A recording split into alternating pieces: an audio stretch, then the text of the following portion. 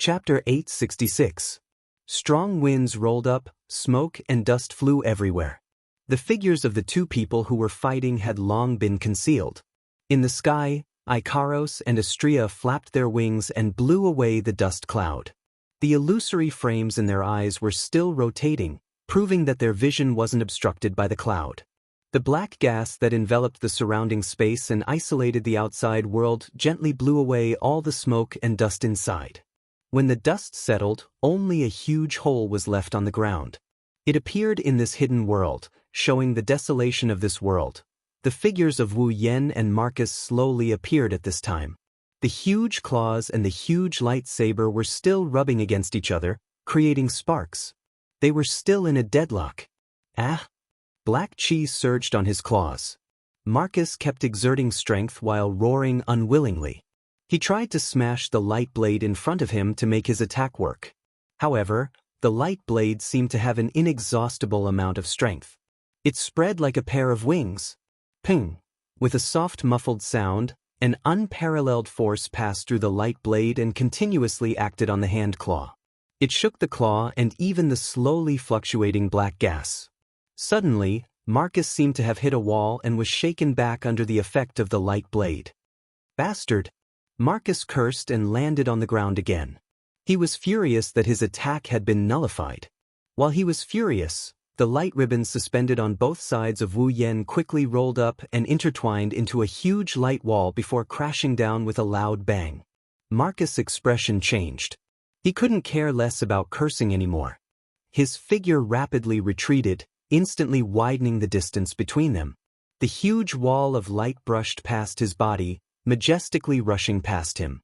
He plowed out a wide and thick gully on the ground that was riddled with holes. Without slowing down, the wall of light smashed into the surrounding black gas barrier. It was as if a giant was waving its huge fist. The entire sealed world began to tremble as if it had struck the black energy barrier. Unfortunately, the black gas barrier was very sturdy. After withstanding the blow, it only dimmed for a second before recovering. Otherwise, once the black gas barrier was destroyed, everyone in the camp would have heard the commotion and Marcus would have had no choice but to escape. However, after the attack failed, the nimble ribbons of light danced again. With Wu Yan as the center, they quickly converged. From afar, this scene looked like a spider weaving a web, and Wu Yan was the spider in the center of the web. The formless belt of light once again extended from his back, forming two gigantic wings. Swish! Almost in an instant, the wings suddenly expanded. Without using any space movement magic or any acceleration superpower, the wings flashed in front of Marcus without stirring up any wind. Then, a pair of blade-like wings flashed past and flapped toward Marcus. The sound wave vibrated, and an invisible impact force burst out between the wings and the sharp claws that Marcus had swung out at an unknown time. Marcus easily blocked the attack. However, it was not over yet. The other wing swung from the other side of Marcus like a big slap. It was a simple flap, but the friction caused the surrounding air to scatter light smoke, and the temperatures suddenly became a lot hotter. Obviously, if this flap hit, even Marcus would be seriously injured. Marcus, who was aware of this, showed a dignified expression. His other hand also swung out fiercely, like a mayfly shaking a tree, and abruptly collided with the rapidly rubbing wing. Clang! The sharp claws and wings collided, and a violent and crisp sound of collision burst out, mixed with a trace of fierce eruption of sparks, spilling out in the entire black gas barrier. The strength of his whole body surged, and the majestic black do chi also roared. Marcus was like a pie in the middle, struggling to support the wings that were attacking him. The black scales on his face and arms were erected, proving their master's efforts at this time. Marcus' face was already extremely unsightly as he continued to support the two wings. His heart was burning with anger, so much so that Marcus did not notice that Wu Yan, who was floating in the air and at the source of the two wings, was looking down at him, who was tightly entangled with the wings. From his mouth, incomparably profound and mysterious words came out of his mouth.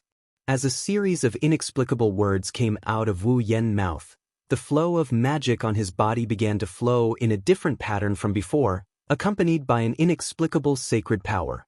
When the last word was lightly spat out by Wu Yan, a platinum-colored feather robe that looked like a battle robe, but also like an imperial robe, gradually took shape. His black clothes were covered by the platinum-colored feather robe. At this time, Wu Yan was like a pope who had walked out of a church, sacred and incomparably noble. Only when the platinum-colored feather robe was formed did Wu Yan raise his head, and a pair of eyes slowly opened. Moving church. Done. That's right. This platinum-colored feather robe was known as the ultimate defensive barrier, the moving church that possessed astonishing defensive power. Using magic was a very rigorous matter. No matter which magician it was, they couldn't get rid of the inherent restrictions when using magic, such as the necessary symbols and chants. Some powerful magic even required the addition of rituals. Among them, a single wrong step could lead to the failure of the magic, even if it was an unclear incantation. Wu Yan was the same.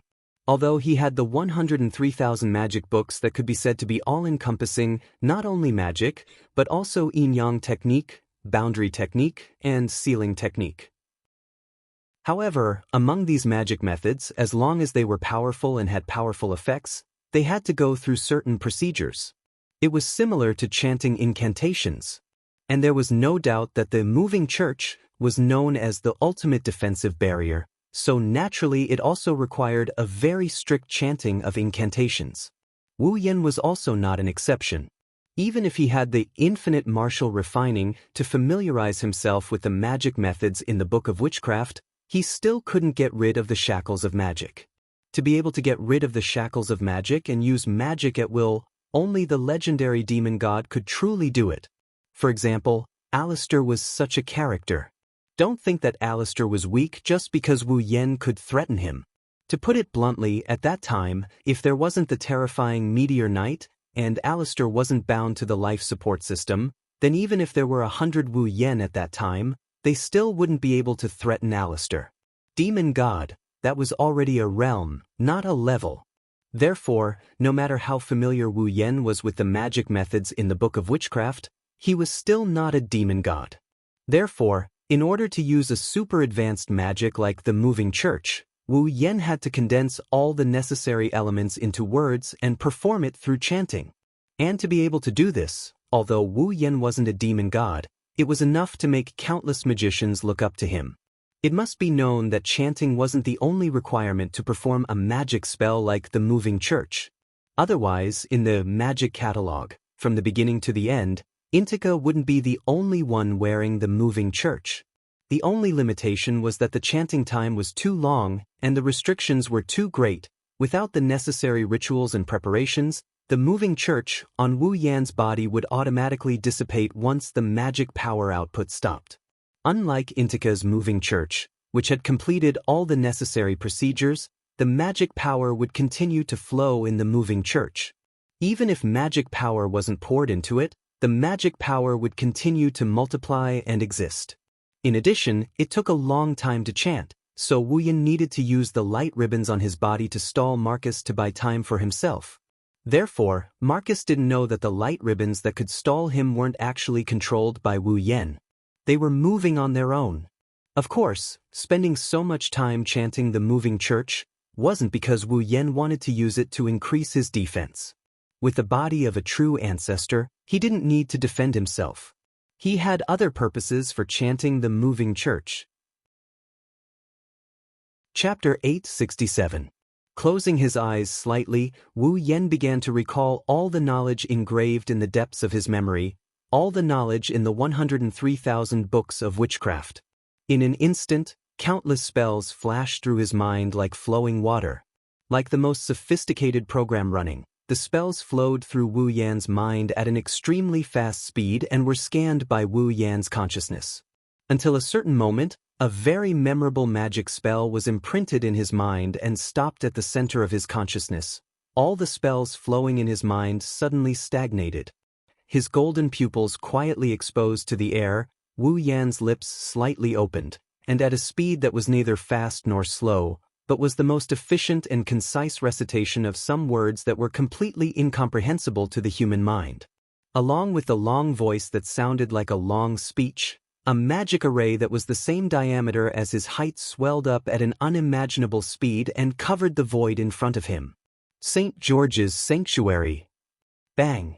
As if something had broken, the incomprehensible runes on the magic array overlapped and shone brightly. At the center of the magic array, a tiny black dot silently emerged and then quickly spread out in all directions of the magic array. With the black dot as the center, the entire magic array cracked inch by inch and small pitch-black cracks spread out, forming a large black net that covered the magic array in front of Wu Yan. And within the slightly opened pitch-black cracks, traces of a ferocious beast's aura slowly flowed out. It was as if a destructive giant beast was trapped in the cracks of the magic array. Now, this giant beast, under Wu Yan's call, opened its ferocious and terrifying mouth. Pa! A soft sound reverberated from the magic array, and the giant beast hidden in the depths of the cracks seemed to have exposed its fangs through the cracks of the magic array. At the same time, below, Marcus, who was confronting the wings, suddenly felt a frantic warning in his heart, as if urging him to escape, and his heart thumped rapidly together with his accelerated heartbeat. At that moment, Marcus's expression changed abruptly. The Dragon King's sigh, an extremely faint voice as if sleep-talking, lightly drifted into Marcus's ears. Hearing this sleep-talking voice, all the warning signs in Marcus's heart turned into a sense of crisis. His head suddenly turned upward, looking in the direction of Wu Yan. In the instant that Marcus raised his head, he looked up. An exceptionally dazzling beam of light shot out from the center of the magic array with a deafening cracking sound. The beam of light was not very large, but it contained a destructive power that made all the scales on Marcus's body explode. Wherever it passed, the atmosphere evaporated and arrived in front of Marcus in the blink of an eye. The dazzling beam of light filled Marcus' 7 eyes. Looking at the Dragon King's lament, that was projected at a speed that he could not react to, Marcus only had time to open his 7 pupils to the maximum. Then, the dazzling beam of light swept across his scaly body. Boom! The Dragon King's sigh directly swept through Marcus's body, passed through his figure, and shot backward, landing on the surrounding black gas barrier. Previously, no matter how strong the impact was, the black gas barrier had no effect at all. But under the direct attack of the Dragon King's sigh, it lasted less than a second before collapsing with a loud bang. Bang! The black gas barrier exploded, scattering into black spots all over the sky, and under the effect of the Dragon King's sigh, these black spots directly turned into glowing feathers, gently falling to the ground, and scattered in all directions, landing on the camp outside the black gas barrier. The momentum of the Dragon King's sigh didn't slow down either. With an irresistible force, it pierced through the sky full of light feathers and shot towards the camp outside. It swept past the camp and continued to fall towards the camp. With such a situation and the terrifying destructive power and effect of the Dragon King's sigh, if this beam of light and the sky full of light feathers landed in the camp, then 99% of the guards in the camp would unknowingly die an unnatural death. After all, the beam of light formed by the Dragon King's sigh had the terrifying power to shoot down satellites. And the objects attacked by the Dragon King's sigh would also turn into glowing feathers and continue to attack. Every single feather had the power of the legendary St. George's Dragon's full power attack. If all of them landed on the camp, then forget about the people, the entire camp would be destroyed in an instant. At this moment, Wu Yan, who was hiding in the St. George's Sanctuary, magic circle in the sky, roared fiercely and forcefully propped up his body. Both of his hands grabbed the platinum, moving church, as if he wanted to tear it apart, and fiercely pulled his hands to his sides. With a chi sound, the moving church, which was known as the ultimate defense barrier, was torn apart by Wu Yan's hands, revealing the black clothes he was originally wearing. Scatter! A low voice came out of Wu Yan's mouth. The moving church, in Wu Yan's hands, which had turned into fragments, suddenly exploded, turning into an invisible wave, rippling and reverberating, instantly covering the entire sky above the camp, like a wavering water wave, protecting everyone in the camp inside. Boom! At the same time, The lament of the Dragon King beam ferociously slammed into the water ripple formed by the moving church, stirring up a massive ripple. A shock wave that caused even space to tremble reverberated from the collision between the two. In the surrounding space, strange creaking noises reverberated one after another, as the atmosphere was blown into raging winds and billowing billows, crashing towards all directions. The Karos and Astria who were spectating the battle were caught off guard by the raging wind. They were blown back by it. Their wings were stretched to the limit, flapping with all their might to prevent them from being blown away. The Dragon King's Sai and the Dragon King's Sai remained in a stalemate for more than half a minute before the terrifying collision ended. The Dragon King's Sai gradually weakened, the ripples on the moving church also gradually disappeared. The ripples on the moving church stopped expanding until the moving church completely disappeared. However, this didn't mean that everything was peaceful. The Sai of the Dragon King cast a sky full of luminous feathers that landed on the mobile church, one after another, and clashed with the mobile church. In an instant, boom, boom, sounds of explosions resounded incessantly in the air above the campsite. After who knows how long, the light feather finally calmed down. Only the moving church remained in the moving church's Sai form. The collision between the lament of the Dragon King and the moving church finally woke up the guards in the camp. It was a pity that they were once again woken up in the middle of the night. Amidst a wave of wails and complaints, they rushed over together with the patrolling guards who had witnessed the collision in the sky above the camp. It seemed that it was only a matter of time before everyone in the camp gathered here. In the air, the St. George's sanctuary that was cut off by Wu Yan has long disappeared. Otherwise, the moving church might not be able to withstand 2 waves of attacks from the Dragon King's Sai. On the other hand, Wu Yan was panting heavily. He knelt on one knee in the air. His face was pale for a moment. He sensed that more than half of the mana in his body was depleted. He bitterly smiled. Forcibly changing the shape of the incomplete moving church from a single target defense to an area of effect defense is no laughing matter. Every tactic had an extremely regular way of using it, as well as its inherent use and effects. Modifying the formation of a tactic to create a different effect was already destroying the composition of the tactic itself. This method was even more difficult than creating a new tactic, and it was also incomparably dangerous. A normal tactic is already like this, let alone a super advanced magic like the moving church. If it wasn't for the fact that the mobile church is only temporary and not complete, plus the fact that he has perfect control over the infinite arm's refinement and the knowledge from the 103,000 grimoires, Wu Yan would have exploded from the sheer amount of magic power in his body in the very first second of action. Even if he succeeded now, the price he paid was not small. Even a creature like the true ancestor had depleted more than half of its mana, and its body that was aching constantly proved this point. Chapter 868. Master. Ikaros and Astria landed beside Wu Yan. They saw Wu Yan kneeling in midair with one knee on the ground while panting heavily. The 2 angelic girls couldn't help but feel worried for him. Master. Ikaros called out with worry in her indigo eyes. She couldn't hide the worry in her voice. Astria quickly helped Wu Yan up. Master, are you okay? Wu Yan took a deep breath when he heard the concern in Astria's voice.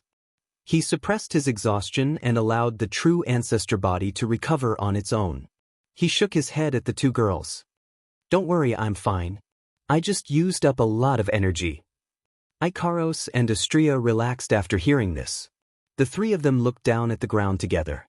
The ground that was riddled with holes was already covered by thick smoke and dust. Under the assault of the wind and waves, the unsightly deep pits were exposed one after another, imprinted in the eyes of everyone present. They could even vaguely see a huge gully extending out, only stopping at a distance of 100 meters away as if it was cut off. Those were the scars left on the ground when the Sai of the Dragon King swept across the area. Looking at the dust-covered ground, Wu Yan squinted his eyes. He waved his hand and a gust of wind came from afar. The wind blew the dust away, revealing the situation inside the building. There, in a corner, stood a figure clad in scale armor. Wu Yen, Ikaros, and Astria stared at the figure as if they could collapse at any moment. Wu Yen, Ikaros, and Astria stared at the figure with different expressions in their eyes. His golden pupils flickered as he sized up the scaled figure. He shook his head in a mocking and regretful manner. He managed to dodge the fatal blow at the critical moment? On the ground, his ugly figure was now in a sorry state, and his entire body was covered in blood. The pitch-black scales were dyed blood red, and a portion of them emitted a charred color and smell. The incomparably ugly face was lowered, and drops of blood flowed down from it, mixing with the blood that flowed out from the scales on its body. Even the ground where he was standing was dyed red. Using the word battered and exhausted to describe his current state was still rather light. The left half of his body, from his shoulder to his abdomen, all of his limbs were gone. Along with the claw, they all disappeared, leaving behind only the disgusting piece of flesh that was vibrating slightly. It was very disgusting. Cough cough. Blood spurted out of Marcus's mouth. His teeth were dyed red as well. The only remaining claw was pressed against the left side of his body. After a while, Marcus pulled it back and raised it in front of his eyes. He looked at the blood on his claw. Feeling the suffocating pain coming from his body, the empty feeling on his left side attracted Marcus' attention. He turned his head with great difficulty. When he saw the completely disappeared part of his body, Marcus trembled all over. Damn it, damn it, damn it, damn it, damn it, damn it, damn it, damn it. A roar that sounded like weeping and wailing echoed from Marcus's mouth, and his voice continued to rise higher and higher. His tone was filled with tears and wails. The soaring resentment and killing intent, along with the surging black gas and blood, responded repeatedly. It was like the last struggle of an injured beast, causing people to shudder. He lifted his head and looked at Wu Yen, who was hovering in the air. Marcus' huge eye sockets were already bloodshot, and his 7 pupils were all replaced by madness. Bursts of black chi wandered, but he could not restore the damage he had already suffered. Kill you. I will definitely kill you. I will kill you. Still coughing up blood, Marcus howled in rage. Wu Yen furrowed his brows as he watched Marcus' final struggle with a cold expression on his face. Yen. From afar, Hinajiku, Mikoto, Kotori, Shokuhu Misaki, and the rest of the girls were also here. The sound of footsteps reverberated chaotically. At a glance, one could see a black mass of people rushing over from the distance, arriving at the scene. The Thunder Sovereign and Pelosi stood at the front, leading the large group of people in the camp. They surged in together and surrounded this miserable space. The guards of the campsite finally made their appearance. However, by the time Chuju's group and the people in the campsite arrived at the scene that had been dealt a heavy blow and turned into ruins fell into their eyes. Everyone subconsciously stopped in their tracks and looked at the tattered scene. They couldn't help but be surprised. When they saw the hideous monster bathed in black gas and blood standing in the middle of the field, their surprise turned into horror. That Chuju, Mikoto, and the rest of the girls were so shocked by that disgusting figure that they took a few steps back, their faces pale. What the hell is that? This? The Thunder Sovereign and Pelosi were also overwhelmed with shock. Clearly, they were frightened by Marcus's unsightly appearance. Monster. The guards of the campsite couldn't bear it anymore. They screamed in horror. Their hands holding their weapons were trembling, they almost lost their grip on them. The surrounding voices that were filled with shock and fear fell into Marcus's ears. At this moment, these voices were simply ear-piercing to the extreme, causing his heart that was filled with madness and resentment to become extremely distorted. In response to his heart that was filled with resentment, the black gas also fluctuated and swept in all directions. The surrounding people screamed in horror. They were blown back by the black wind. However, the girls who just arrived reacted. Yin. Chuju called Wu Yan's name in horror as if she just had a nightmare. The rest of the girls had the same reaction. Even Kurumi, Flandra-chan, Kinuta Sai, Frenda, and Takitsubu Riku, who were used to darkness and blood, couldn't help but turn pale. One can imagine how big of an impact Marcus's image had on them. Kotori suppressed the fear in her heart and asked with a trembling voice. Who is he? Why did he attack Ikaros and Istria? To be precise, he wants to attack all of us. Wuyan didn't move his gaze away from Marcus. He slowly revealed a fact that shocked everyone. He is Marcus. What? Everyone screamed. Pelosi had an expression of disbelief. You're saying he is Marcus? Wuyan nodded. Following his action, the crowd quieted down. Everyone was still in a state of disbelief. They looked at the monstrous figure and tried to recall Marcus' figure in their minds. They couldn't match the two figures no matter how hard they tried. Everyone was in a daze. They must have received quite a bit of shock as well. Sensing the gazes of disbelief, the resentment in Marcus' heart grew even stronger. His killing intent surged crazily, making him wish he could kill everyone. It was obvious that even he himself couldn't accept his current appearance. All of this is Wu Yan's fault. Wu Yan. Marcus's eyes were about to pop out of their sockets. His sharp voice pierced everyone's ears. I will kill you. I won't let you get away with this. Marcus's twisted gaze swept across Hinajiku and the other girls, as well as Lei Wang, Pelosi, and the rest of the camp members. He roared with incomparable resentment. His voice was like that of a demon. All of you, one day, I will kill every single one of you. Kill every single one of you. The resentful roar sent chills down everyone's spine. They looked at Marcus with fear, including the girls beside Wu Yan. Seeing the girls pale from fright, Wu Yan's anger flared up and he laughed coldly. Do you think you can walk out of here alive? No. I will never die. Marcus raised his head and roared, as if refusing to accept an unsatisfactory outcome. Marcus turned into a black light and flew out of the camp as fast as he could. Blood splattered all over the sky and lingered for a long time. Chapter 869. Before anyone could react, the black light in the middle of the arena wildly flashed, causing quite a number of people to feel pain in their eyes from the glaring black light. They instinctively closed their eyes. While everyone's vision was obstructed, Marcus immediately turned into a black light, soared into the sky, and disappeared in an instant. Not good. Although the Thunder King and Pelosi had not recovered from the fact that Marcus had turned into a ferocious monster, their reactions were not slow. Surging magic power burned in their bodies as they wanted to chase after Marcus, but Wu Yan's movements were faster than anyone else's. Do you think I will let the same thing happen again? Recalling the Beast King that escaped from his hands some time ago, Wu Yan's eyes revealed a strong murderous intent. With a teleportation, Wu Yan flashed into the air. Looking at the black light that was flying out of the camp at a terrifying speed, he did not use teleportation to chase after it. Instead, he stopped in the air, stared at the distant figure, and took a deep breath. Ding! The next moment, crimson spatial ripples slowly appeared behind Wu Yan, reverberating in the void.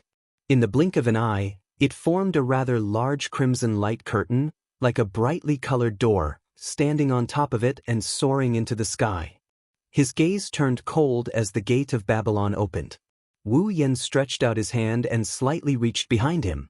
The crimson door formed by the gate of Babylon suddenly rippled again, right behind Wu Yan's hand. In the ripples, a beautiful black crystal-like longbow gradually emerged from the gate of Babylon at a seemingly slow but actually very fast speed. When half of the longbow emerged from the crimson spatial ripples, the exquisite longbow fell into Wu Yan's hand. Wu Yan grasped it and pulled it out with force. Meteor Knight. His gaze seemed to have turned into an arrow first. It shot towards Marcus, who was getting farther and farther away. Looking at the shrinking figure, Wu Yan pointed the Meteor Knight at Marcus. His hand slowly rested on the bowstring. That is, on the ground. Chuju, Mikoto, Shokuha Misaki, and the others' expression changed. Everyone, including Kotori, Kurumi, Toka, and Yoshino, were confused. She quickly turned to look at Ikaros. Ikaros's eyes trembled and turned into a dreamy crimson color again. On his body, a series of crystal-like flashes began to flash. Marcus, who was fleeing for his life, suddenly felt uneasy.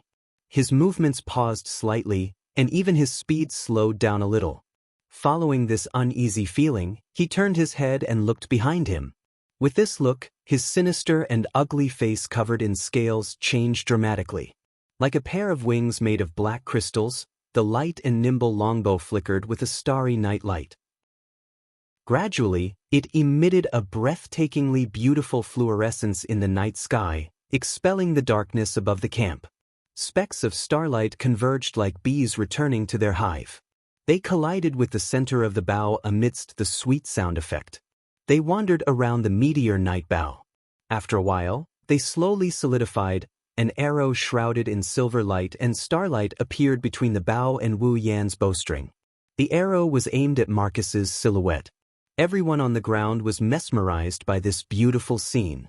Wu Yan, who was bathed in the starlight, looked like a god of the night descending from the heavens. Under the protection of the night sky and the night sky, it's as if he is the only one left in this world. Marcus, on the other hand, tensed up. Black mist is surging out of his body. This is a sign that they sense danger. Sweat mixed with blood dripped down. Marcus' heart was already shrouded in a thick fear. He immediately shouted and mobilized all the fighting aura in his body. He didn't care about the consumption or the consequences. He only wanted to increase his speed by a little bit to escape the arrow's range of aim. Blue veins popped out on his scales. Marcus' 7 eyes were filled with madness.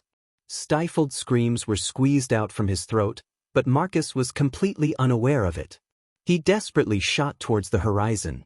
Translators' thoughts: paperplane, paperplane, paperplane, paperplane, paperplane, paperplane, paperplane. Unfortunately, all he did was prolong his time in this world by a little bit. Wu Yan's golden eyes were filled with starlight. He gently closed his eyes and then suddenly opened them. Whoosh!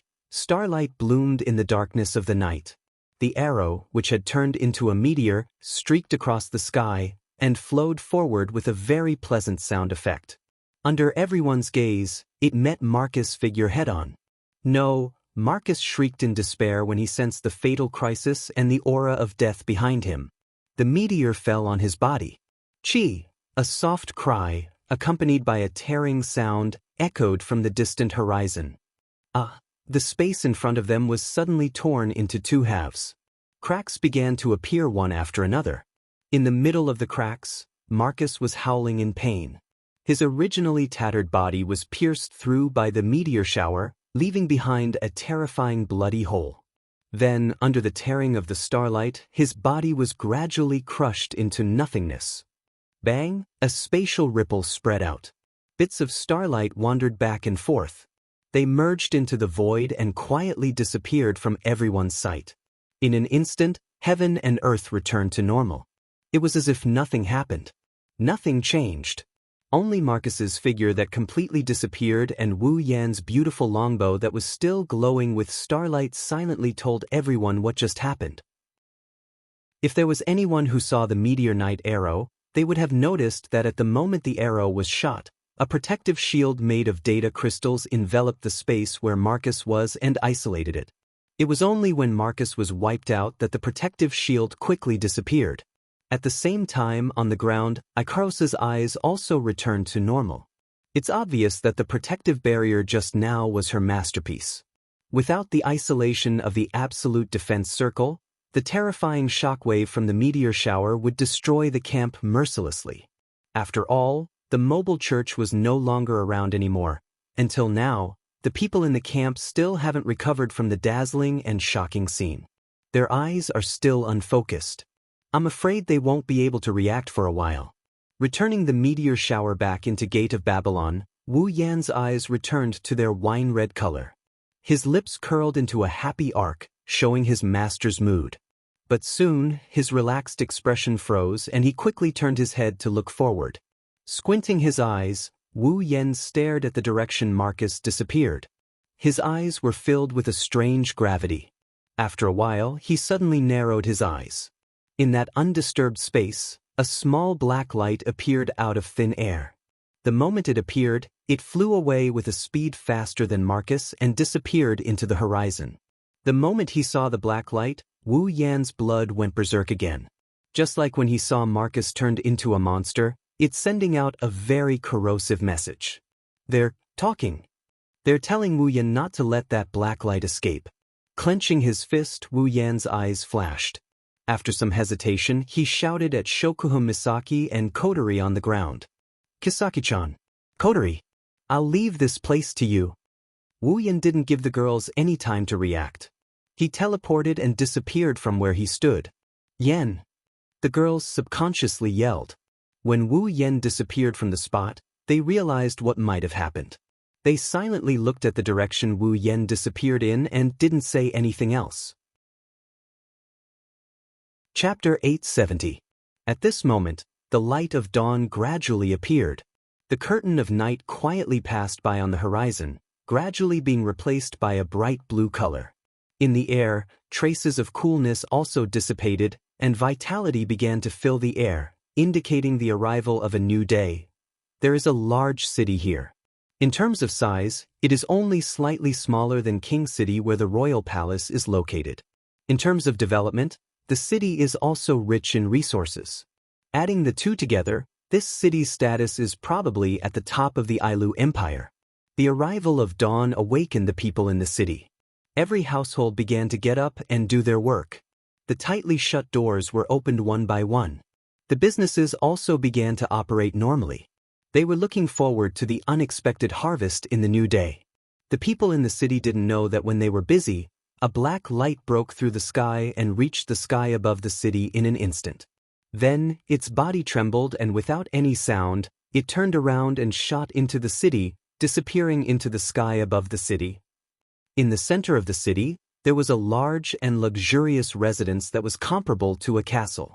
In one of the rooms, the faint smell of blood and medicine filled every corner of the room.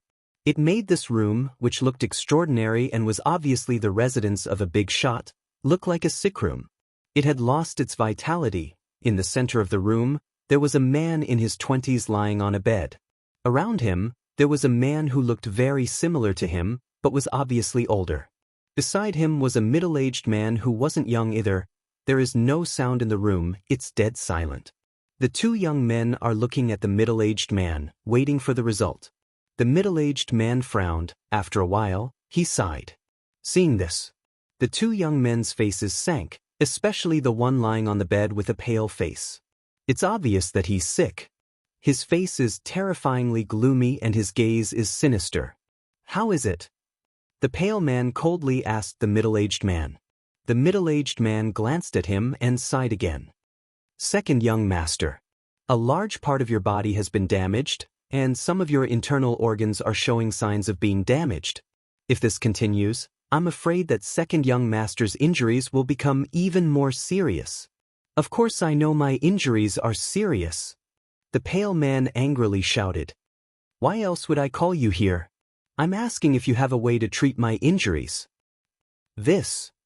The middle-aged man bitterly smiled. He hesitated for a moment. In the end, he still spoke. It's not a big problem to treat second young master's injuries, but his chi ocean is damaged. When he recovers, he won't be able to use his chi anymore. What did you say? The two young men's faces changed. The pale man's lips trembled. He couldn't believe it. You mean I'll become a cripple? The middle-aged man lowered his head. His meaning is clear. Impossible. Sitting on the bed, he suddenly straightened his body and roared angrily. Aren't you Ailu Empire's most famous doctor? Can't you treat me? The middle-aged man lowered his body submissively, not daring to say another word. However, this posture only made him even angrier. The pale man with bloodshot eyes roared angrily. Scram. Why yes. The middle-aged man left the room as fast as he could. This made the man on the bed even angrier. He clenched his fists tightly. When he thought about how he would become a cripple in the future, his whole body trembled. His already pale face turned even paler. Sigh. At this moment, the young man who had been quietly standing at the side finally sighed deeply and glanced at the dispirited man. He shook his head as if he had expected better from her. You're really muddle-headed. Originally, if you obediently continued to grow, I would inherit the position of clan head. The second in command of the clan would definitely be you. If I had stepped down from the position of the clan leader earlier, it wouldn't be impossible for me to pass the position to you. But now, the pale man listened to the young man's sigh, his heart filled with sorrow. What was supposed to be a beautiful future, now it's a dark one. He's in more pain than anyone else. Big brother. Tears flowed down his cheeks, he cried out in pain. I can't accept this. I really can't accept this. Cry. What are you crying for? The young man reprimanded. Since young, the pale man had always been afraid of his big brother. He held back his tears. But the pain in his heart couldn't be quelled. What's the use of crying? Who else can you blame? The young man said hatefully. If you didn't use your clan's ice do chi to plot against Wu Yen, you wouldn't have been injured by your own ice do chi and ended up in this state. At this point, the identity of the two was obvious. It's Bing Ling and Bing Mian. When Wu Yen and the others first entered the Spalier World Academy, Bing Mian plotted against Wu Yen once. He used his clan's unique do chi to hide a small strand of do chi in Wu Yan's body. This strand of do chi would grow day by day and would be hard to detect. Once it grew to the point where it could explode, it would definitely kill someone. With the goal of killing Wu Yen, Bing Mian slyly plotted against him. But he didn't expect Wu Yen to notice his little trick the moment he used it and quietly sent the strand of do chi back into Bing Mian's body. Bing Mian didn't notice any of this, which led to the current situation. If it wasn't for the fact that the ice do chi was his own and his clan was more familiar with it than anyone else, Bing Mian's life would have been saved. Otherwise, Bing Mian would have died under his own treachery. Bing Mian was filled with regret when he thought about what happened back then, but more than that, he was filled with resentment. I only wanted to teach him a lesson. You're still being stubborn. Bing Mian's expression turned cold. Do you really think no one knows what you've done in the academy? Or do you really think no one knows what you've done? Do you think the number of students who died at your hands isn't small? If it wasn't for the fact that the students here don't have much power and that you're the second young master of the Saito clan, no one would bother to report you. Do you think you'd still have a good life in the academy? Bing Mian's lips moved, but he didn't say anything. Seeing Bing Mian's pale face, Bing Ling didn't say anything and sighed faintly. Of all the people you could have messed with, you had to mess with Wu Yen. Is he someone you can afford to mess with? He even killed the second in command of the Ladine clan, Andrew. Uncle Marcus was completely defeated by him. He's no longer on the same level as us. Bing Mian bitterly pursed her lips. She looked at Bing Mian. Stay here and recuperate. I'll think of something for you. Bing Mian shook her head and walked out of the room, leaving Bing Mian alone. His eyes were about to pop out of their sockets and he emitted a sinister aura. Bing Mian sat on the bed and felt the pain in his body. Tears streamed down his cheeks. Thousands of thoughts flooded his mind. He could see the dark, nightmarish days ahead of him. I'm finished. I'm finished. Bing Mian lowered his head and wept bitterly. After a long time, he suddenly raised his head and a crazy light flashed in his eyes. It's all Wu Yan's fault. I'll kill him. I'll kill him. And those women of his. At this point, Bing Mian hated Hinajiku and the rest as well. He wanted revenge, but he didn't have the ability to do so. Bing Mian raised his head and screamed in pain and anger.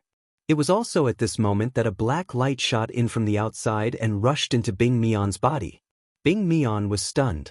Then, for some unknown reason, his painful face suddenly turned into ecstasy, followed by deep resentment. Chapter 871. On the other side, a figure suddenly appeared in the blue and white sky above the city. Wu Yen lowered his head and glanced at the bustling city below.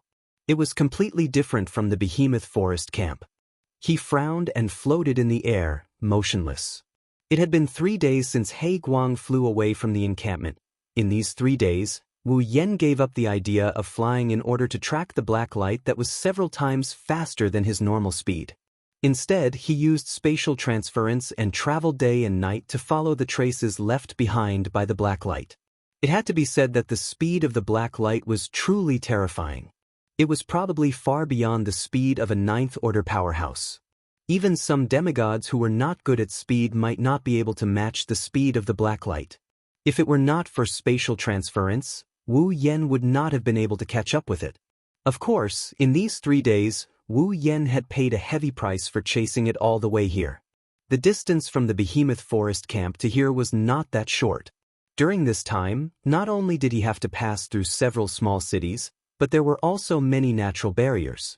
It took Wu Yen 3 days to reach here. If he had to walk for such a long distance, it would take him 4 to 5 months or even half a year to reach here. Perhaps it would be faster if he took an airship, but it was not something that could be done in a day or two. Along the way, in those small cities, due to various reasons of power and strength, there were fights almost every day. Various mercenary groups would engage in chaotic battles for benefits. Among them, there was no lack of brainless people who would change their identities and use the banner of a mercenary group to do shady business like bandits. Whenever they encountered people or caravans, as long as the guards weren't very strong, the bandits would be able to kill them. He would probably run up to them and rob them. Under such circumstances, in order to avoid trouble and to avoid losing track of the black light, Wu Yen did not rest for more than half a minute during these 3 days.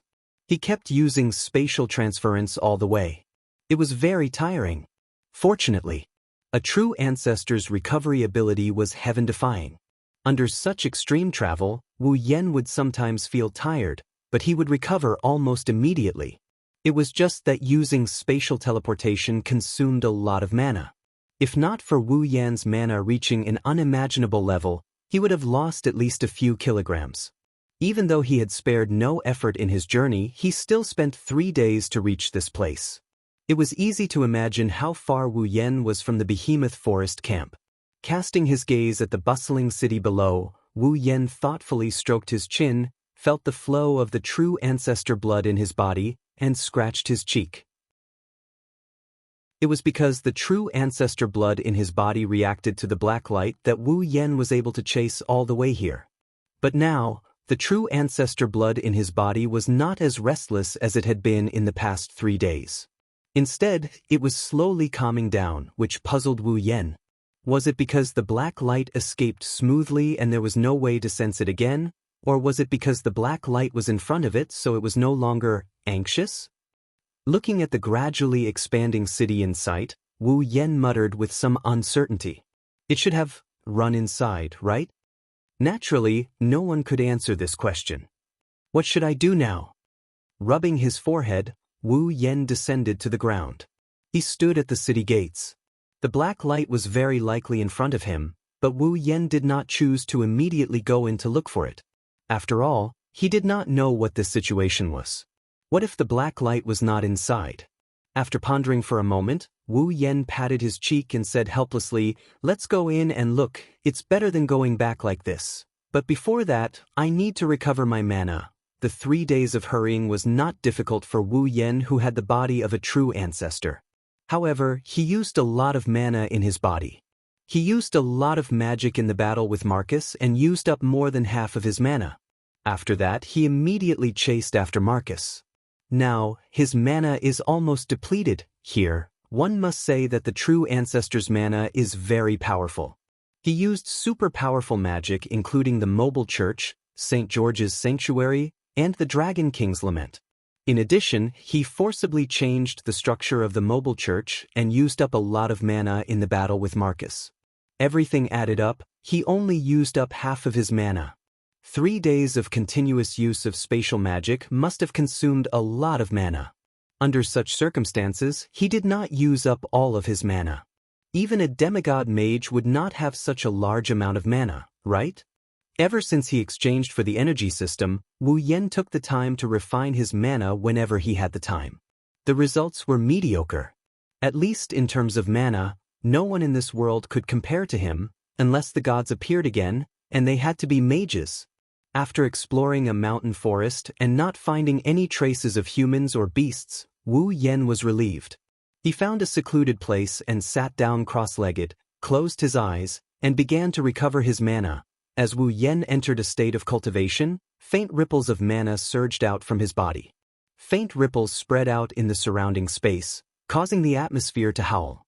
The surroundings were silent, After an unknown amount of time, when the sun rose from the east, the faint mana fluctuations on Wu Yan's body gradually weakened until they finally dissipated completely. His tightly shut eyelids trembled for a moment before he slowly opened them. Threads of light flashed within his wine-red eyes.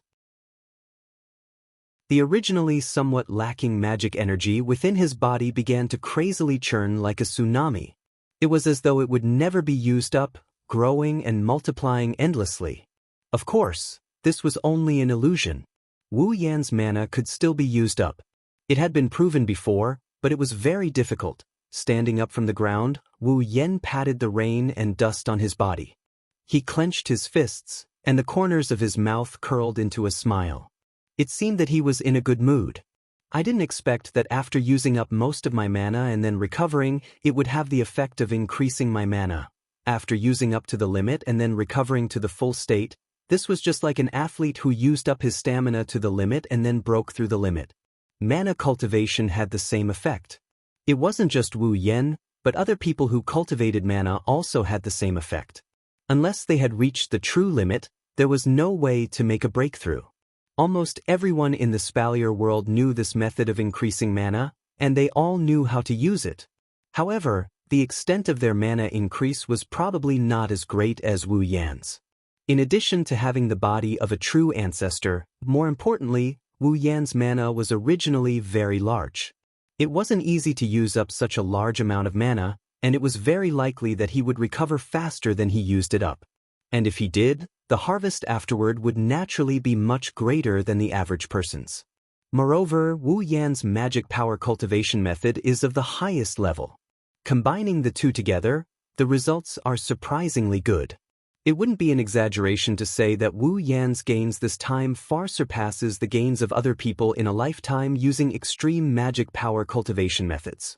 This good news immediately lifted the depressed mood of not being able to catch up after 3 days of chasing.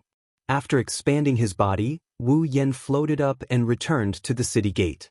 Looking up at the city that he had never been to before and feeling the lively vitality inside, Wu Yan couldn't help but sigh. If that black light was really in this city, how should he find it? In what form would it appear in front of him? Shaking his head, Wu Yan threw away these complicated thoughts and followed the people in front of him who were preparing to enter the city. Chapter 872. The boundless sky was filled with a monotonous blue color, contrasting with the slightly dim sunlight. This kind of weather should be very suitable for going out. It was neither hot nor cold, making one feel comfortable under the silent sky and the bustling city. A figure that was neither too conspicuous nor too ordinary was slowly walking on the street from the city gate. The speed of the figure was not fast, even slower than that of an ordinary person. Therefore, the surrounding pedestrians did not know that a rather important figure had sneaked into their midst. The figure slightly raised his head, exposing a young face that was neither handsome nor ugly to the air. As he walked, his eyes wandered around, admiring the scenery around him. In fact, his attention was not on the scenery around him, but on his own body. Frowning, Wu Yan looked at the buildings and cursed in a low voice. Where the hell is that damn thing? Is it really in this city? If it is, come out and let it out. I felt all kinds of discomfort when the blood was rampaging, but now that it's calm, I can't do anything about it. Why do I have to encounter such a confusing situation? Lowering his shoulders, Wu Yan looked around again, but still did not feel any reaction from his ancestor blood. He couldn't help but feel dispirited. How long do I have to continue? Letting out a light breath, Wu Yan could only pull himself together and continue forward. Otherwise, if he gave up like this, not only would he not be willing, but the strange feeling he felt from the black light made him feel uneasy. I don't know if I should be happy or annoyed. With Wu Yan's average-looking face, if he mixed in with the crowd, he wouldn't become a bystander, but he wouldn't attract too much attention. If he brought the girls with him, he would have become the target of public criticism by now. For Wu Yan, who wanted to find traces of the black light, this was a relatively good situation. At least it was not that eye-catching. After wandering in the city for nearly half an hour, Wu Yan still did not find anything. Just as Wu Yan could not help but feel impatient and wanted to find a place to eat, There was a commotion in front of him that caught his attention. He turned his head to look at the source of the sound. He saw that the pedestrians who had been walking well suddenly seemed to have seen something terrible. In a panic, they scattered and all of them went to both sides of the road. Seeing this, Wu Yan found it strange, but he still took a step forward.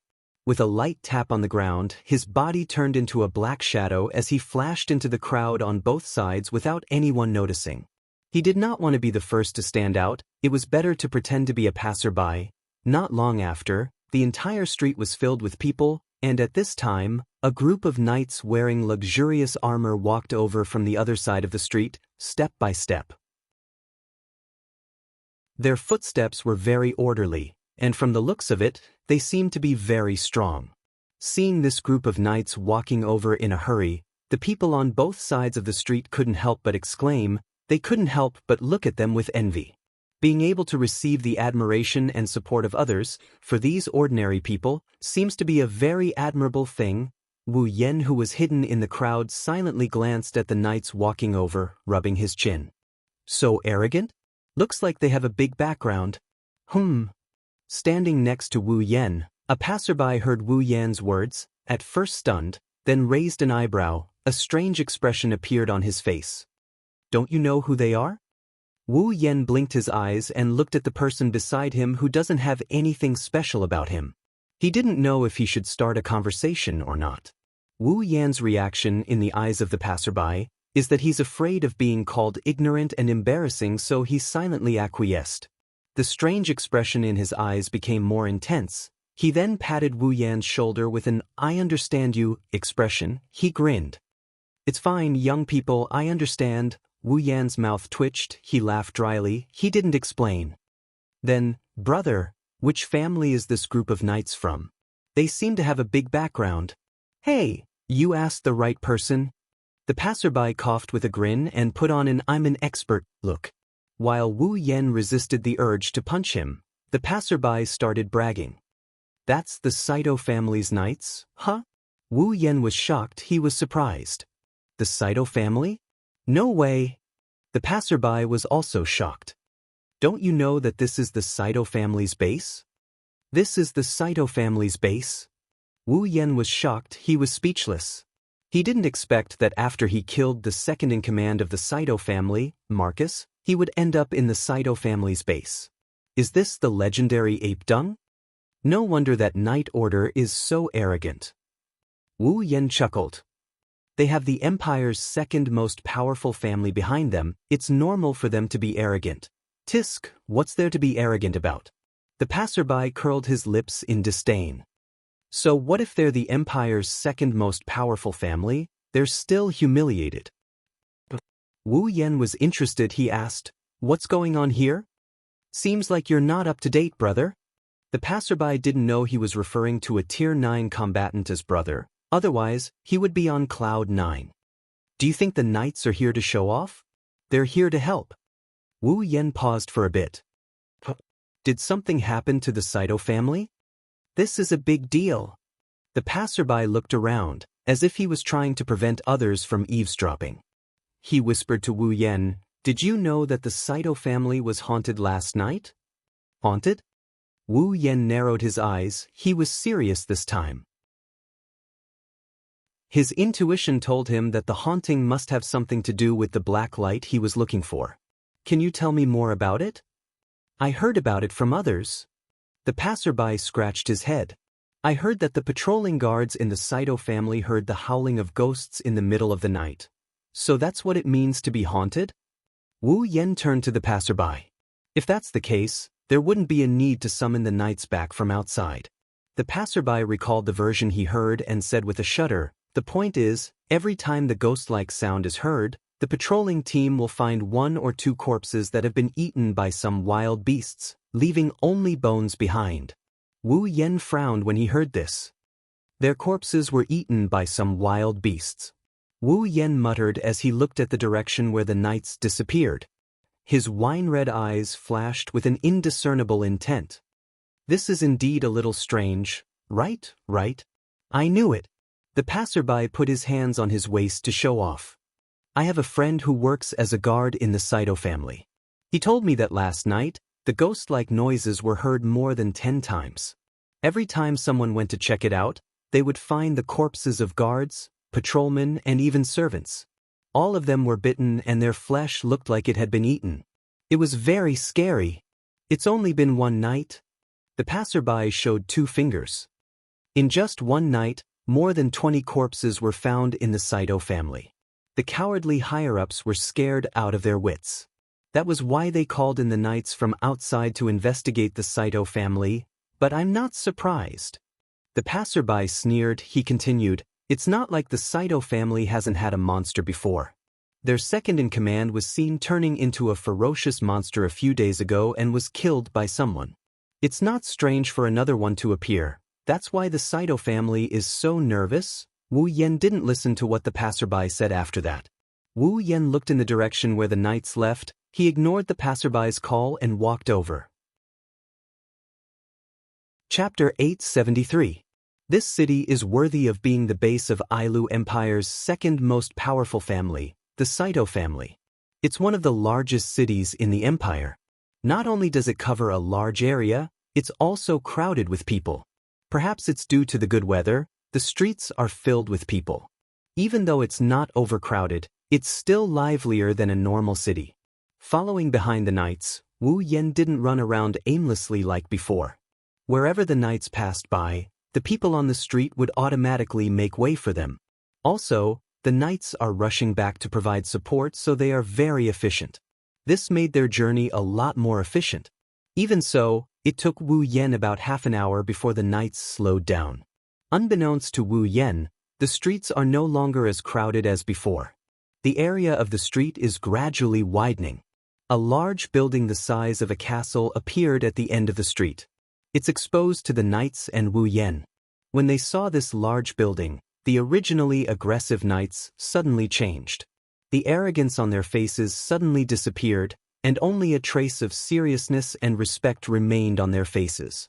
They adjusted their figures and footsteps, and walked towards the large building amidst the clanging of footsteps. Wu Yan, who was quietly following behind the knights, couldn't help but curl his lips. This knight regiment is just a small unit under the Saito family. Their overall strength is around the 6th order and their leader is only at the 7th order. Such a unit would only be considered a second-rate unit in the Saito family. Yet, such a second-rate unit is able to walk on the streets with such grandeur. The 3 great families of the empire, their reputation isn't something normal factions can compare to. Even more so, a person like him who doesn't belong to any faction can't compare to them. What Wu Yan didn't know is that even though he and the girls are only a dozen or so people, in the eyes of the 3 great families, their small group is already a force more terrifying than any other single faction. Other than Wu Yan, Mikoto, Kotori, Ikaros, Astria, Toka, and Flandrachan, who are already Tier 9, the rest of the girls are already at peak Tier 8. In the Ailu Empire's imperial family and the 3 great families, there are at most 2 or 3 peak Tier 8 individuals. Maybe the imperial family has more peak Tier 8 individuals, but it's still not more than 5. In terms of power, Wu Yan's group is no match for them.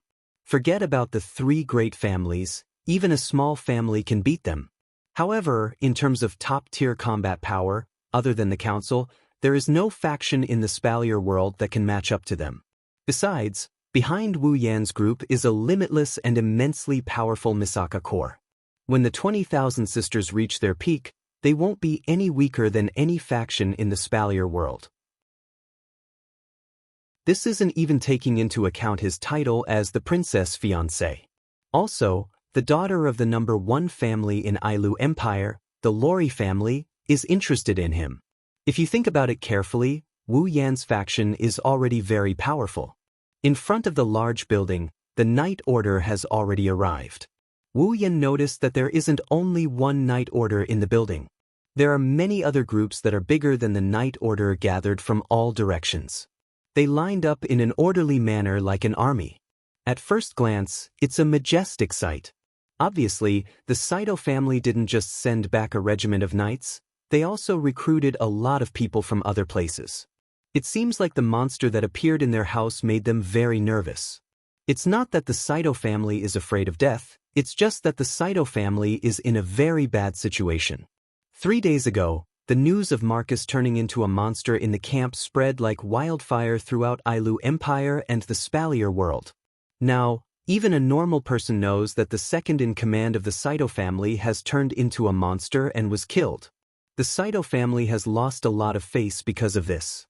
Marcus betrayed the camp, colluded with the Beast King, and even ran away to avoid punishment. The Saito family has become the center of public opinion. They've received a lot of condemnation from the outside world. Now, in their own base, there's a monster that can eat people. If they don't handle this properly, the Saito family might end up being called a monster family. When that time comes, there will be plenty of people who will be more than happy to take advantage of the situation, especially the third family behind the Saito family, the Ladin family. They will be constantly thinking about how to raise their family's status and become the new second family in the Federation. If it wasn't for this, the Saito family wouldn't have called back their men from the outside world. This is their base after all, there's no shortage of guards. Wu Yan scratched his cheeks when he saw the 1,000-strong army gathering. He looked at the base of the Saito family and he started hesitating. Should I sneak in and take a look? If there's a monster in the Saito family, it must have something to do with the black light. Otherwise, why didn't the monster appear earlier or later? Why did the monster only appear when he was tracking the black light and coming here? Just like what the passerby said, the Saito family has produced monsters before. Didn't Marcus turn into a disgusting monster? Wu Yan didn't know why Marcus turned into a disgusting monster and possessed the same level of dark energy as the primogenite. There's never been a rumor in the Spalier world about someone suddenly turning into a monster. The only possibility that Wu Yan can think of is the black light. A black light that can turn a person into a monster with extraordinary abilities, it doesn't make sense no matter how he thinks about it. From the looks of it, Marcus was able to reach rank 9 because he turned into a monster.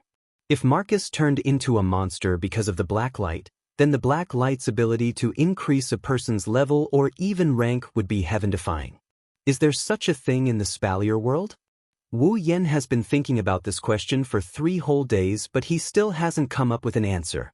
After all, he doesn't know about any of the mysterious treasures in the Spalier world. The black light that can turn a person into a monster is definitely not a treasure. It's too suspicious for Wu Yan to ignore it. Of course, it's also because of the primogenitor's blood in his body. While Wu Yan was deep in thought, the gates of the Saito family opened up. A figure walked out with a group of guards behind him. He stopped in front of everyone. Wu Yan regained his senses when he saw the figure. A smile appeared on his face. This person was none other than Bing Ling. The ice spirit stood on the top of the stairs and looked down at everyone with a tense expression. "Since you're all here, listen up," Bing Ling calmly said. "Later, a piece of paper will be given to each of you. Write down the position you'll be in charge of tonight. Once you know the area you'll be in charge of, you'll have to guard it immediately." Bing Ling's eyes flashed coldly. "Tonight we have to find that so-called monster. There can't be any mistakes." "Yes." In the open space, a thunderous response rang out, causing Bing Ling's ugly expression to relax a lot. He waved his hand and the guards beside him began to distribute the paper with the posts written on it. Bing Ling's words were clearly imprinted into Wu Yan's ears. Wu Yan rolled his eyes and smiled. In a flash, he disappeared from the spot.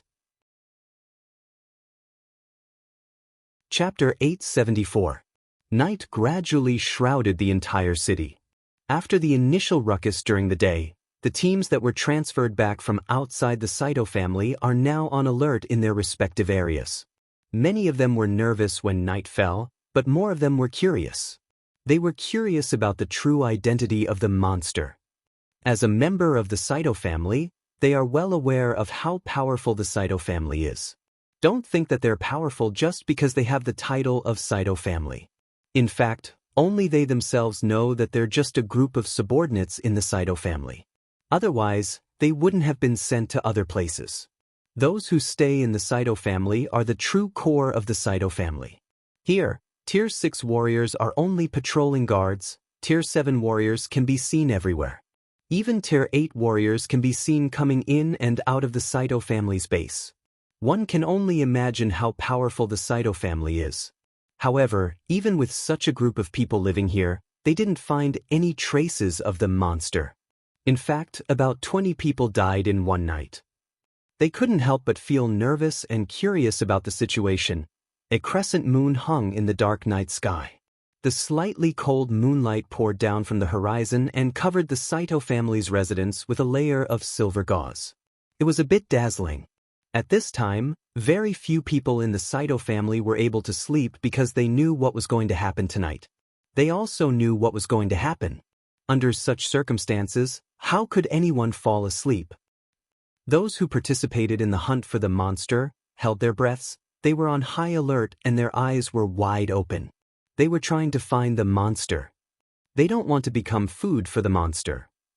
Deep inside the Saito family's residence, Wu Yan sat in a dark corner on top of a high wall. His eyes were tightly closed. He was breathing slowly and quietly while refining his mana. His psyche was expanding along with his consciousness. If someone could peer into the depths of Wu Yan's mind, they would see that every corner of the Saito family's residence is laid out like a 2D map, including everyone's movements and location. When he sneaked into the Saito family's residence, Wu Yan used a detection spell and sat there, waiting for the monster to appear. Even though the ancestor blood in his body didn't react, Wu Yan has a feeling that he will find something in the Saito family's residence. Amidst the hazy night, the guards of the Saito family waited patiently for their arrival. They waited for the monster to appear, including Bing Ling. Walking along a corridor, the ice spirit's expression was calm, but he was already on his guard.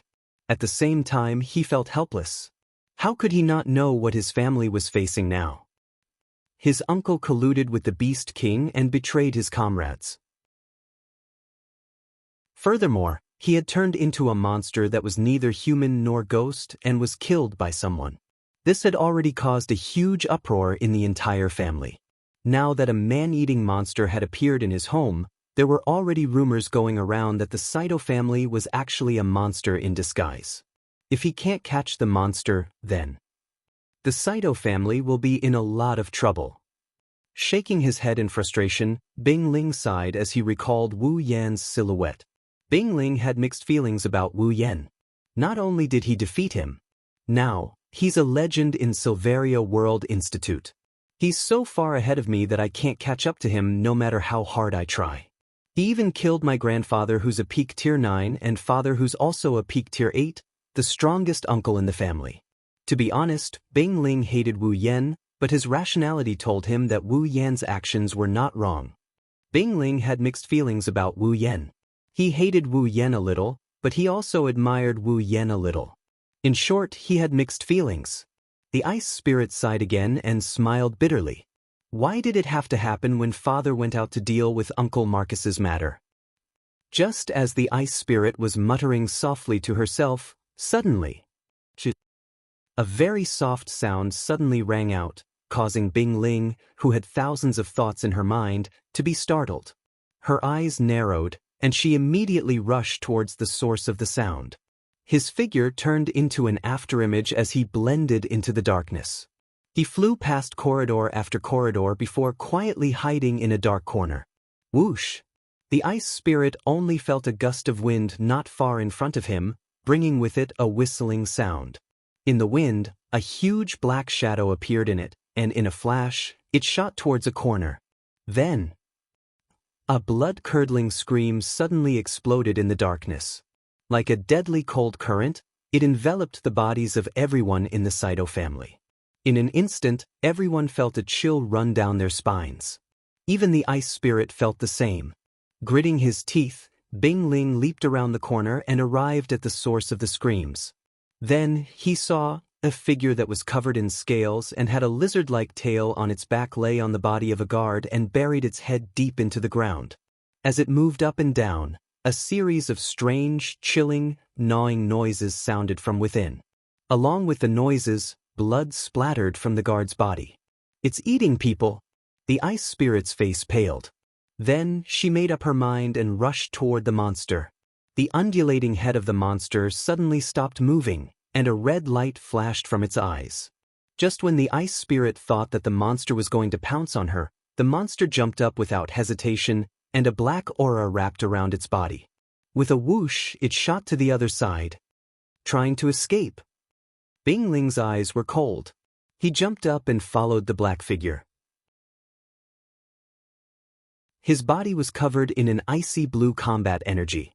With a flick of his hand, a dagger shot out like a flying dagger with a sonic boom. Whoosh! The dagger slashed through the air and hit the black gas surrounding the monster. Clang! After the crisp sound, sparks splashed out from the black gas. The huge black monster's figure was not affected at all. It drilled into the corridor and disappeared from the ice spirit's sight. What a terrifying body! The ice spirit felt a chill in his heart. He was a warrior at the peak of the 7th grade. Although he didn't use any combat skills or precise skills when he threw the dagger, with the amplification of his Do Chi and the sharpness of his rare armament, it only caused a small spark. It seemed that the dagger had hit the scales and didn't pierce through. Just the defense alone was enough to make him shiver. Seeing the monster disappear from his sight, the ice spirit suddenly shouted, "Monster, catch it!" His voice thundered through the entire Saito residence, and for a moment, the entire place was in an uproar. Catch the monster! In the next moment, a series of shouts rang out from the Saito residence. The silence was completely broken. The guards who were guarding their posts rushed towards the Saito residence. In a few breaths, the Saito residence was filled with footsteps and silhouettes. Each and every one of the guards seemed to have gone mad as they rushed towards the Saito residence with their weapons in hand. "There's a monster here!" Not long after, someone shouted, "Here, here! The monster is here!" Loud shouts could be heard from the sky. Saito's house was filled with people, and the monster had nowhere to hide.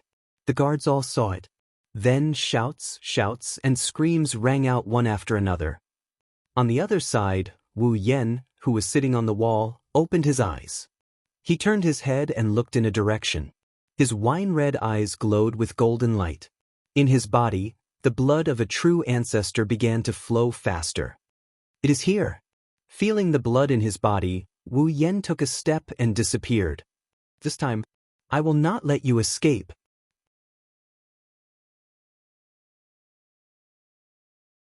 Chapter 875. No, another blood-curdling scream reverberated throughout the Saito residence, sending chills down everyone's spines. Those who were close to the scream could see that the owner of the scream had just rushed out from a corner and met the monster wrapped in black gas. Soon after, that person was wrapped in the black gas, and after a short while, the blood-curdling screams could be heard.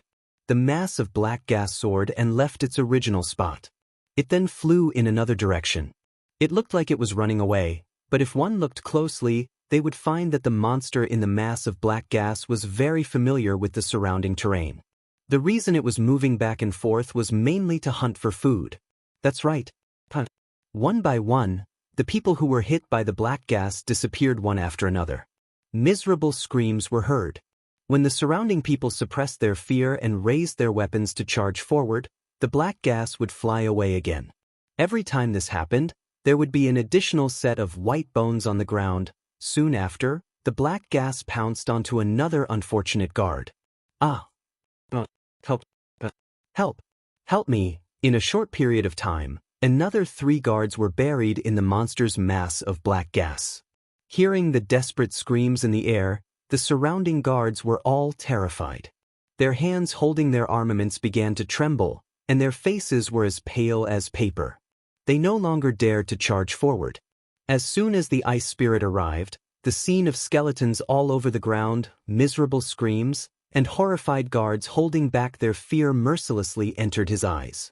It was like a scene from the depths of hell, causing the ice spirit to tremble. At this time, the monster in the black gas turned around and rushed towards him. It rushed over. The ice spirit's pupils shrunk to the size of a needle.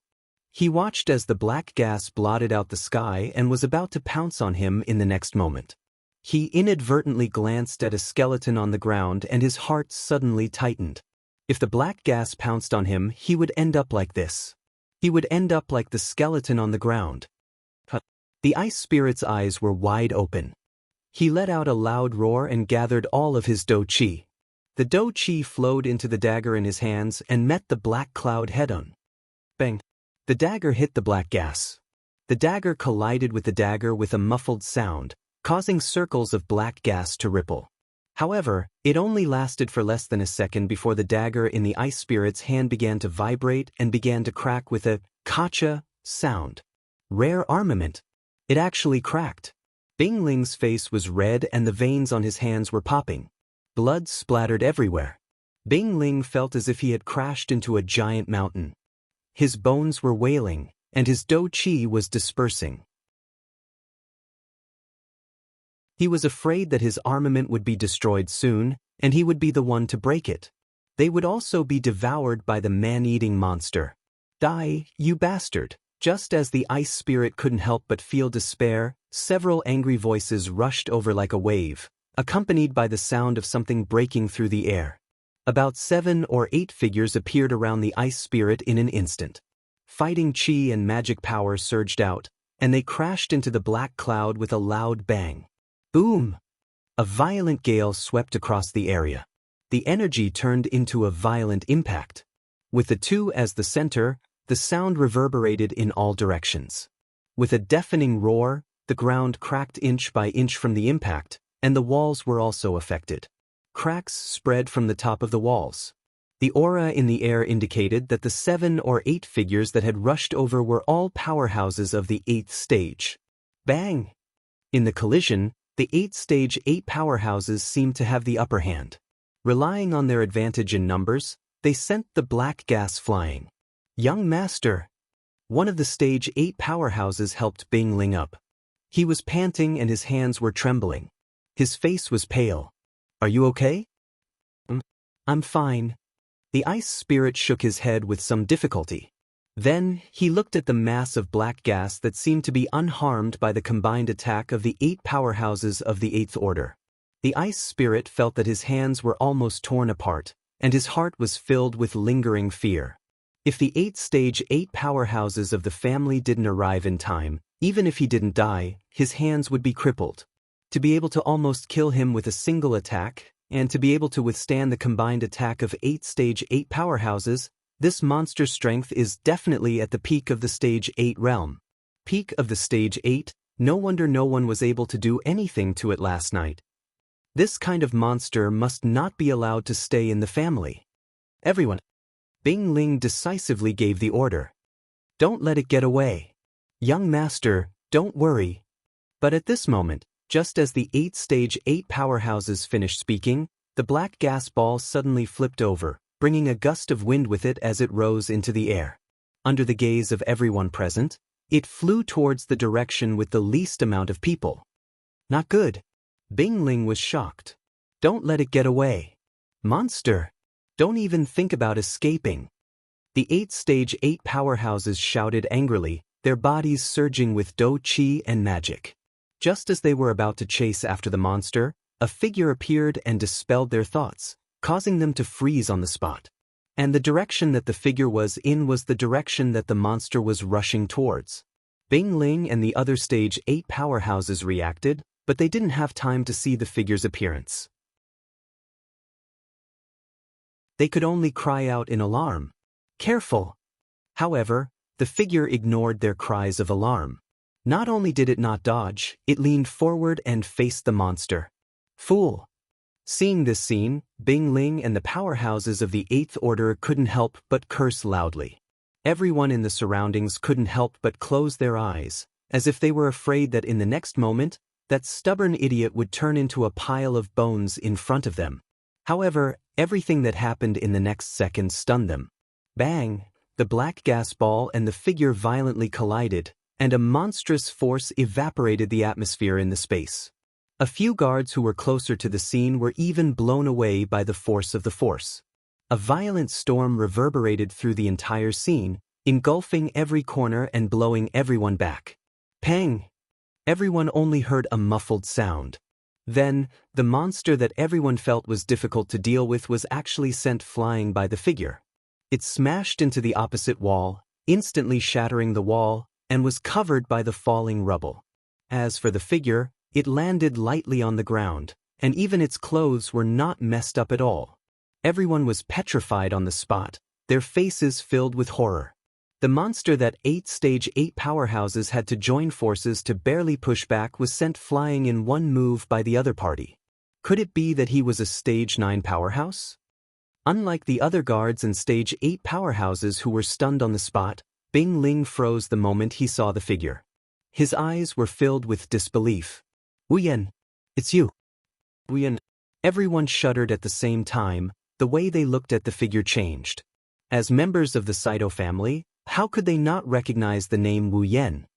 Not only did he defeat their first young master during the Spalier World Tournament, the second young master also suffered a great loss because of his sneak attack. Even the second young master of the Saito family, Marcus, died at the hands of the other party. The name Wu Yan, to the members of the Saito family, was like thunder to their ears. And now, such a person was right in front of them? Wu Yan. At this time, a cold voice rang out. Pang! From the rubble that buried the monster, a black gas filled with a decaying aura floated out like smoke, and with a contraction, the rubble on the ground was blasted away. Everyone reflexively turned their heads to look. With one look, everyone's faces changed, becoming incomparably pale. Within the rubble, a terrifying monster covered in black scales, with long claws and a wriggling tentacle, a ferocious mouth that looked like a beast trap, and a large cyclopean eye with 7 pupils, slowly stood up. On its body, a black gas that looked like a whip vibrated back and forth in the air, and with a furious roar, it shot towards the sky. Wu Yan. Chapter 876. Black smoke that was filled with negative emotions rang out together with a roar, waking everyone up from their stupor. Seeing the ferocious monster roar with hatred, the surrounding people trembled and took a step back. Even the Ice Spirit and the 8 Tier 8 powerhouses subconsciously retreated. For a moment, the area was empty.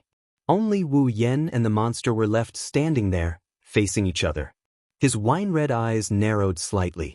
The true ancestor's true blood was flowing violently in his body, telling Wu Yan that the thing he was looking for was nearby. But looking at the monster's form, which was identical to Marcus, Wu Yan sighed softly. He didn't need the true ancestor's blood to tell him that this monster was his target. Wu Yan frowned as he listened to the other party's resentful roar. He couldn't do anything about it. This monster's behavior was exactly the same as when Marcus faced him. Could it be that every monster modified by the black light had a grudge against him? And quite a big one? Thinking of this, Wu Yan became impatient. Who cares who this monster is? He hasn't harmed any good people or innocent people. Although the people who died in his hands weren't necessarily bad people, they definitely weren't good people either. And every one of them was plotting to kill him. That's why he didn't feel any emotions towards those who hate him. If he did, he would just be impatient. Opening the system's perception, his eyes flashed with a light that only the girls could see. Wu Yan looked at the monster in front of him. Ice surface? Saito, level 79. When the monster's true identity was reflected in his mind, Wu Yan couldn't help but be startled. Then he laughed. So it's you? Wu Yan's voice was soft, much softer than Ice Surface's roar, but it echoed clearly in everyone's ears. Many looked at him in surprise. Ice Surface's roar came to an abrupt end. The black gas filled with negative emotions slowly retreated back into his body. He knows who I am? Before Bing Mian could say anything, Bing Ling, who was standing beside him, opened her mouth and said, "That's right. Do you know who he is?" Bing Ling frowned. He didn't know why Wu Yan is looking at him with a smile that isn't a smile. He felt uneasy. But Ice Spirit suppressed it and asked, "Wu Yan, who is he?" "What?" Wu Yan turned his head in surprise. Ice Spirit and everyone else trembled. "You don't even know that your little brother has become a monster?" "Little brother?" Ice Spirit clenched his fists. The uneasiness in his heart finally turned into reality. "Tell me, he's my little brother? Ice Surface?" "Sa." Wu Yan shrugged. "Why don't you ask him yourself?" Seeing Wu Yan's nonchalant expression, Ice Surface's anger burned. The black gas around his body surged and exploded. Controlled by anger, Ice Surface didn't hesitate. He raised his ugly claws and viciously pointed them at Wu Yen. He slashed down. Buzz, space suddenly shook, and black light flowed on the two claws on the ice surface. As the claws were raised and lowered, several black claws containing a terrifying aura of decay cut through the obstruction of the atmosphere at an unimaginable speed. In a series of air explosions, they rubbed against the scorching heat waves. Like a black high-voltage electric current, they expanded to dozens of feet in size and fell. The ground was directly plowed into several deep trenches, and the black claw light filled the vision of everyone present. Under everyone's shocked expression, the claws fell heavily. Under the claws was Wu Yen. Within the claws, the terrifying energy was rampaging. Ice Spirit and the other 8 powerhouses could clearly feel the power enough to split mountains and seas. They were all shocked. Wu Yen, who was under the claws, curled his lips in disdain.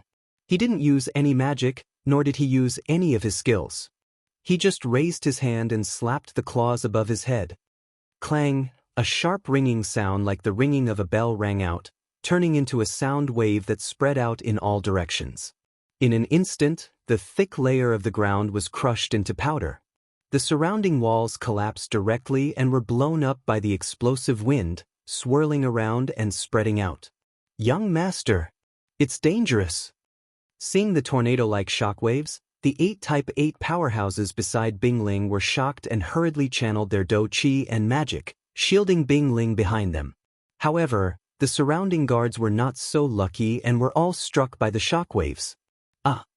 The sharp rocks hit their bodies one after another.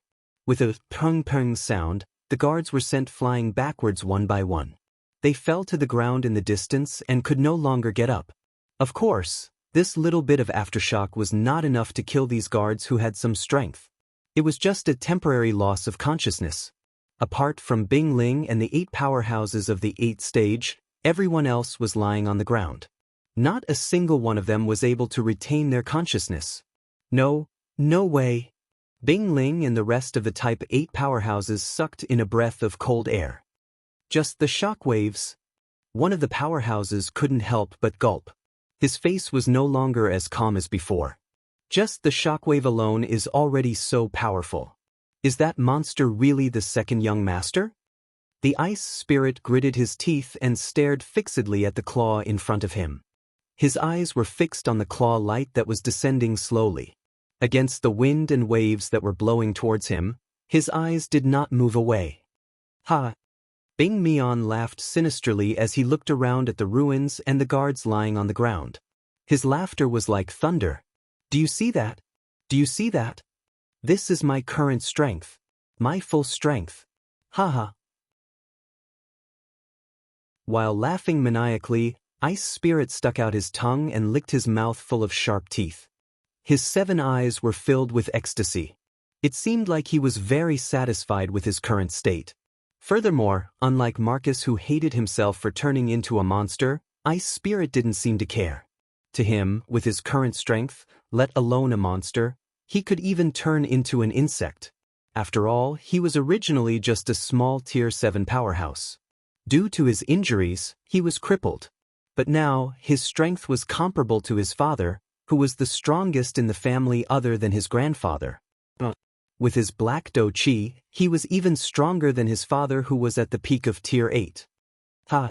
Thinking of this, Bing Mian laughed maniacally again. After laughing for a while, his laughter stopped because he spat out a mouthful of blood. Cough cough. Bing Mian coughed up a few mouthfuls of blood under the astonished gazes of Bing Ling and the others. He covered his mouth that was full of sharp teeth and coughed painfully. Damn it, you ate so many people and your injuries haven't healed yet? Hearing this, Bing Ling and the others finally understood. The monster in front of them came out to eat people in order to recover from his injuries. The ice spirit's face had completely darkened, and her eyes were filled with pain. Wasn't his younger brother also severely injured? Ice spirit, did you really become a monster? Just like Uncle Marcus? A bitter smile appeared on the ice spirit's face, and the paleness on his face deepened. Bing Mian wiped the blood off his mouth unconsciously and chuckled strangely. Well, it's fine, I just need to eat a few more people. As long as I have this kind of strength, I can do anything. As soon as he finished speaking, is that so? An extremely indifferent voice came from the claw light that was slowly descending from the front. Are you satisfied with this kind of strength?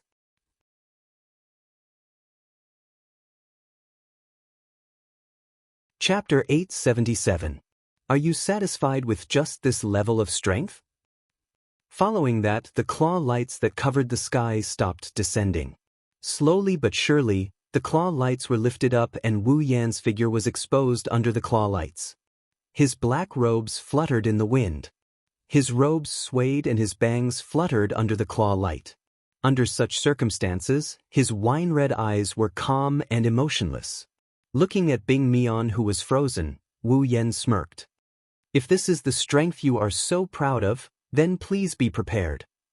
He raised the black claw like a pillar that supported the heavens, and clenched the hand that was placed on top of it. Pang!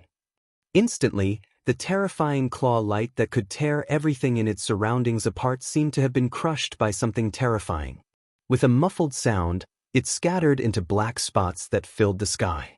It could no longer maintain its form and was scattered.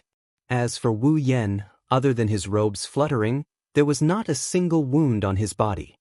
Be prepared to be defeated. This. Bing Mian stared blankly at the attack he was so proud of. Not only did it not cause any damage to his opponent, but it was also scattered in an instant. He was completely dazed. You must be kidding me. My full strength. So strong. Bing Ling's eyes were a little unfocused. He unconsciously clenched his fists tightly. Is this his current strength? The other grade 8 powerhouses were speechless. They looked at each other and lowered their heads with bitter smiles. They believed that under that claw light, the 8 of them could have resisted it if they worked together. But they definitely could not do it as easily as Wu Yan. If it was just one person. The other grade 8 powerhouses shook their heads. The smile on their faces became even more bitter. Among the 8 of them, the youngest was 40 years old. But the opponent was only in his 20s. Is he already so strong in his 20s? Could it be that Wu Yan? Was it really a Type 9 powerhouse? No one present was willing to entertain this thought, but their intuition told them that this was the only way to explain what they had seen. A Type 9 powerhouse in his 20s? Bing Ling and the 8 Type 8 powerhouses were already in a state of confusion. Even Bing Mian was starting to suspect something. After all, he was a powerhouse at the peak of the 8th order, and he also had an extremely strong black do qi. Within the 8th order, he was definitely one of the invincible ones. But even so, his all-out attack had been destroyed by Wu Yan. He didn't even last a second. If it wasn't a 9th stage powerhouse, then who below the 9th stage could do it? 9th rank. Bing Mian felt that his throat, which was filled with the taste of blood, was extremely dry. How is this possible? Looking at the disbelief on Ice's ugly face, Wu Yan pretended to shrug helplessly. So, what exactly makes you so confident? Hearing this, Bing Mian's expression was ferocious as he shouted. But I am already at the peak of the 8th order. You can't possibly be my opponent. Peak of the 8th order? Wu Yan snickered as if he heard the funniest joke in the world. He started walking towards the ice surface. I say, did you make a mistake somewhere? Wu Yan walked towards Bing Mian with a laugh. At the same time, he laughed in spite of himself and said, don't you know? Andrew from the Ladine family, he was also at the peak of the 8th order, but he was killed by me. Your disgusting uncle, Marcus. He was also at the peak of the 8th order, but he also died at my hands. Later, he became like you and reached the 9th order, but he still died at my hands. Compared to them, you're just a piece of trash who relied on external help to reach the peak of Tier 8. You're just a piece of trash who became a monster. Wu Yan coldly spat out his words as he stared straight ahead. Worth. Those impactful words were like sharp spears, stabbing into Bing Mian's heart one after another, causing his wild joy from the sudden increase in strength to vanish into thin air. His body trembled violently. Shaking his head, Bing Mian retreated step by step as if he couldn't accept it. Feeling the power in his body that was tens or even hundreds of times stronger than before, he couldn't be proud anymore. No. Bing Mian went crazy. No. That's not it. This is my power. My power. My strongest power. The current me is already stronger than you. Stronger than you. It must be you. It's you. Wuyan. The black dou qi on his body responded to Bing Mian's emotions and began to become violent. Bit by bit, it leaked out until Bing Mian was completely wrapped in it. You must be jealous of me. So you played some tricks, right? Bing Mian laughed hysterically. His laughter was abnormally unpleasant. That's right. It must be like this. You're not as strong as me. You're not as strong as me. Hearing Bing Mian's crazy words, Bing Ling and the other rank 8 powerhouses turned their heads away, unable to bear watching. How could they be willing to believe that Wu Yan was that strong? No matter what, Wu Yan was only in his 20s, not to mention the 8 rank 8 powerhouses. The one who didn't believe it the most was Bing Ling. A few months ago, in the Spalier World Academy, Wu Yan had fought with him a few times. Although he lost, he could at least put up a decent fight against Wu Yan. But since the end of the Academy tournament, everything changed. He had advanced to the 8th rank before him, and he had been very active in the giant beasts forest. He had fought against a group of 8th rank magical beasts without losing, and he was fearless even when facing a demigod beast king. Not long after, he had become the strongest student in the academy. Even Kaya and Jaffer couldn't harm him when they joined forces. Then, the second-in-command of the Ladin family, who was at the peak of rank 8, was killed by him. His uncle Marcus, who was the 3rd strongest in the family, who was only below his grandfather and father, also died in his hands. In a short 2 to 3 months, Wu Yan appeared in front of him again, suspected to be a rank 9 powerhouse. He, Bing Ling, didn't even have the right to carry his shoes. How could Bing Ling believe this? How could he believe it? However, the howling wind was still blowing against his face. His hands that were almost torn apart were also transmitting waves of pain. Reality told him that all of this was real. Bing Mian. The ice spirit closed her eyes and murmured in pain. Perhaps I can understand why you're willing to become like this. The rank 8 powerhouses guarding Bing Ling seemed to have heard his words. They looked at Bing Mian with sympathy. As for Wu Yan, he was completely pitying him. You're avoiding reality and only want to stay in your own reality? Wu Yan shook his head and sighed. No wonder you can only rely on external help.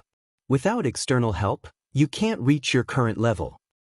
Shut up, Bing Mian roared. He gathered all the black gas around him and stomped heavily on the ground.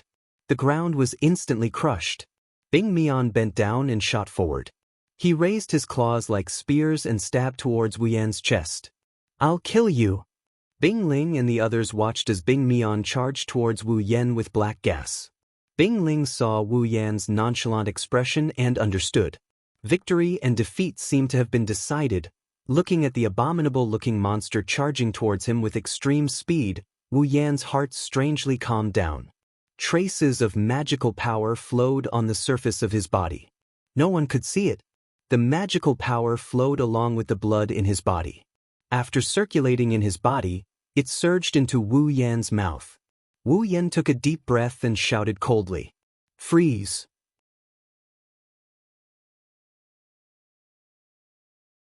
Chapter 878. Freeze. The heavy shout reverberated through the air. The word, freeze, reverberated through the air like an echo.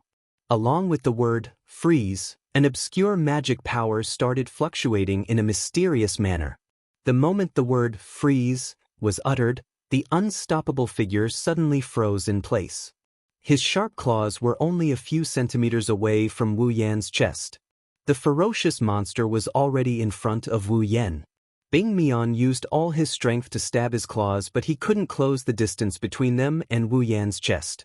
What's going on? Bing Mian screamed. All 7 of his eyes glared at Wu Yan. What did you do? Wu Yan grinned. He glanced at Bing Mian's ugly face and he clicked his tongue before turning his head away. It's just a little spell of the spirit of words, a spell. Bing Mian paused. A spell? Bing Ling and the rest of the level 8 powerhouses frowned. Looking at Bing Ling and the others, Wu Yan scratched his cheeks. He didn't know how to explain this to them, so he decided to just say this. To put it simply, it's a tactic that can force others to act according to the words they say or influence the actions of others. Well, you can treat it as magic. A magic that forces the other party's actions or influences the other party's actions. Bing Ling and the others were shocked. They looked at each other and saw the changes in each other's eyes. They had never even heard of a magic spell that could forcefully regulate the actions of others and influence their actions. Is there such a magical spell in the Spalier world? The one who learned it, isn't he invincible? Bing Ling and the others were tempted to do something even though it wasn't the time to think about it. If the Saito family could have such a magical magic and the magicians could learn it, and the warriors could use ice combat chi, then Bing Ling and the others were surprised. Wu Yan seemed to have seen through their thoughts. He pursed his lips in disdain. Don't think too highly of the spell. It can only force someone weaker than the caster to act on them. The target can't be too much stronger than the caster. Otherwise, it won't work. Hearing Wu Yan's nonchalant tone, Bing Ling and the others were shocked. Wu Yan was right. Even so, it's still very powerful. Let's not talk about the fact that the caster is weaker than the caster. If the caster can affect someone who isn't that much stronger than the caster, then the effect is unbelievable. This is a battle between two people of the same level. As long as the difference in strength wasn't too great, even the slightest mistake could lead to a complete loss. What was the difference between a spell that could affect the opponent's actions and forcing the opponent into a state of error? And if he couldn't affect those who were much stronger than him, then what did it matter? They were all so much stronger than him. Even without the spell, the caster can't win. That's why Wu Yan said he didn't care about the spell. It doesn't affect the ice spirit and the others.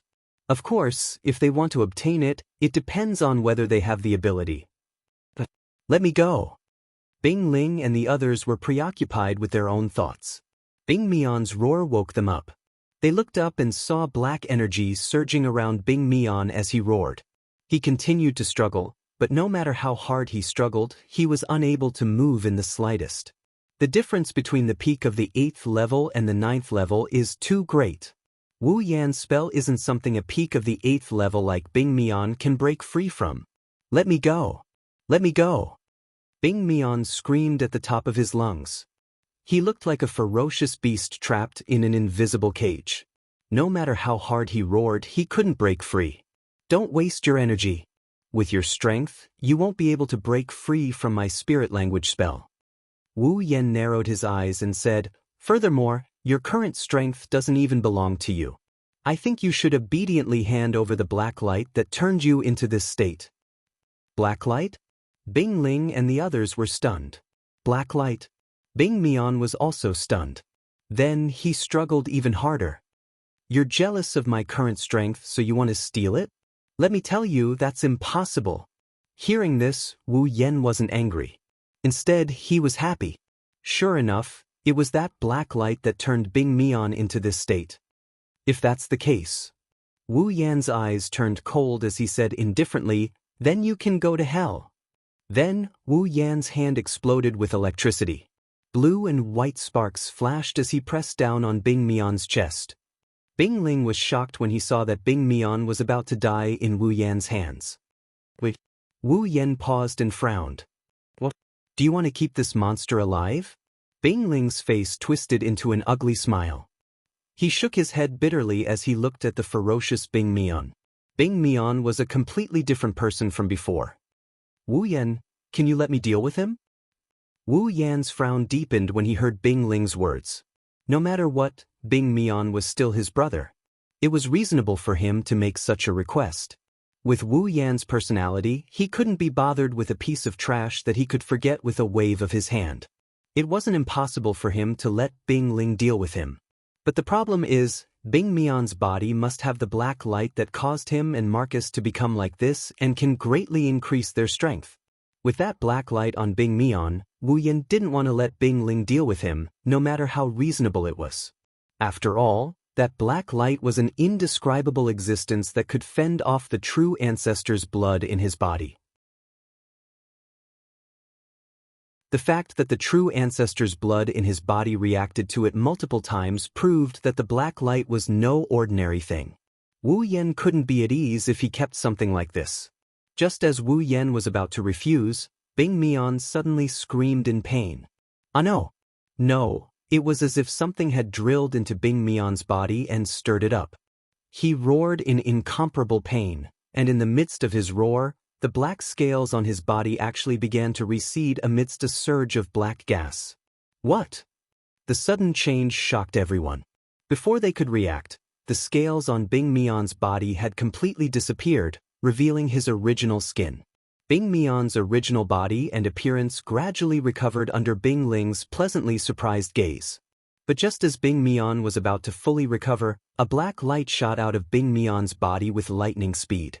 Caught off guard, the black light shot into Wu Yan's body. His expression changed drastically. Wu Yan couldn't keep his calm any longer. With a loud shout, all the magic in his body expanded in an attempt to force the black light out of his body. He didn't want to turn into a monster like that. But before Wu Yan could do anything, the blood of the true ancestor in his body suddenly went berserk, like a beast king whose territory had been invaded. It trembled violently. An invisible wave surged out of the blood and collided with the black light that shot into Wu Yan's body. Inside his body, the black light that was about to take over Wu Yan's body felt like it was hit by a heavy hammer. It let out an almost inaudible sound of a bug. Then, as if it had met its natural predator, it retreated back the way it came, leaving Wu Yan's body exposed to the air. It was not until the black light reappeared in his sight that Wu Yan reacted. He quickly reached out and grabbed the black light that was about to shoot into the sky. A soft sound of an insect came from Wu Yan's palm. Wu Yan could clearly feel that something in his palm was struggling. I almost fell into your trap. Wu Yan's face was gloomy. He looked at the black light in his hand and smiled bitterly. Although I don't know what you are and where you came from, but... As he spoke, Wu Yan's hand clenched hard. Bang! The black light was directly crushed by Wu Yan. Phew! Wu Yan let out a sigh of relief and laughed softly.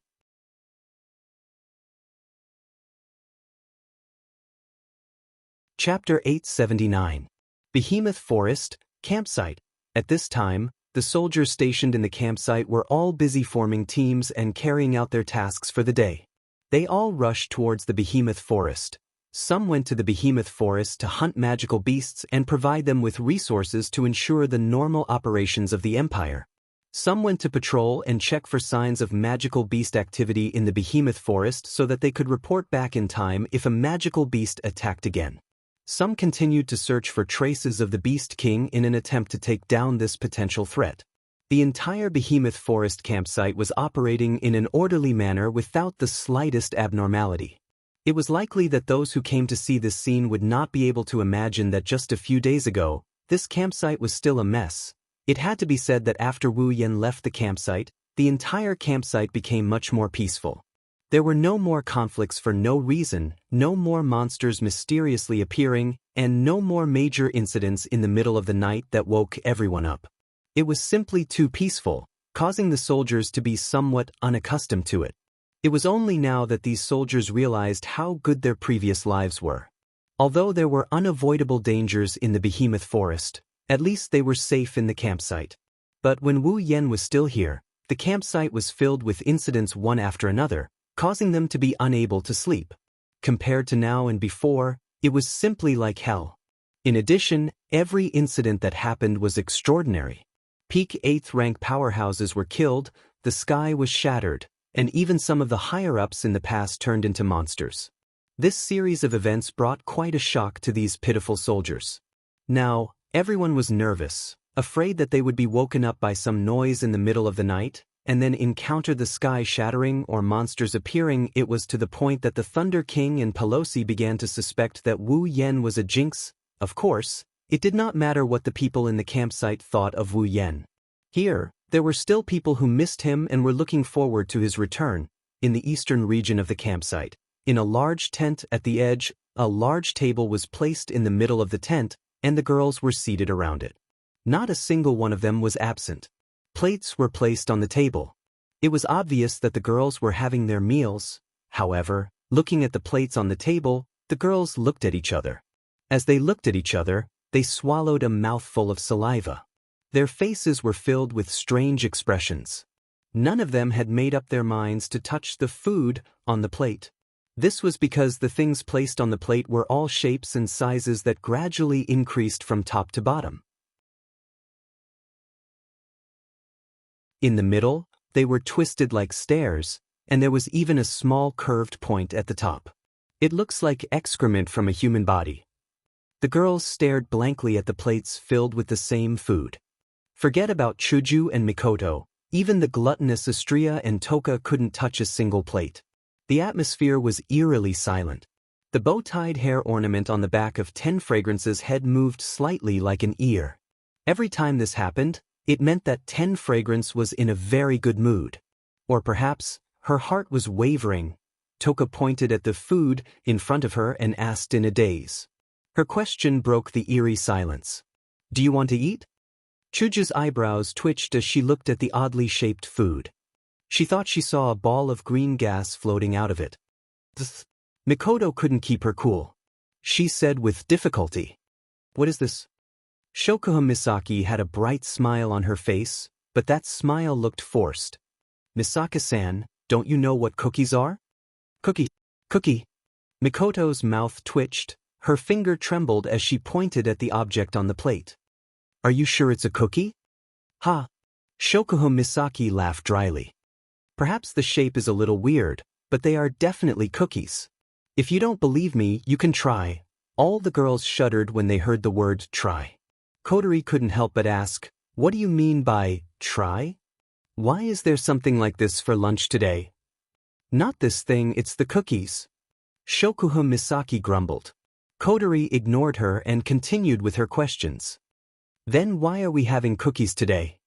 In the end, Frenda raised her hand weakly. "Because that guy isn't here, so no one is cooking." "No one is cooking?" Hinajuku tilted her head in confusion. "Why is there no one cooking? Even if Yen isn't here, Ikaros is right?" Kinuheda Sai pouted and pointed at Ikaros. "Super, take a look for yourselves." Hearing this, the girls all turned to look at Ikaros. With one look, Ikaros's absent-minded appearance was imprinted in everyone's eyes, causing them to be surprised. What's going on?" Kurumi was puzzled as she tapped her lips. "Why is Ikaros like this?" This time, Astria was the one who answered. "Ever since Master left a few days ago, Ikaro-senpai has been acting like this. Is it because of Yen?" Hinajuku sighed. "You're right. Yen has never left without saying a word before. It's no wonder Ikaros is worried." "So?" Mikoto crossed her arms and glanced at the plate in front of her. "How did these cookies come about?" Kinuheda Sai and Frenda both turned their heads and looked at Takitsubo Riku.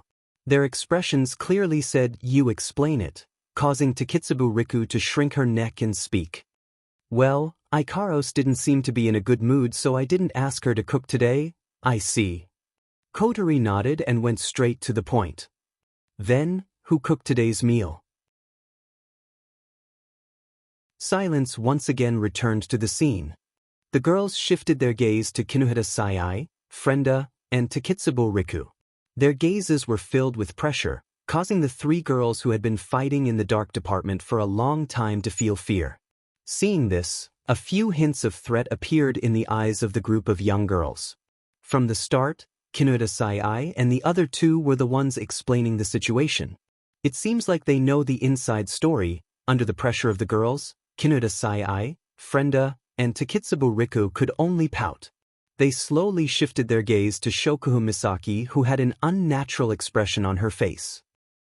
The girls went silent. After a while, Mikoto's eyebrows twitched and she said what was on everyone's mind. "You didn't make this thing, did you? Is there a problem?" Shokuha Misaki pretended to be calm and ran her fingers through her hair. Her voice was trembling. I only forced myself to cook for Ikaros because she's worked so hard in the past. Food? Mikoto helplessly pointed at the lumps of unknown objects on the table. You call this food? What? What can I do? Shokuhun Misaki said angrily. I only know how to make cookies. Then why don't you let the others cook for you? Kotori glanced at the cookies, and she quickly averted her gaze as if she saw something terrifying. Chuju, Kurumi, Takitsubu, they all know how to cook, right? If I let them cook for me, sometimes I want to cook for you too. Shokuhun Misaki humphed coldly and pointed out like a kind soul. Don't make it sound like I only know how to eat. The corners of the girls' mouths twitched in unison as they cast a glance at the cookies on the table. Immediately, they fell silent as they cried out in grief and indignation in their hearts. At this point, they would rather Shokuhun Misaki only know how to eat.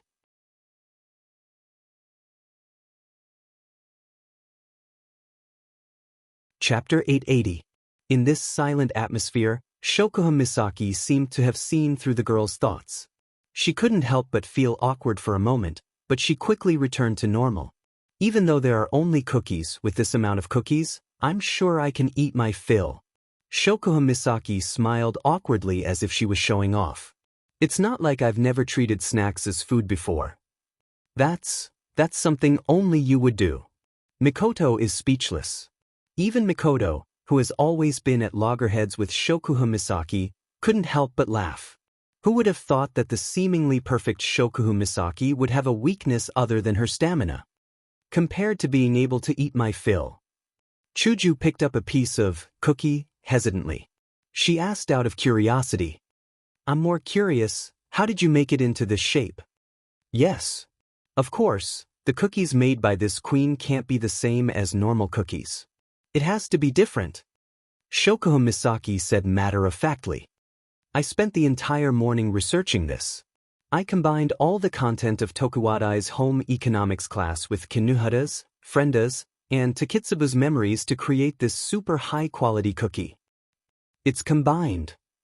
Kinuhara Sai's mouth twitched. Ours. Frenda couldn't keep her cool.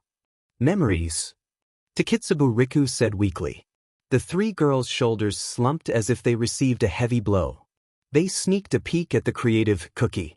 The three girls gave off an aura of dejection. They almost knelt on the floor and started crying.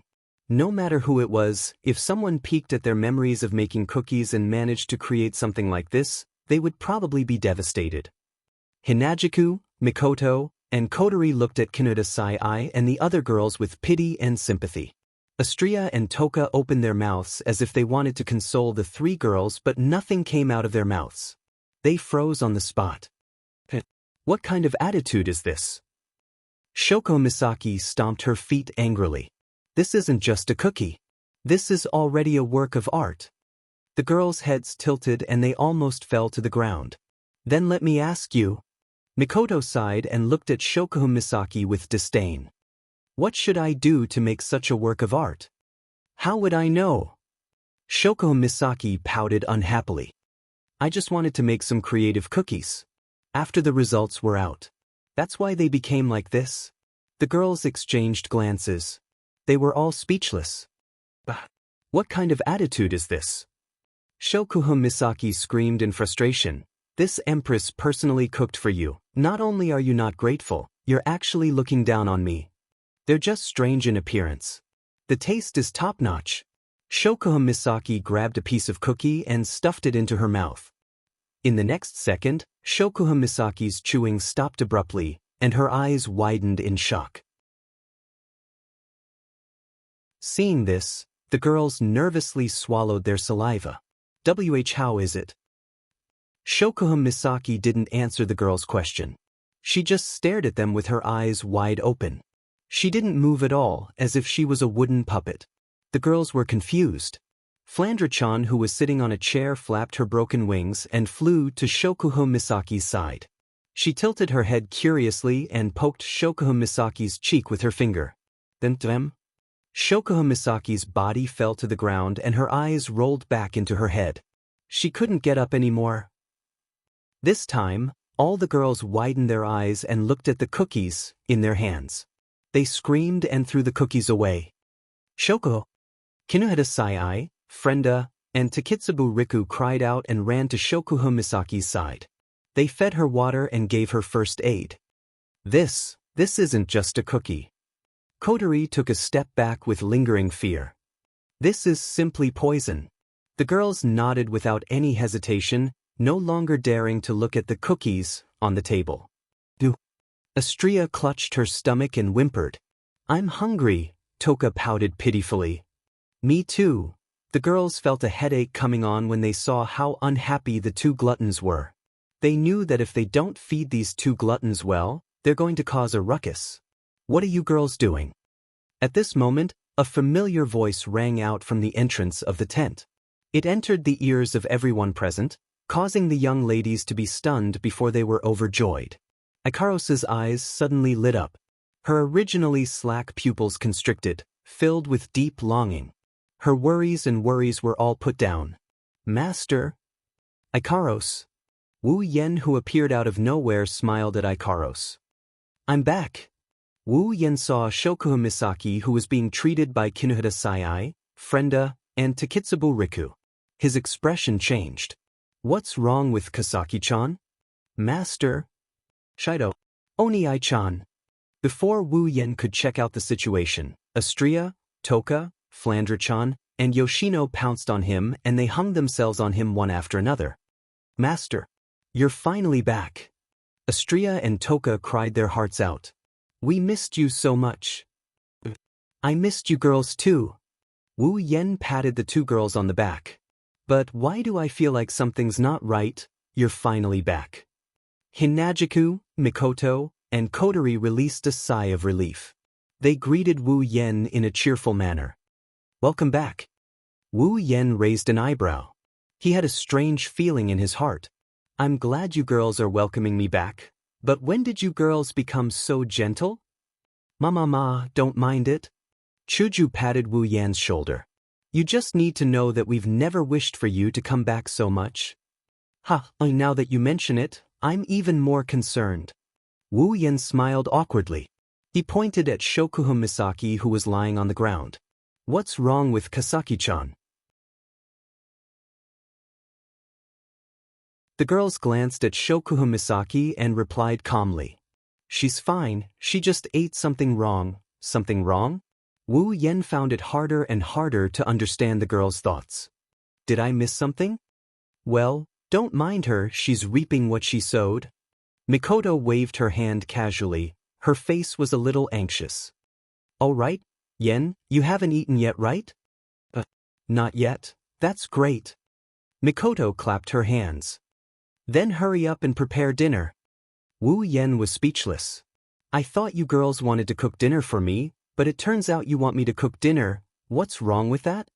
Kotori smirked at Wu Yen. Everyone knows how important you are to us. Yeah. The girls nodded. Then, we can't live without you anymore. Why don't I feel happy at all? Wu Yen pursed his lips and rubbed his forehead. He looked at Kurumi, who was closest to him. I say, what's wrong with him? Era. Kurumi tilted her head, her slender fingers tapped on her cheeks as if she was thinking. She smiled and her eyes turned into crescents. They just realized the importance of food, huh? Wu Yen scratched his head in confusion.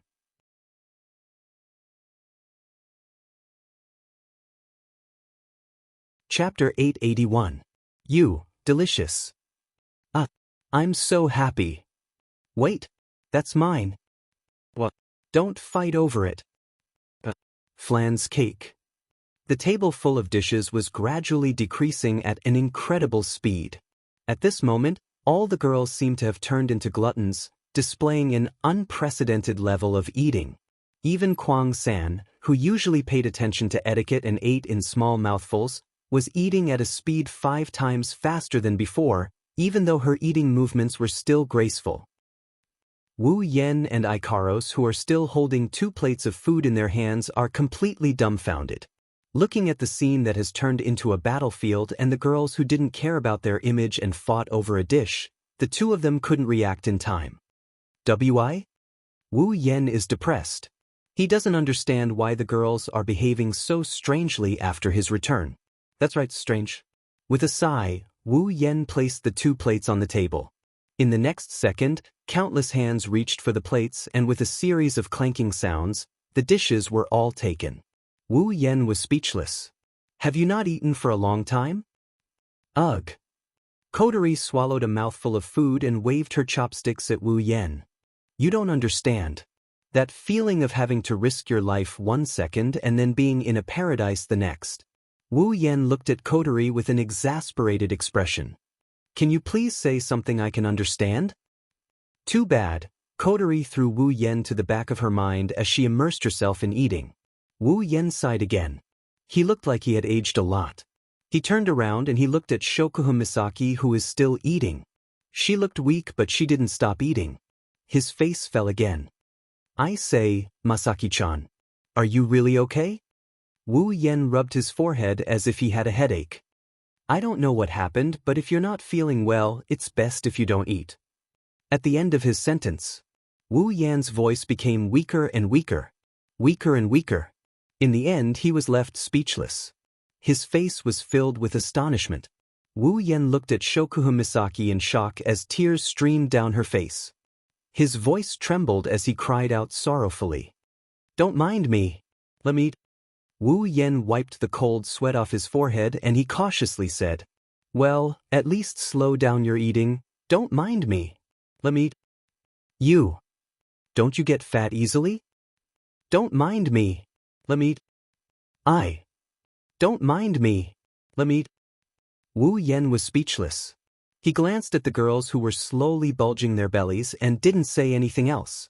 He grabbed the spatula and brought Ikaros out of the tent to continue cooking. Ooh! The group of girls laid on the table and rubbed their bellies. They sighed in pain and comfort. They felt like they were about to die. Their faces were filled with the words, I have no regrets in this life. Looking at the ground littered with corpses, Wu Yen slumped his shoulders. He's not sure if it's because he's exhausted from cooking for an hour or if it's because he's mentally exhausted due to some unknown situation.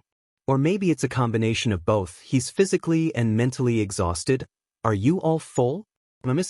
Wu Yen said in an annoyed tone. We're full. The long and orderly response echoed along with the moans. Wu Yen was in a bad mood. He threw the clean utensils to the side, walked to the side of the girls, and sat down. Since you're full, let's talk business. Although I'm curious as to why all of you would have such a change. Aside from Astria, Toka, Flandre-chan, and Yoshino, the other girls forced themselves to look at Wu Yen while howling in pain. Seeing this, Wu Yan's mouth twitched a few times. In the end, he sighed for the umpteenth time since he came back. He patted his cheeks and became serious. I plan to go to a dungeon world. As soon as he spoke, the young ladies were all startled, astonished. You want to go to a dungeon world? Hinajuku tilted her body and looked at Wu Yen. Why is it so sudden? Yeah. Mikoto hurriedly asked. I've never heard you mention it before. Could it be another compulsory mission? I didn't mention it because I didn't plan to. Wu Yen scratched his cheeks and shrugged. When I ascended to Tier 9, my bloodline awakened a new ability. However, I need to enter a dungeon world before I can use it.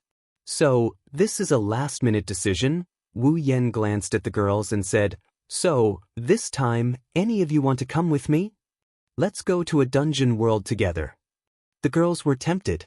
Even though they had a good time in the Spalier world, this isn't their world. If Wu Yen wasn't around, they wouldn't want to stay in this world at all. Following Wu Yen is undoubtedly the wish of the girls. Mikoto smiled bitterly and shook her head apologetically. I'm sorry.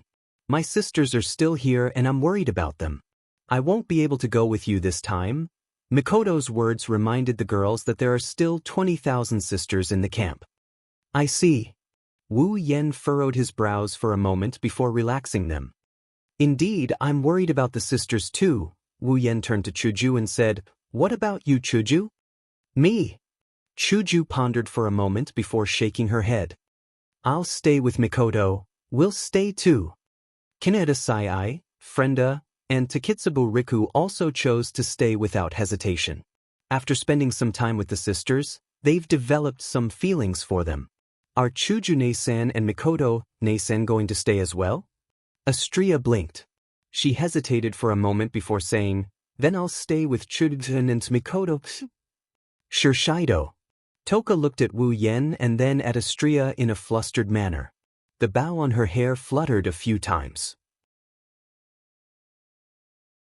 In the end, she humphed and waved her hand reluctantly. "Ugh, I want to stay with Astria too." Wu Yen nodded helplessly. He turned to Flandre-chan and Yono. The two little girls didn't notice Wu Yan's gaze. They were still fooling around with each other. It's obvious they didn't hear Wu Yan's words. Wu Yan shook his head and looked at Shokuho Misaki. Shokuho Misaki noticed Wu Yan's gaze and she combed her hair. "I'll stay. I'll take care of the sisters while you guys are in the dungeon. Otherwise, I won't be able to travel with you in the future. Oh, by the way, Ikaros should stay too." Shokuho Misaki tapped her cheeks. "Ikaros's computing ability will be of great help to us." Wu Yen pursed his lips. He looked at Kotori and Kurumi, who haven't said anything yet. "Even though I'd like to go without Susama?" Kurumi shook her head and glanced at Shokuho Misaki. "But I'd like to see how Shokuho-san is going to solve the sisters' problem." Shokuho Misaki raised an eyebrow and smiled provocatively at Kurumi. "Don't worry, Tokazuki-san, I won't disappoint you." Wu Yan's eyes were teary. "Didn't you just say you won't leave me? Now you're rejecting me? Is this what they call burning the bridge after crossing it?" Wu Yan looked at Kotori with a sad expression. "Oh, don't look at me like that." Kotori blushed and looked away awkwardly. "I'll go with you, okay?" Wu Yan smiled like the sun after the rain. While Wu Yan was heading to the dungeon, on top of a cliff in the behemoth forest, there was a platform engraved with a mysterious magic formation. Black smoke was flowing out of the platform and it was accompanied by an ominous aura.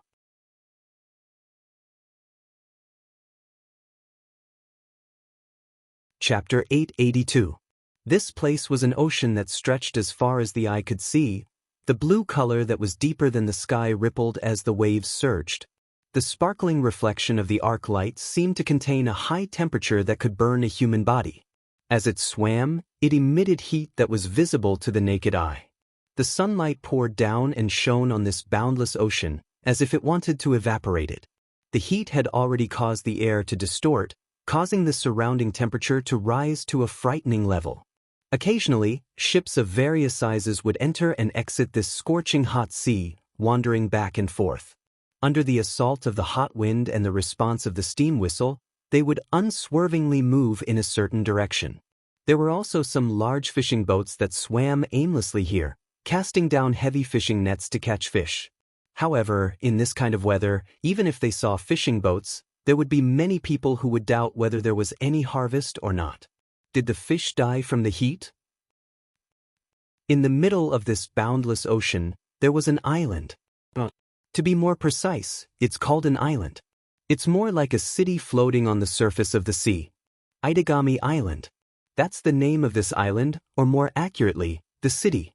Of course, if someone thinks this is an ordinary island, they would be sorely mistaken. On the surface, this island looks like a city, but in reality, it's a man-made island.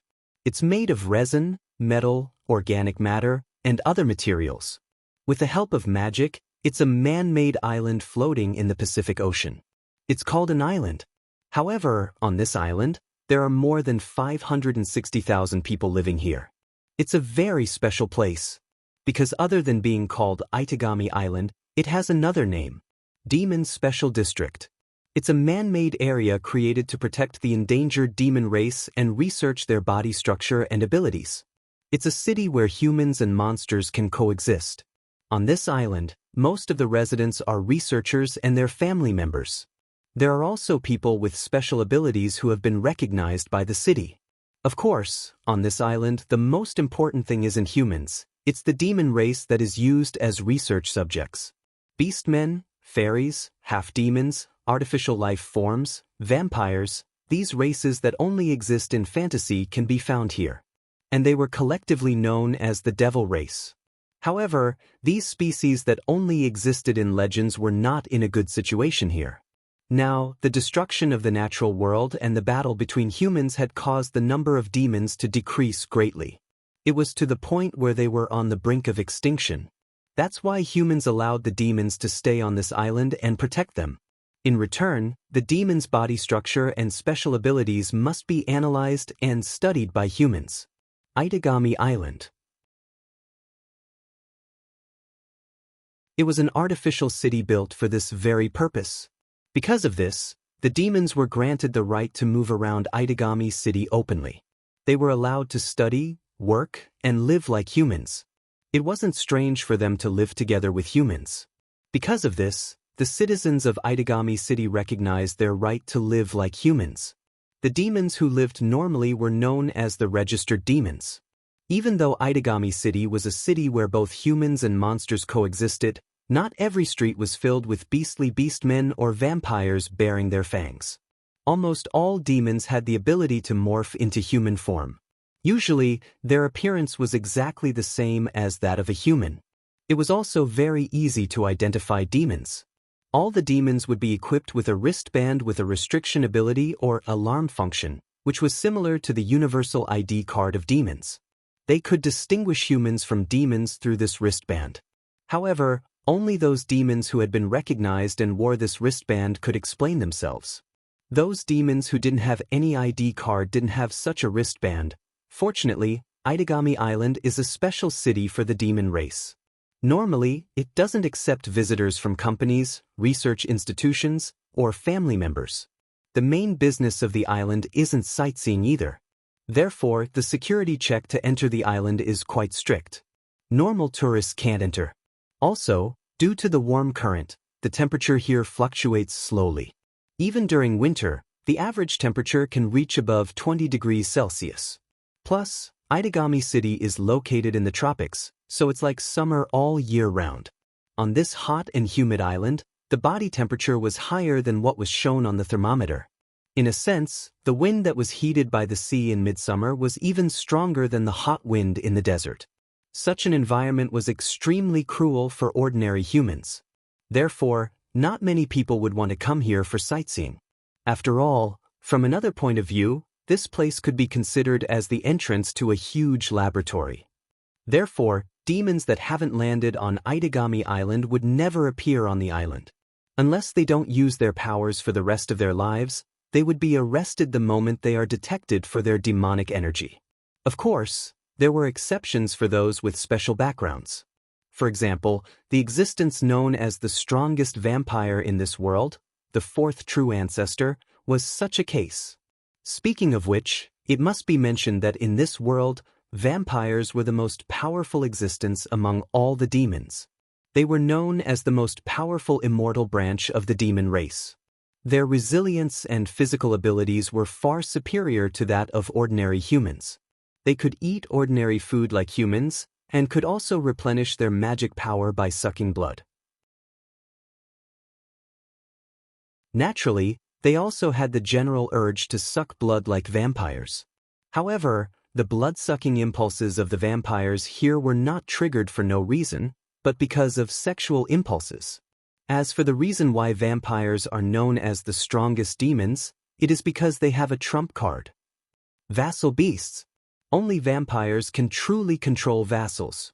They pay the price of their life force to summon vassals from another world. Even the weakest of them was more powerful than any new fighter jets or tanks. Some of the more powerful familiars could even easily destroy the terrain. The most powerful familiars possessed the terrifying power of natural disasters. It would be more than enough to destroy an empire. Vassal beasts were the greatest proof of vampires' power among the demons. Compared to vassal beasts, vampires are considered to be the weakest among the demons. After all, even though vampires are known as immortal, they aren't completely immortal. The reason they're known as immortal is because their lifespans are so long that no one has ever seen them die of old age. If a human child were to use the weakest vassal beast, it wouldn't take long for the child to die from exhaustion. Vampires, on the other hand, were able to freely use vassal beasts. Under such circumstances, no one would be able to witness the end of a vampire's lifespan. One can only imagine how long a vampire's lifespan is. Furthermore, vampires have a brain that can control magic and a heart that controls blood circulation. These are the vampire's fatal weaknesses. If these two parts are seriously damaged, no matter how strong a vampire is, they will die. The only ones who can truly achieve immortality are the gods who have never existed and the pinnacle of vampires, the primogenitor. The first primogenitor, the forgotten warlord. The second primogenitor, the eye of extinction. The third primogenitor, the chaos empress. And the fourth primogenitor who only existed in legends but was recently confirmed to be living in Itagami City. These were the four strongest true patriarchs in the world at the moment. At least, that's how it looks on the surface. But now, in Itagami City, which is about to experience chaos due to the presence of the fourth primogenitor, another primogenitor from another world has arrived with his partner. Unknown to the world's major powers, the fourth primogenitor has arrived.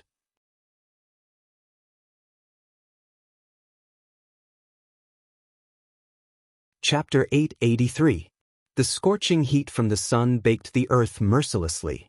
The atmosphere seemed to distort as it flowed freely under the cloudless sky. It entered the bodies of the pedestrians as they breathed. Judging from the sweat and heavy breathing of the pedestrians, one can see how painful it is to breathe in the hot air. There are many skyscrapers in the surroundings. The buildings that reflect the sun's rays are like towering trees. They are lined up on both sides of the street in an orderly manner.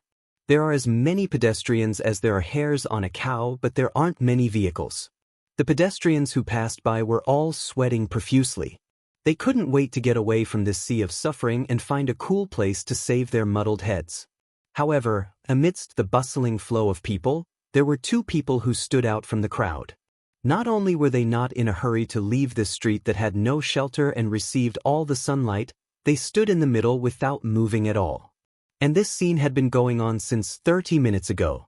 If it wasn't for the fact that Itagami City is a special district of the demon race, these two people would be the center of attention. The two people standing in the middle of the street are a man and a woman. The man is wearing a black shirt, black pants, and a black hooded jacket. His hair is black and his eyes are red. Other than his eyes and skin, everything else is black. In this kind of weather, it's no different from asking for trouble.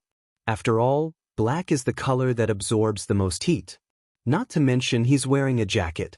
The woman, on the other hand, is much more eye-catching. Her petite figure is wearing a pink shirt and a black pleated skirt that only covers her knees. Compared to the man, she's much cooler, revealing her fair thighs. Of course, there aren't many parts that can be seen. This was because the girl was wearing a pair of high boots that were less than 10 centimeters away from her knees. In addition, she's wearing a pure white, transparent dress that looks like a pair of wings draped over her shoulders and pulled down to her waist. Her long red hair is tied into two ponytails. Black ribbons are tied around her hair. She looked very cute and sweet, like a little princess who was in love for the first time, causing the people around her to fall in love. Many passers-by who were hurrying past couldn't help but glance at her. It was a pity that this adorable appearance was completely destroyed by the girl's next action. I say. The girl's face was filled with displeasure. She yelled at the man with a voice that's not much lower than a roar. Are you done or not? We've been standing here for 30 minutes. Hearing the young girl's cries, the man seemed to be unable to take it. He closed one of his eyes and tilted his head so that his ear was further away from the young girl's mouth. Then he smiled embarrassedly and waved his hand. Well, let's wait a little longer. Grabbing the map that he had been holding in his hand since 30 minutes ago, his wine-red pupils shifted to the map again. I'll be done soon, probably. Huh! The young girl let out a cute cry of disbelief, then covered her forehead with her hand. Coming to this dungeon world with you is the worst decision I've ever made in my life.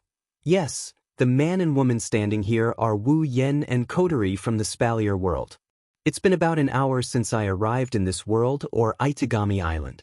Itagami Island is a special district of the demon race. It's a man-made island for researchers and their family members to live in. Strictly speaking, it's a large research facility. Research on the various types of demons is the main focus here. Life is just a side benefit. Under such circumstances, Itagami City's security is very strict. Basically, to enter Itagami City, not only do you have to go through a lot of paperwork, you also need to have a good reason or background. Otherwise, such a special place wouldn't allow outsiders to enter. Fortunately, Wu Yen and Kotori arrived at Itagami Island directly. If they wanted to enter, they would have to go through a lot of trouble. They might even get into conflict with the guards. That wouldn't be good for Wu Yen and Kotori. After all, if they can't enter Itagami Island, Wu Yen won't be able to complete his dungeon mission. Dungeon World, Bloodlust Rampage Dungeon Mission, Redemption Mission 1. Become an attack mage in Demon Race Special District, Itagami Island Mission Reward. 5,000 Equipment Points, Item Points, Ability Points, Summoning Points Mission 2, Yet to be Activated Mission 3, Yet to be Activated, Beep. User, you will only be able to leave this instance dungeon after completing all the quests in this instance dungeon. When Quest 1 is completed, Quest 2 will be activated. When Quest 2 is completed, Quest 3 will be activated. When Quest 3 is completed, user will be able to leave this instance dungeon. Reminder, the time ratio between the real world and the real world is 100:1. Users can train in this dungeon without any worries. I wish you a pleasant journey. An attack mage is a term used by humans who have the ability to fight demons head-on.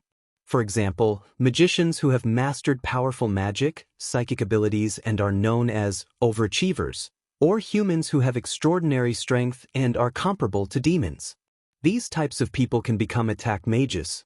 Strictly speaking, Wu Yen can't become an attack mage. That was because he was the true ancestor of vampires, not a human being.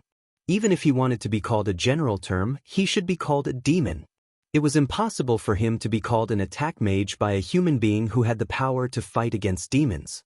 However, Wu Yen may be a vampire's primogenitor, but unlike other vampires, he can control familiars. He can use magic, psychic abilities, and even alchemy, soul language, yin-yang, and other skills that belong to humans. Generally, people who had this type of skill could become an attack mage.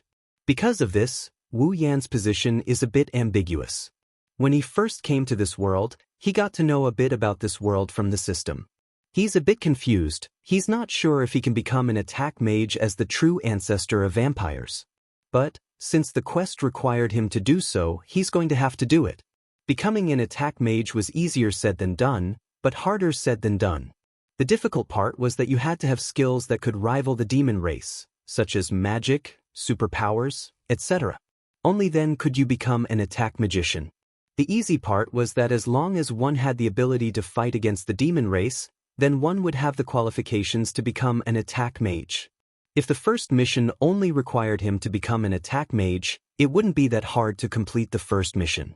The problem is that the first mission requires him to become an attack mage of Itagami City. To become an attack magician of Itagami Island, Wu Yen has to be recognized as a member of Itagami Island by the higher-ups. He also has to accept missions from the higher-ups whenever an attack magician is needed in Itagami Island. It was the same as joining a faction like Itagami Island. This troubled Wu Yen. After all, he's a vampire, a demon, and an unregistered one at that. If he swaggered to the higher-ups of Itagami City and asked them to accept him as an attack mage, it would be strange if they didn't arrest him for causing trouble. But the first mission is right there. With no other choice, Wu Yen could only take one step at a time. After getting a basic understanding of Itagami City, he brought Kotori with him and bought a map to explore the city. Because of this, they didn't know the place and didn't have a clear destination. The two could only stand there and stare blankly at the map for half an hour. How should I put it? Silly, naive.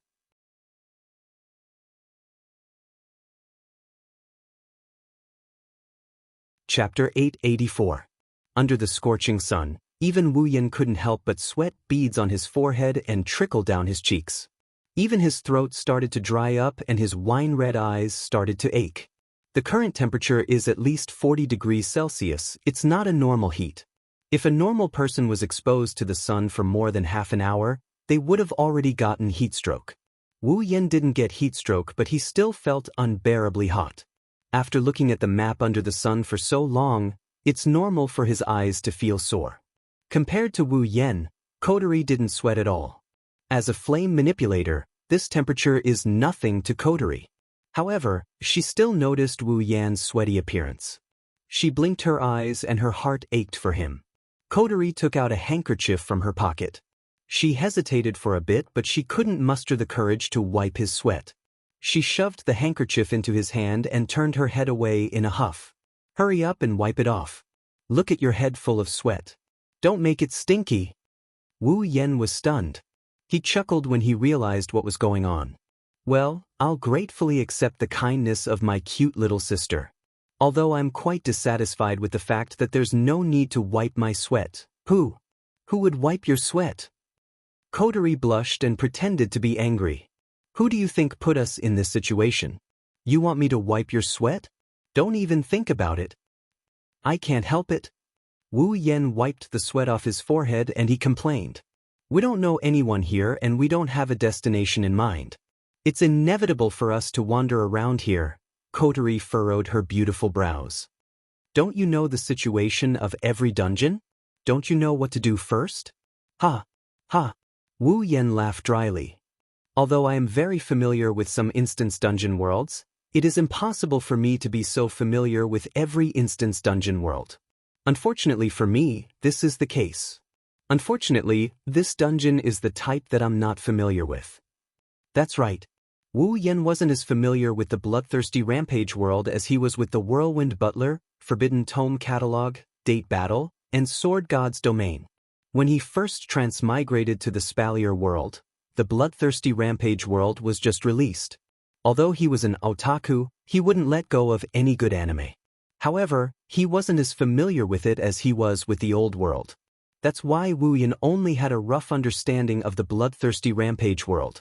Otherwise, he wouldn't have asked the system for some basic information.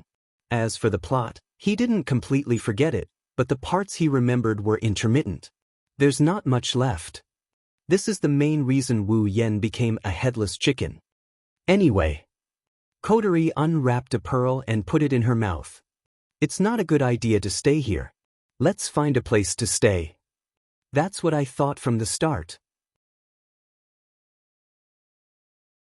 Wu Yan glanced at Kotori and waved the map in his hand. So you've been looking for a place to stay? What? Is it that hard to find a place to stay? It's not hard to find a place to stay, but it's not easy to find a place where we can stay without having to show identification. Of course, it's not that hard to find a place like a couple's hotel. Love. Couple's hotel, don't shout so loudly in a place like this. Do you want me to be looked down upon as a pervert? You're a pervert. You're a big pervert. Couple's hotel. You can even think of that. I'm just mentioning it. I'm not really going to stay there. Do you think I don't know what you're thinking? Let me tell you, if you find a place like a couple's hotel, you're dead meat. I told you. Don't be so loud. Just like that, the two siblings made a big fuss in the middle of the street, attracting the attention of many onlookers. Fortunately, because of the weather, not many people wanted to stay and watch the show. They all just took a glance and left with a belly full of curiosity. Of course, there were some who weren't afraid of the heat. Those who were bored didn't mind being a fly. For example, "Yo, the two of you are fighting?" A teasing whistle came from beside Wu Yan and Kotori. Three guys in their 20s with dyed hair and adorned with eye-catching accessories came out from a nearby alley. They approached Wu Yan and Kotori with flirtatious looks on their faces. Wu Yan and Kotori froze but soon relaxed. They watched as the three gangsters surrounded them. Hey, what a cute little girl. A yellow-haired delinquent giggled and glanced at Kotori. His smile widened when he saw how cute she was. What's wrong? Did you fight with your boyfriend? Do you want us to comfort you? Yeah. Another brown-haired delinquent also came up and said with a smirk, "Unlike your useless boyfriend, we are very gentle, What do you think? The green-haired gangster pointed at his nose impatiently. Come play with us. Kotori looked coldly at the three delinquents who were getting closer and closer. She chewed the pearl in her mouth and curled her lips as if she was not tired of it. Can you guys get out of my sight? Hey, don't be so cold, we're easy to get along with. The three delinquents giggled as they tried to squeeze in front of Kotori. They even tried to push Wu Yen out of the way. However, Wu Yen crossed his arms in front of his chest. He didn't say anything, he didn't move either. He just let them squeeze in. Thus, the three delinquents tried to squeeze their way in, but the scene they imagined didn't happen. Instead, they felt like they were being squeezed into a wall. They're taller than Wu Yen, but they couldn't push him aside. Oh, you're quite strong. The blonde gangster looked at Wu Yen in surprise and sneered. Hey kid, can you move aside? Didn't your mom teach you that it's wrong to block other people's way? Wu Yen raised an eyebrow and he smiled in amusement. Did your mom teach you to hit on other people's girlfriends? Hey, kid, you seem to be very arrogant. The brown-haired delinquent laughed sinisterly and clenched his fist. Suddenly, the sound of his knuckles cracking could be heard. I'm just borrowing your girlfriend for fun, you don't mind, right? Wu Yen narrowed his eyes and sneered. You mean if I want to borrow your girlfriend, you won't mind? Don't talk so much to this brat. This brat looks very arrogant. The green-haired gangster pushed his companions aside and walked in front of Wu Yen. He slowly raised his hand. Kid, do you know what this is? Wu Yen subconsciously followed the delinquent's words and looked at his hand. His eyes narrowed. He saw that the delinquent was wearing a metal bracelet on his wrist. It's not just the gangster, the other two gangsters also have the same bracelet on their wrists. This kind of bracelet looks very common, you can buy it even on the streets. However, Wu Yen didn't think that the guy was trying to show him a cheap product. Wu Yen didn't recognize the bracelet, but he knew that there was a special bracelet on Itagami Island. Demon Entry Permit. Only the demons on Itagami Island were allowed to wear the Demon Entry Certificate to show their identity. In other words, these three gangsters aren't humans. They are demons.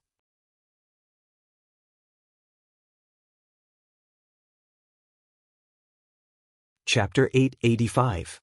The three delinquents in front of him are all demons. Looking at the three special bracelets that represent their identities, he frowned and sighed.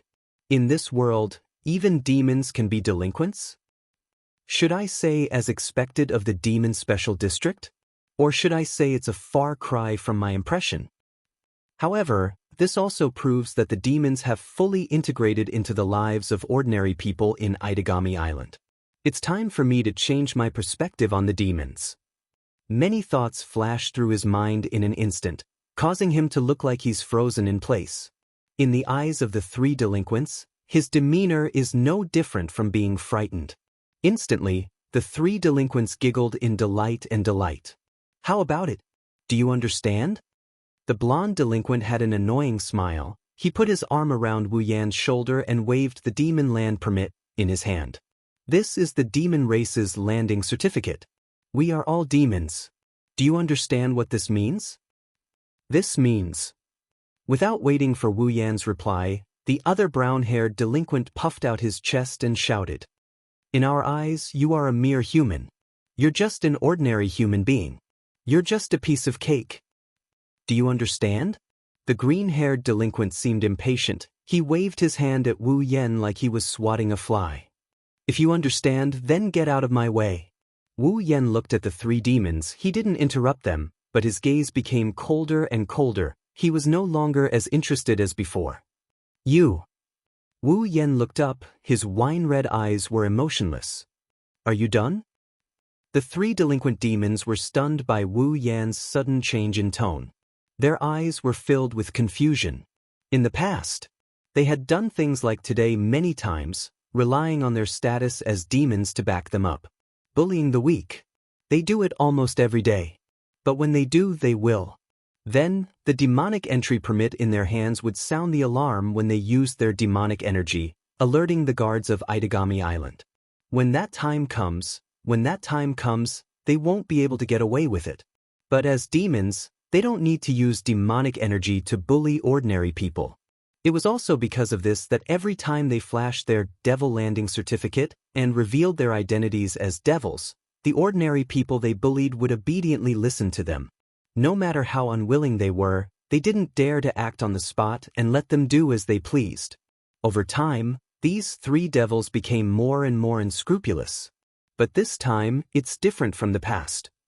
Not only was the man before them not fearful of their devilish identities, his attitude had also changed after they had revealed their identities. It was as if before he revealed his identity, the other party was like a lion watching an antelope waving its sharp horns in front of him. Rather than saying that he was playing with them, it was better to say that he was watching their performance with a playful mood. After revealing their identities, the lion suddenly realized that the antelope's horn turned into a spear that can pierce its skin. It went from ignoring them to looking at them directly. But that doesn't mean it's a good thing. After all, when a lion sees an ant crawling in front of it, it won't waste its strength to squash the ant. But when an antelope walks in front of it, even if the antelope can't hurt it, it will pounce and bite the antelope to death. Now, the 3 demons who evolved from ants to antelopes have a sense of crisis, like they're being stared at by a lion. But how is that possible? The other party doesn't have a demon land permit, he's not a demon. Is he an attack mage? Thinking of this, the 3 demon hoodlums couldn't help but tighten their bodies, but their words were still as arrogant as before. Hey, human, do you want to fight the 3 of us alone? In other words, they have the advantage in numbers and don't mind ganging up on them. Of course, the 3 youths didn't notice that the brat they were referring to had changed from human to brat. Wu Yen sensed the change in the 3 demons and sighed. He turned to Coterie. Coterie, how do you think we should deal with them? Ah. Coterie twirled the jewel in her hand, seemingly amused by Wu Yan's question. She waved her hand nonchalantly. It doesn't matter, just deal with them quickly. I don't want to stand here like an idiot. Ugh. Wu Yan glanced at Coterie, who didn't seem to care. He smacked his lips. All right, all right. As soon as he said that. Thud. Before the 3 delinquent demons could react, a soft stomp abruptly sounded and reverberated in the scorching air. Wu Yan turned into a wisp of light, and in a flash he gradually enlarged in their eyes. In the blink of an eye, he arrived in front of them. Wow! The 3 delinquent youths' expressions changed drastically. Wu Yan's lips curled into a thought-provoking smile. Boo! He swung his leg like a whip and smashed it on the body of the green-haired delinquent demon. After a muffled sound, the green-haired delinquent demon screamed miserably as if he was hit by a truck. His body flew out like a kite with a broken string and heavily smashed into the wall of the street. His head tilted as he fainted. Seeing their comrade being sent flying like this, the remaining 2 delinquents couldn't help but cry out in shock. After recovering from their shock, they quickly retreated. You really are an attack mage, huh? Hearing the 2 delinquent demons' angry shouts, Wu Yan lightly swung his leg and tapped the ground with the tip of his foot. What? Are you afraid because your opponent is an attack mage? Wu Yan sneered and he tilted his body to the side. Didn't you just say that I'm an ordinary human that you can easily take care of? Or are you saying that once the opponent is stronger than you, you're afraid of the slightest thing? As if trying to crush the nerves of the 2 demons, the words turned into arrows, piercing through their minds word by word. As expected of delinquents, bullying the weak and fearing the strong. Even demons. You bastard. The 2 already frightened demons seemed to have been hit by his words, their faces filled with anger. Then, a torrent of demonic energy violently surged from their bodies. Due to the difference in status between attack mages, the skill system they use is also different. Magicians use magic, overdaptors use superpowers, there are all kinds of skill systems. As long as their skill is strong enough to fight demons, they can become attack mages. However, regardless of the differences in the skill system of attack mages, it was a fact that they had the ability to resist the demon race. For the demon race, Attack mages were also the natural enemies of attack mages. Attack mages, attack mages, attack mages. The meaning of this skill was as literal as its name. One could rely on their own strength to attack the demon race. Therefore, there were also attack mages who hunted demons for a living. Like assassins, there were attack mages. The two demons already regarded Wu Yan as an attack mage. Although they don't know if he's the type that hunts demons for a living, but the fact that their comrade was defeated in an instant made them fearful, so they used their demonic energy regardless of the cost. Bzzz bzzz bzzz. Almost at the same time, the two demons' demon entry permit issued an alarm. Along with it, the surrounding streets also abruptly rang with the sound of sirens. Abnormal demonic energy detected. Surrounding citizens, please evacuate. Repeat it. Abnormal demonic energy detected. Surrounding citizens, please evacuate. The sound of mechanical alarms reverberated in the surroundings. The entire street was in chaos all of a sudden.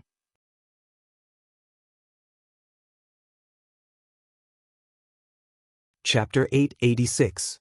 Bzzz, bzzz, bzzz, bzzz, bzzz. Abnormal magical energy detected. Civilians, please evacuate immediately. I repeat, abnormal magical energy detected. Civilians, please evacuate immediately. On his wrist, the two demon race landing permits immediately sensed the magic powers surging from the wearer. They vibrated like an alarm bell and issued an alarm in a burst of red flashes. On the street, an alarm that was louder than the demon landing certificate sounded from somewhere and spread all over the place in a short period of time. The next moment, defensive doors started to fall from the buildings on both sides of the street. After being stunned for a short while, people started to panic. Demons! Demons! Quick! Run! Amidst their screams, the pedestrians ran towards the ends of the streets in panic. They no longer had the appearance of being exhausted due to the hot weather. Every one of them was afraid that if they ran too slow, they would be involved in the battle. At that time, as ordinary humans, they might not even know when they would be implicated and die. Screams and screams resounded throughout the area. Along with the sound of the sirens, the crowd quickly ran away.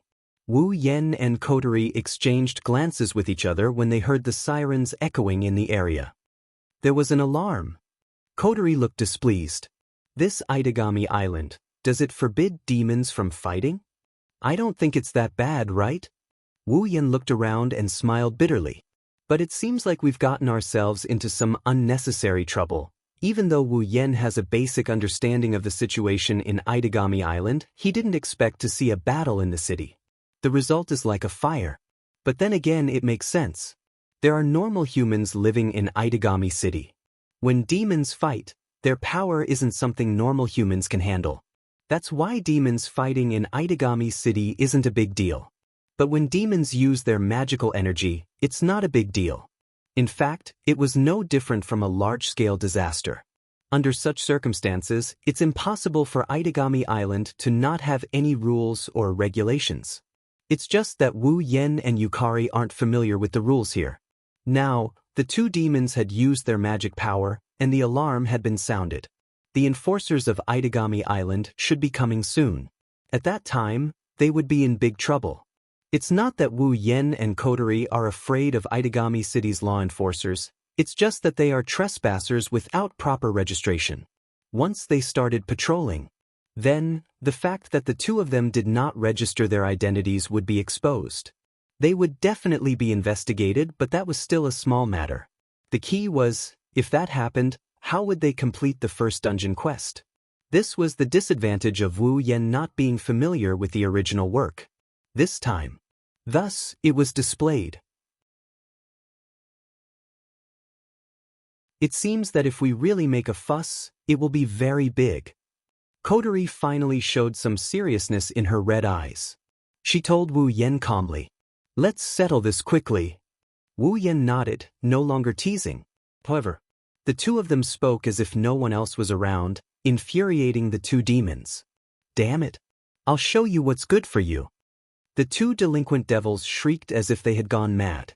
Their appearances immediately changed. Its pair of turbid eyes gradually turned blood red, and two sharp fangs protruded from its mouth, revealing itself above its lips. Even its ears seemed to have become a little sharper. These two youths from the Devil Clan were actually vampires. Vampires? Wu Yan was surprised by what he saw. "I'll kill you." The two vampires grinned maliciously. An air current that resembled blood and red steam erupted from their bodies. As they wriggled, their already impressive magic power increased by 2 to 3 times.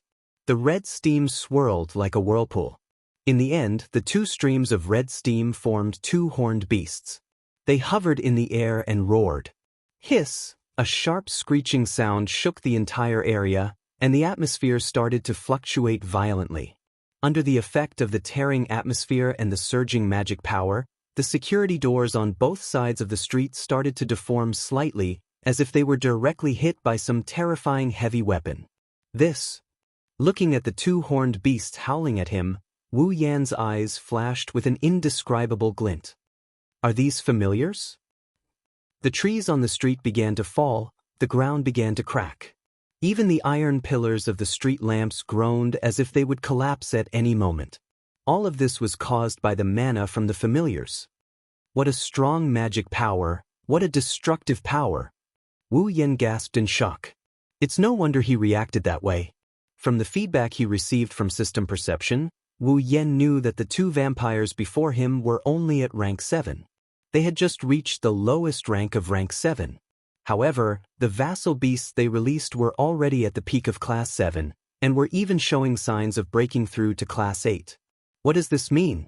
It means that even if someone stronger than them were to take a hit from one of their familiars, they would suffer a fate worse than death.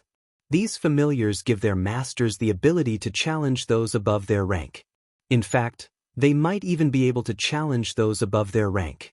It was only now that Wu Yan realized he had underestimated the power of familiars. Possessing familiars didn't necessarily mean that one possessed great strength, but it definitely meant that one possessed terrifying destructive power. Even those stronger than you wouldn't be able to match up to you in terms of destructive power. If the familiars summoned by the two ordinary vampires were already this powerful, what kind of power would the familiars summoned by him, a true ancestor, have? Thinking up to this point, Wu Yan's heart started to heat up and an excited smile appeared on his face. Looks like I'll have to hurry up and summon my familiars. The two vampires attacked at the same time. Go. Bite him to death. Ghostvine. Hiss. The two familiars shrieked and charged at Wu Yan. They tore through the air with a sonic boom and terrifying mana fluctuations. Wu Yan wasn't surprised. Instead, he revealed a fanatical smile. Bring it on. Wu Yan clenched his fist at the sight of the two vampires charging at him. A surge of mana comparable to that of the two familiars ignited around his fist. Due to his agitation, his wine-red pupils had already turned into a noble gold color that would only appear when he was fully unleashed. Vampires' familiars are highly concentrated mana entities with a will of their own. In other words, the familiars themselves are mana itself. In order to defeat a familiar, the only way was to use magic that was more powerful than the familiar's own magic. It was because of this that Wu Yan gave up on other methods and focused solely on mana. Let me take a look. A vast power surged into the sky along with the magic power. Just how powerful are real familiars? Two vassal beasts charged at Wu Yan with overwhelming might. His fist wrapped in mana met the two familiars head-on. The next moment, boom, like a meteor crashing down, like a volcano erupting, like the roar of thunder, like a star exploding. An extremely dense light flashed from the center of the field, instantly illuminating every corner of the space. Then, a roar that was enough to shatter one's eardrums turned into a sound wave, attacking in all directions. Everywhere it passed, the air was swept up into a violent wind and evaporated, the ground shattered, and the streets almost collapsed. Although the arena wasn't reduced to rubble by the attacks of the two vampires who had just reached Tier 7, The terrifying destructive power of the familiars created a 10-meter-wide crater at the epicenter of the collision. Wu Yan stood in the middle of the crater. Wisps of smoke rose from his hand, but his body was unharmed. What? The two vampires' expressions froze.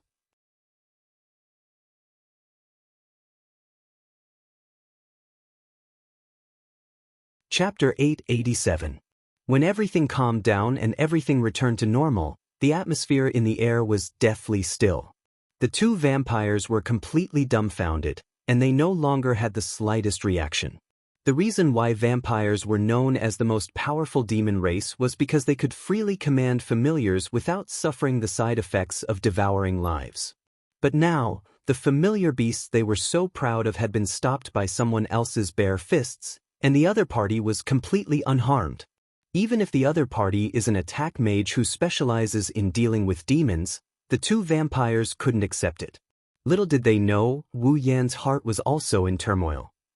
Even though they had just reached the 7th tier, the familiars summoned by the most ordinary of vampires with mediocre bloodlines had actually depleted a full 10% of his mana in the clash with them.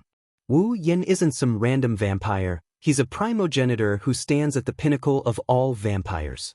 If he used this 10% of his mana to maintain the daily operations of Itagami Island, it would be enough to last an entire month.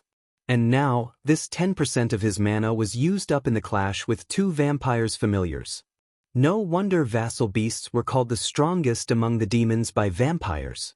No wonder these otherworldly summoned beasts are synonymous with destruction and destruction. No wonder they're called the embodiment of magic.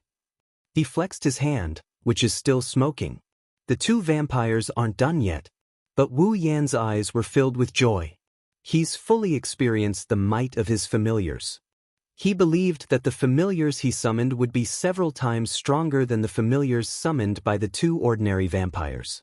This would definitely become one of his strongest attacks. The time to summon his familiars is imminent. Wu Yan took a deep breath to suppress his excitement. He looked at the two stunned vampires. His gaze was no longer as cold as before. Instead, it's friendlier. Since you've helped me out, I won't make things difficult for you too. I won't make things difficult for you guys. Waving his hand, Wu Yan is in a good mood. Without waiting for the two vampires to respond, Wu Yan walked up to Kotori. He patted her shoulder, who had been standing quietly in the same place. All right, let's go. We'll be in trouble when the island's guards arrive. Kotori ignored Wu Yan. Instead, his expression seemed a little strange. He stared straight ahead in a certain direction and muttered to himself. Something's not right, that person. Wu Yan tilted his head and followed Kotori's gaze. When he saw the scene in front of him, he was stunned. In the corner, a girl about the same age as Kotori, 14 or 15 years old, is sitting on the ground. Her hair is tied into a ponytail with a blue ribbon. She's wearing a school uniform. Her petite face isn't as sweet as Kotori's, but she's still very cute.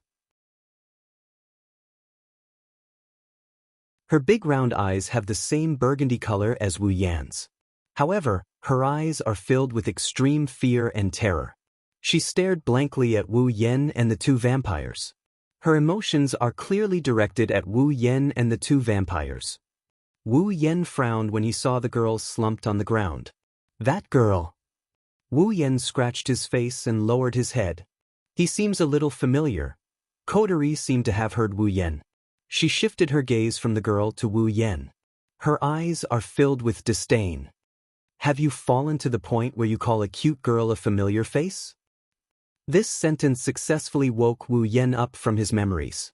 He almost fell over as the corner of his mouth twitched.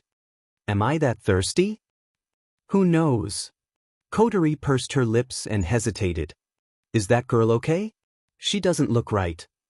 Why didn't she take refuge? Wu Yan is confused. The alarm was so loud, it's impossible for a normal person to come here. She looks like a normal person. Who knows? Kotori didn't say anything else. Only Wu Yan knows that Kotori's mind is spinning rapidly. She's probably thinking about something. The two vampires are nowhere to be seen. The delinquent who was kicked away by Wu Yan is also gone. Only Wu Yan, Coterie, and the girl sitting there staring blankly at Wu Yan are left. The atmosphere is very strange. Wu Yan's eyes darted around as if he's hesitating. In the end, he couldn't suppress his curiosity and walked towards the girl. The girl gives him a familiar feeling. It shouldn't be an illusion. After all, he has full memory. But this also confirms that he hasn't met her before. If he did, Wu Yan wouldn't have forgotten her. Then, with his full memory, there's only one possibility for her to give him a familiar feeling even though he doesn't have any impression of her. This girl is most likely a character from the original story of this dungeon world. It's a pity that Wu Yan, who isn't that familiar with the skill, can't recall it. At that time, he didn't have full memory, and even if he did, he wouldn't be able to recall all of his previous memories. He can only try to get in touch with her. As Wu Yan approached, the girl's blank gaze followed Wu Yan. When Wu Yan was in front of her, the girl raised her head. Her blank expression is very cute. That. Wu Yan thought about his words and waved his hand. You. Wu Yan's words seemed to have awakened the girl from her stupor. Her pair of beautiful eyes were filled with fear and dread. The girl shrieked and interrupted Wu Yan's words. No, like a young girl who had seen a ghost at night, the young girl moved her legs and moved backward while screaming in horror. No. She hugged her head and shook it with all her might. The girl's fear is on full display. Wu Yan stiffened up and he quickly opened his mouth. Don't be afraid, I mean no harm. Don't come over. Don't come over. The young girl didn't listen to anything and continued to move her body in fear. The expression in her eyes was clearly an expression of extreme fear. If this continued, it wouldn't be strange if her nerves collapsed due to fear. Don't. Demon. This. Wu Yan didn't know what to do. He could only retreat and try not to get close to the girl. Coterie narrowed her eyes. This girl seems to have a phobia towards demons. Demons? Phobia? Wu Yan looked at Coterie in shock and pointed at his own nose. Are you saying that she mistook me for a demon? Coterie rolled her eyes and grumbled, You're a demon, you vampire. But? Wu Yan was confused. I didn't summon a familiar, I didn't bare my fangs. Coterie sighed and pointed at Wu Yan's eyes with her jewel. But your eyes changed color, didn't they? Wu Yan froze for a moment, then he remembered his eyes changed color because he got too excited after witnessing the power of a familiar. I'm afraid this girl was just passing by and happened to see you fighting those two vampires. She has a phobia towards demons, so she didn't run away immediately. She was lucky enough to see you use your bloodline. Coterie shook her head and glanced at Wu Yan. It's best if you don't get close to her for now. Ugh. Wu Yan's eyebrows twitched, he felt helpless. All right. Wu Yan looked at the trembling girl and pursed his lips. He was about to leave with Coterie when a crisp voice entered his ears. You really did cause a ruckus.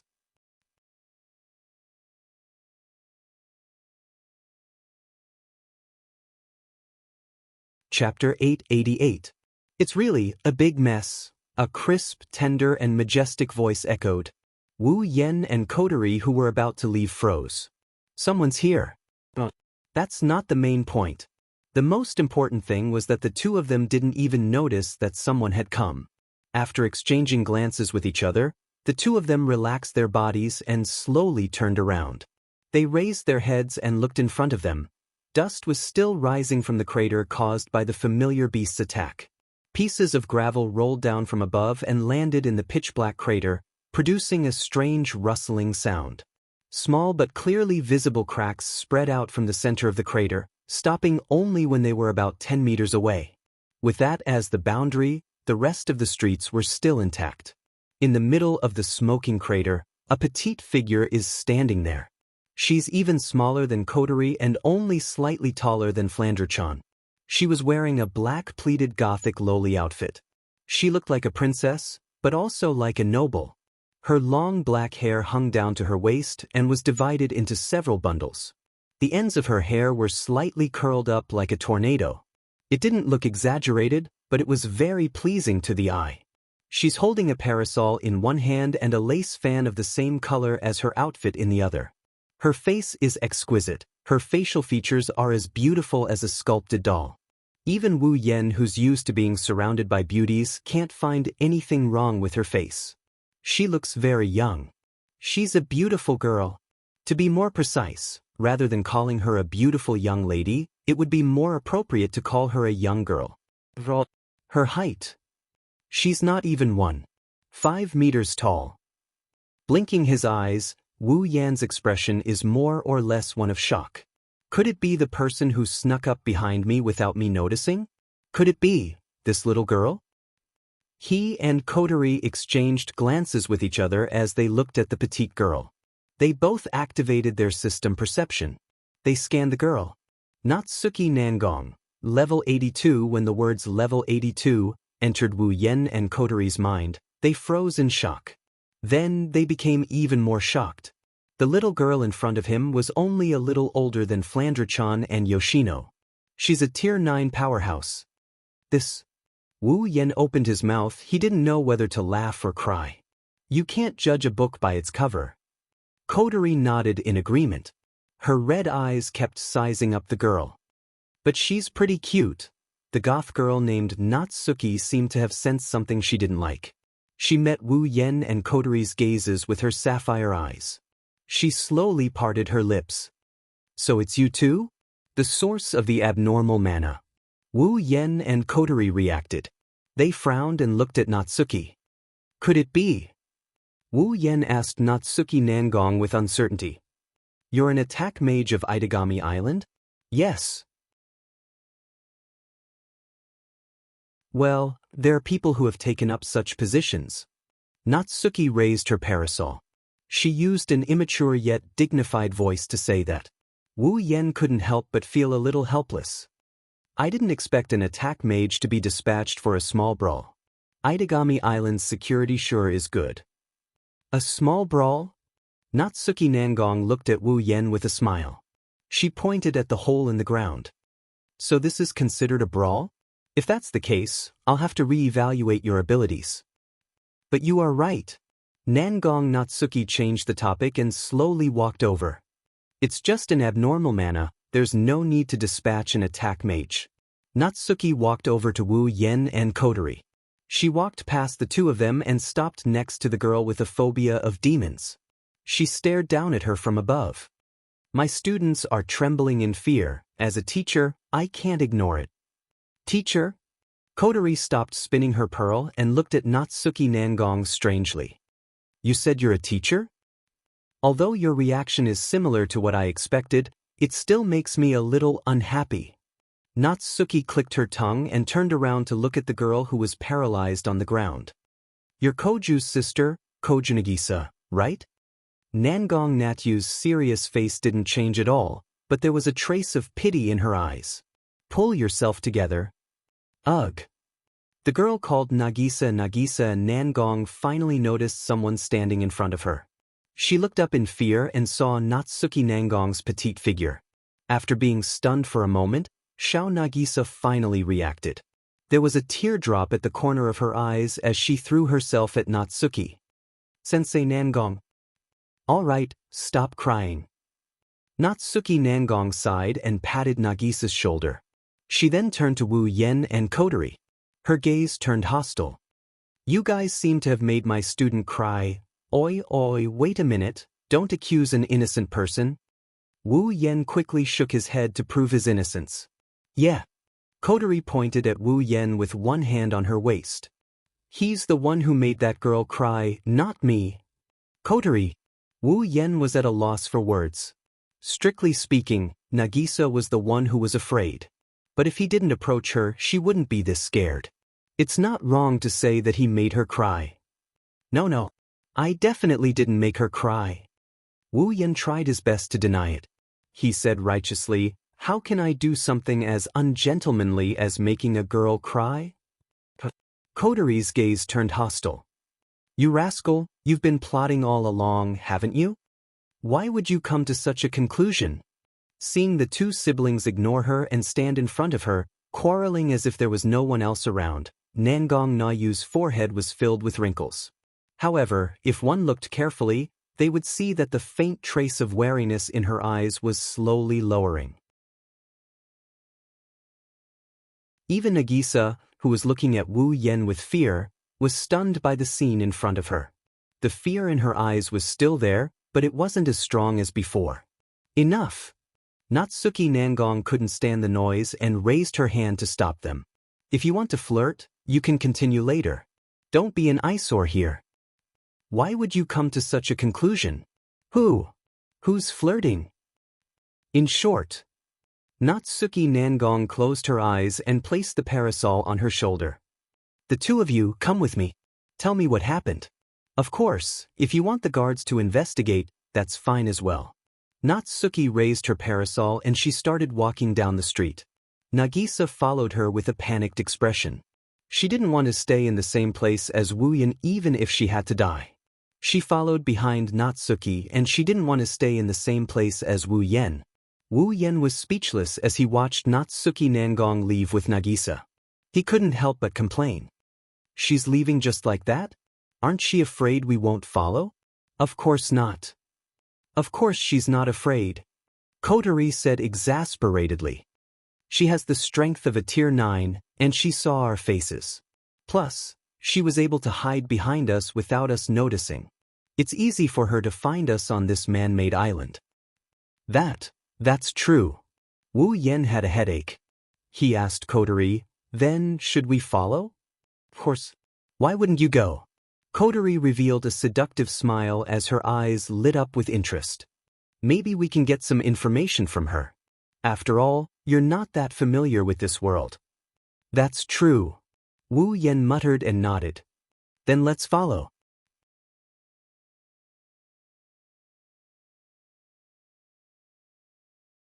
Chapter 889. Saikai Academy is responsible for teaching middle school and high school students. It's one of the few high-class academies in Itagami City. Compared to Itagami City, which is known as the Demon Special District, Saikai Academy is considered a normal academy. There are no beastmen, no vampires, and no other demons.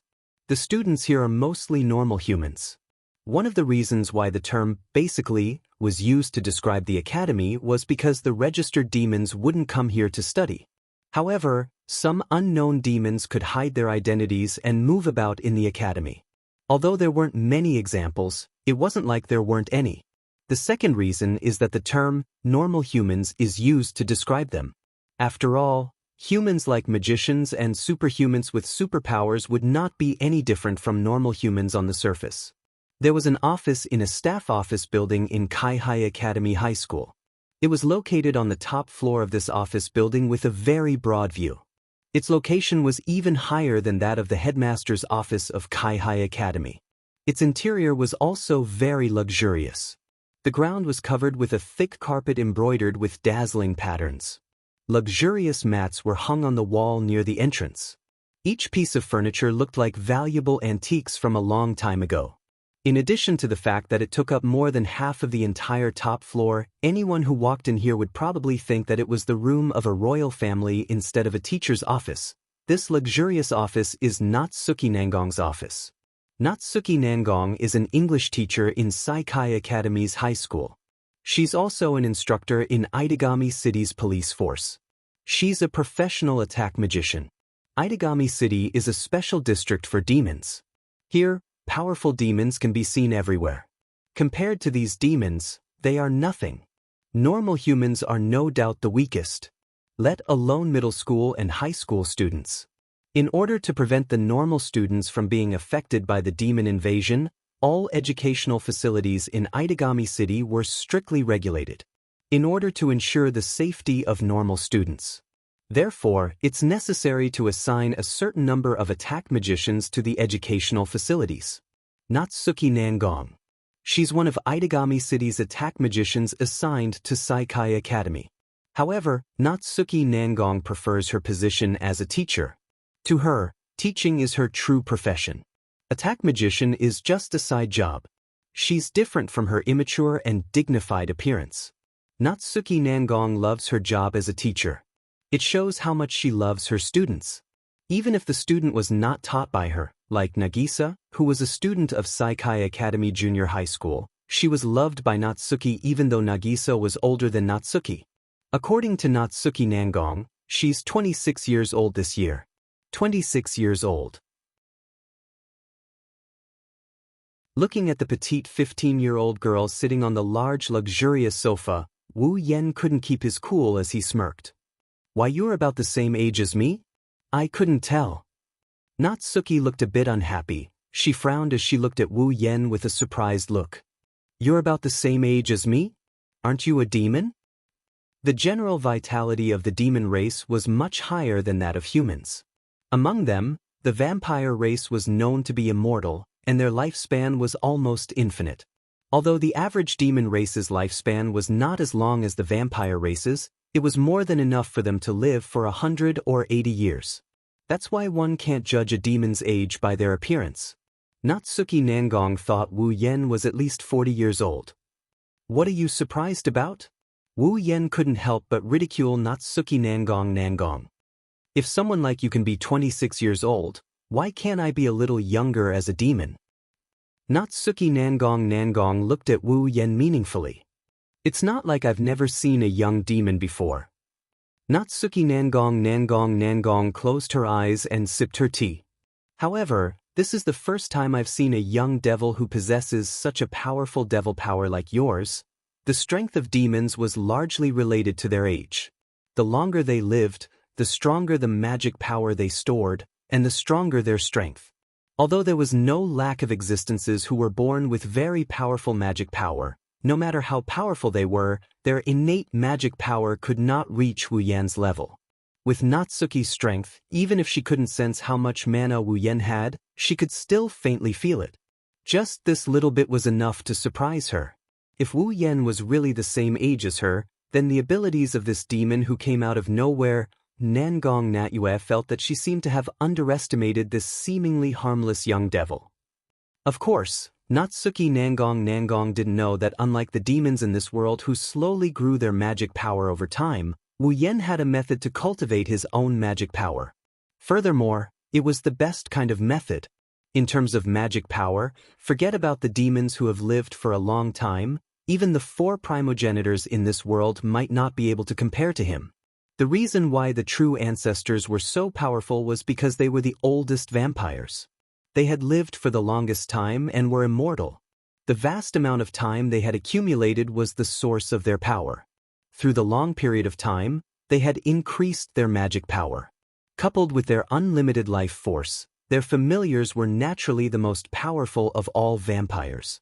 From this point of view, Wu Yen, who can cultivate his own magic power and obtain magic power comparable to the 4 primogenitors in a short period of time, or perhaps even more powerful, was very generous. Then, tell me, what kind of demon are you? Wu Yen blinked when he heard Natsuki's question. He didn't try to hide anything from her. Vampire? Vampire? Natsuki looked at Wu Yen suspiciously. Are you kidding me? Do vampires in their 20s have as much magic power as you? Wu Yen rolled his eyes. He was too lazy to explain and directly used his actions to prove it. Its wine-red eyes instantly turned golden, and sharp but tiny fangs gently extended from its mouth. Seeing Wu Yen use his own bloodline, Nangong Natyue was stunned. She looked at his eyes with surprise. Aren't vampires' eyes really red? Why is yours golden? Well, who knows? Wu Yen withdrew his vampire posture and said jokingly, perhaps it's because of this that I was able to obtain such a large amount of mana at such a young age. Oh? Natsuki narrowed her eyes and took another sip of black tea. Well, let's put it that way for now. But you should be careful, with that amount of mana, your familiar shouldn't be an ordinary creature, right? Don't let it roam around, I don't want to have to catch you. Don't worry, I don't have any familiars. Well, that would be... Natsuki Nangong paused. What did you say? You don't have any familiars? Yeah. Wu Yen admitted it without hesitation. I don't have any familiars. You're joking with me, aren't you? Natsuki Nangong stopped drinking her tea. She seriously suspected that Wu Yan had been toying with her the entire time. A vampire saying that he doesn't have a vampire's strongest trump card, a familiar's? But that's the truth. Wu Yan sighed and shrugged. At the very least, I don't have any familiars in my bloodline. You can check if you don't believe me. Natsuki Nangong saw the helpless expression on Wu Yan's face. He didn't look like he was faking it. She underestimated the man in front of her.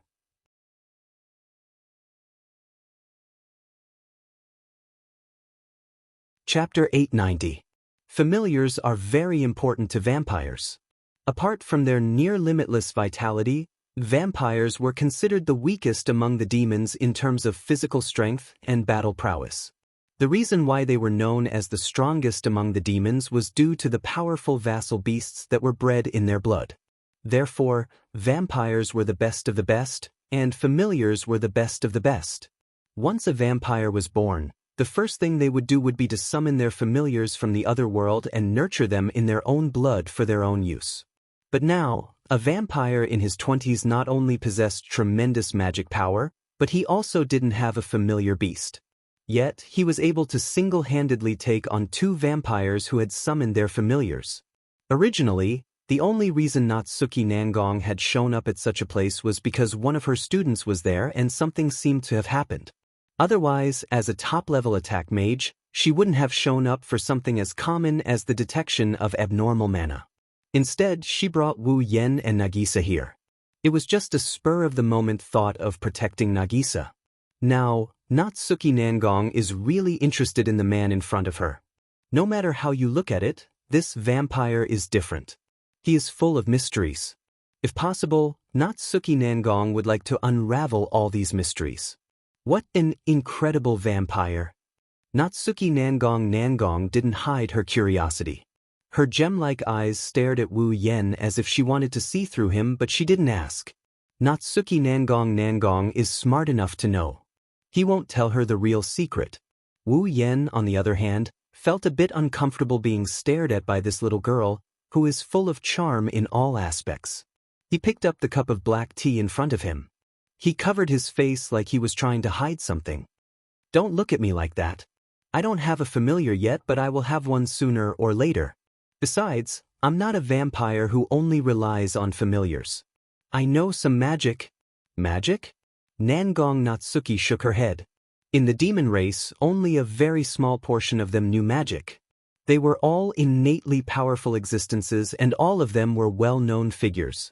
However, Natsuki wasn't surprised by Wu Yan's powerful mana. Natsuki turned to Kotori, who had been staring at the door without saying a word, and spoke in a tired tone. Then what kind of demon race are you? Don't confuse me with him. Kotori retorted. I'm a real human. Indeed, Kotori was a human.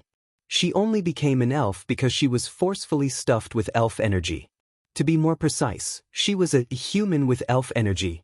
Moreover, Kotori cared more about her identity as a human. She didn't hate elves, but she didn't like them either. Besides, there are plenty of humans with elf energy in this world. They weren't directly assimilated into elves, they still call themselves humans. Natsuki's expression changed after hearing Kotori's answer. A vampire and a human brother and sister pair? This is really interesting. Kotori pursed her lips and continued staring at the door. Wu Yan smiled bitterly. He suddenly remembered something and asked Natsuki. All right, Natsuki, you're an attack mage, right? Can I take that as a stupid question? Nangong Na-yu expressionlessly drank her black tea. She had clearly revealed her identity before. Wu Yan scratched his head in embarrassment and asked in a serious tone. Then, do you have a way to make me an attack mage in Itagami Island? I say, are you really a vampire? Natsuki Nangong felt that she was more surprised today than she had been in the past year. She stood there in a daze. It's strange enough that you don't have a familiar, yet you want to become an attack mage? Don't you know that attack mages specialize in fighting demons? Well. Wu Yan laughed awkwardly and raised his hand weakly. I have my own difficulties as well. You don't have to treat me like a vampire. Nangong Natyue was speechless. She was now certain that the vampire in front of her was not an ordinary vampire. Speaking of which, normal vampires don't have familiars, and they don't want to become an attack mage to deal with their own kind. Natsuki has seen a lot today, and she's learned a lot from her experience. However, it was undeniable that Natsuki Nangong was somewhat interested. Natsuki's blue eyes flashed with a smile that Wu Yen couldn't understand. She leaned back on the sofa and waved her fan at Wu Yen. "Alright, I'll take care of this for you." Wu Yen was speechless when he heard Natsuki's confident tone. This petite 26-years-old little girl in front of him didn't seem to be an ordinary attack mage since she agreed to such a difficult request so easily. Why did I say, also? Scratching his head in confusion, Wu Yen nodded and said with a smile. "Thank you, Natsuki." Natsuki snorted and she turned her head away. She started sipping her tea again. Wu Yen raised his cup and took a sip. He stopped what he was doing and he helplessly put his cup back on the table. "What's wrong?" Natsuki frowned when she saw Wu Yan's actions. She seemed dissatisfied with Wu Yan's actions. Despite her petite appearance, Natsuki Nangong had an unusual preference for black tea. "No, it's nothing." Wu Yan didn't know about Natsuki's hobbies, so he answered honestly. "It's just that this black tea doesn't suit my taste." "That's true." Kotori also took a sip and frowned. "It's worse than the ones you make." In the past, when Natsuki heard such comments, even if she didn't flip out, she wouldn't be in a good mood. But Kotori's last sentence made Natsuki's eyes light up. "You know how to make black tea?" "Just a little bit." Wu Yan took out a few new cups from the tea set. He waved his hand and crimson spatial ripples appeared in his hand. Then, a delicate teapot appeared in his hand. He lifted the teapot. Seeing this, Natsuki's attention shifted away from the teapot. Spatial manipulation? Magic? This is just the effect of the item. Wu Yen poured himself a cup of tea. "I know spatial manipulation magic, but I'm not at the level where I can create a space to store items." "Oh? I didn't expect you to know the same type of magic as me," Natsuki said nonchalantly. Wu Yen and Kotori understood what she's trying to do. No wonder Natsuki Nangong was able to silently appear behind him. It turned out that she knew spatial manipulation magic. At this time, Nangong Nayu, who had just taken a sip of black tea, was startled. Then her eyes suddenly lit up. "What a unique taste, it's not bad. You can have it if you like." Wu Yen generously handed the teapot to Natsuki. "I have more if it's not enough, I can make more if I don't have enough." Natsuki nodded with a smile. She looked at Wu Yen with interest. She confirmed a certain plan in her heart. "Hey!" Suddenly, Kotori turned to the door and said, Don't you want to have a drink?" Everyone's gaze turned towards the direction of the door. What they saw was a girl with a ponytail hiding behind the door with only her head sticking out. However, when Wu Yan's gaze also turned towards her, the girl immediately got startled and hid her head behind the door like a tortoise. Wu Yan felt hurt by Natsuki's actions. He forced a smile and waved at her weakly. "Come and have a taste, it's delicious." Natsuki ignored Wu Yan and continued to look at him with fear. This hurt Wu Yan even more. He won't admit to being hated by a girl.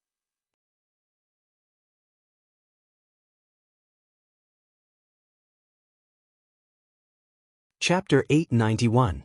The hierarchy of vampires is very strict. Based on the purity of their bloodline, there is a huge difference in the strength of vampires. The purer the bloodline, the stronger the vampire. On the other hand, vampires with mixed bloodlines are weaker. After all, blood is the most important element in a vampire's body, more important than the brain and heart. Blood is the source of a vampire's magic power, and the medium used to summon familiars. Vampires raise familiars in their blood, sacrificing their life force to drive them into battle, giving them the foundation of their existence. Thus, the purity of a vampire's bloodline is very important. It is directly related to the strength of the vampire's body. As everyone knew, the lifespan of vampires was very long, so long that it was almost infinite. During their long lifespan, they could gradually increase the magic power in their body through survival. They could also absorb the blood of others to obtain more powerful magic power from the blood. Therefore, the longer a vampire lived, the more blood they had sucked and the more powerful magic they gained from the blood. Therefore, in general, those ancient vampires would have more power than young vampires. Of course, it was only in general. A pure-blooded vampire, even if just born, is stronger than a non-pure-blooded vampire who has lived for an unknown amount of time. As the source of their power, the purity of their blood gives them an innate advantage. That kind of advantage isn't something that can be matched by the accumulation of time alone. On the other hand, pure-blooded vampires who have lived for an unknown amount of time have the power of their ancestor, the origin of all vampires. It's even more difficult to match. After a long history, vampires have developed to a certain extent and are recognized by the world. Based on their bloodline and how long they have lived, vampires are divided into 5 ranks. The first rank, Jianghu. They are inferior vampires who can't summon familiars and can't use their power. Vampires' true strength lies in their familiars. Vampires who can't control their familiars are very weak among the demons. Without their familiars, vampires can't even withstand a single blow from demons or even humans. Therefore, Jianghu are the lowest rank of vampires. They have always been despised by pure-blooded vampires.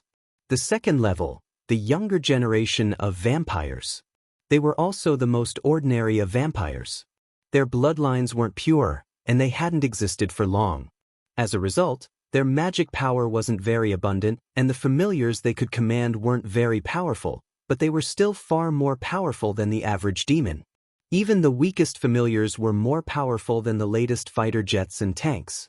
Vampires at this level were enough to strike fear into the hearts of the world. The third level, vampires of the old generation. They had lived for a very long time, and the magic power in their bodies was immense. The familiars they commanded had reached a level that couldn't be ignored. A single attack from them was enough to destroy a small village.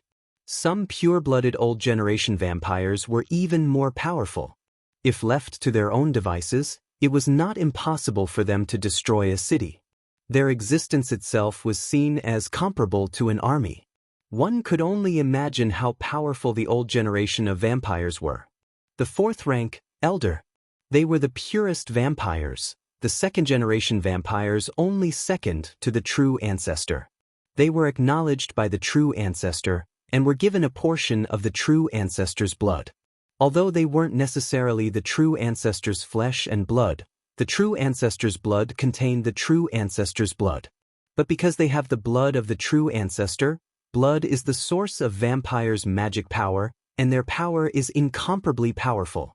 Apart from the true ancestor, they were the most powerful vampires. The final level of vampires was the true ancestor. As the oldest of vampires, and the kings of all other vampires, the true ancestor had the most powerful magic power. Their familiars were powerful enough to destroy an entire empire. Vampires were the strongest of all demons, and the true ancestor was the strongest of all vampires. That was why the true ancestor was publicly recognized as the strongest of all demons. They were truly immortal and lived longer than anyone else. That was why there were so few true ancestors. There were only 4 of them, and only 3 were publicly recognized. If there were more true ancestors, then the ones controlling the world wouldn't be humans, but demons. Among the 5 levels of vampires, there was basically no one who could surpass this limit. It was not that easy to do so. Bloodline was the key. The purer the bloodline, the higher the level of the vampire, and the stronger they would be. It was not impossible for a low-level vampire to be stronger than a high-level vampire, but it was as difficult as ascending to the heavens. It wasn't impossible for the younger generation of vampires to quickly gain great power. They only needed to use the method of cannibalism to directly devour vampires who were of a higher level than themselves and steal the magic power from the blood of the higher-level vampires.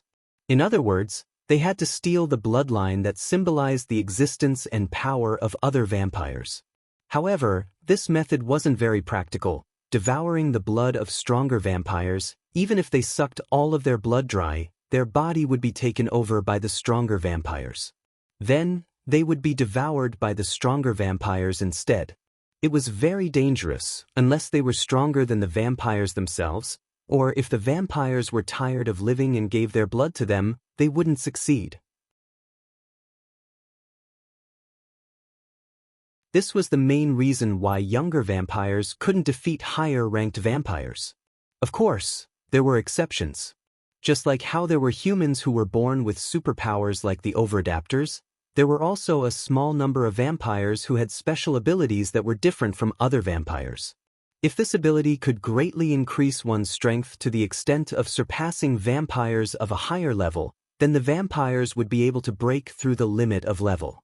When that happens, it wouldn't be impossible to use the true ancestor's bloodline principle to gain more power, but it's very difficult. Natsuki's guess is that Wu Yan is one of those vampires with special abilities. That's why his pupils changed color when he turned into a vampire. Despite his young age, he already has the magical power of a normal vampire. That's why, when Wu Yan decided to summon his familiar, Natsuki offered to provide the venue. With Wu Yan's magical power, the familiar he summoned would definitely be something special. If something went wrong during his first summon, Itagami City would be in big trouble. Natsuki had to find a safe place to rest assured. Natsuki didn't know that Wu Yan wasn't a vampire with special abilities. He might be different from the vampires in this world, but he is a primogenite. Natsuki might have made a mistake, but her approach was correct. If the primogenitor's familiar causes a ruckus in Itagami City, this man-made island would be destroyed. Itagami City, in an isolated area, Natsuki looked at Wu Yan in amazement. She praised him. You might be a vampire, but to be able to create a barrier of this level, your mastery of magic is much greater than most magicians who think highly of themselves. Well, it's not bad, right? Wu Yan stopped drawing the spell formation and he stopped channeling mana into it. He nodded with a satisfied look. Even though I know how to construct it, this is my first time using it. I'm already at my limit, considering the time it takes to construct it. I don't know if I should be happy or depressed if I still can't stop the familiars with it. If they can't stop the vassal beast, they will have to pay the price of turning Itagami Island upside down. If they can stop the vassal beast, they will have to prove the strength of the barrier and their mastery of magic. Either way, it's something to be happy about.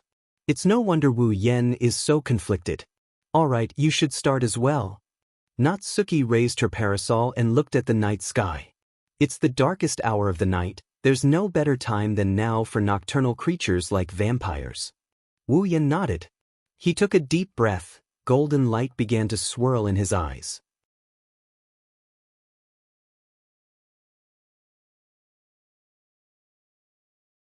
Chapter 892. Closing his eyes, Wu Yan slowly mobilized the mana in his body. Like water flowing out of a dam, the mana started to burn from slow to fast. Waves of mana started to form on the ground under his feet. Like a whirlpool, it slowly rose into the sky.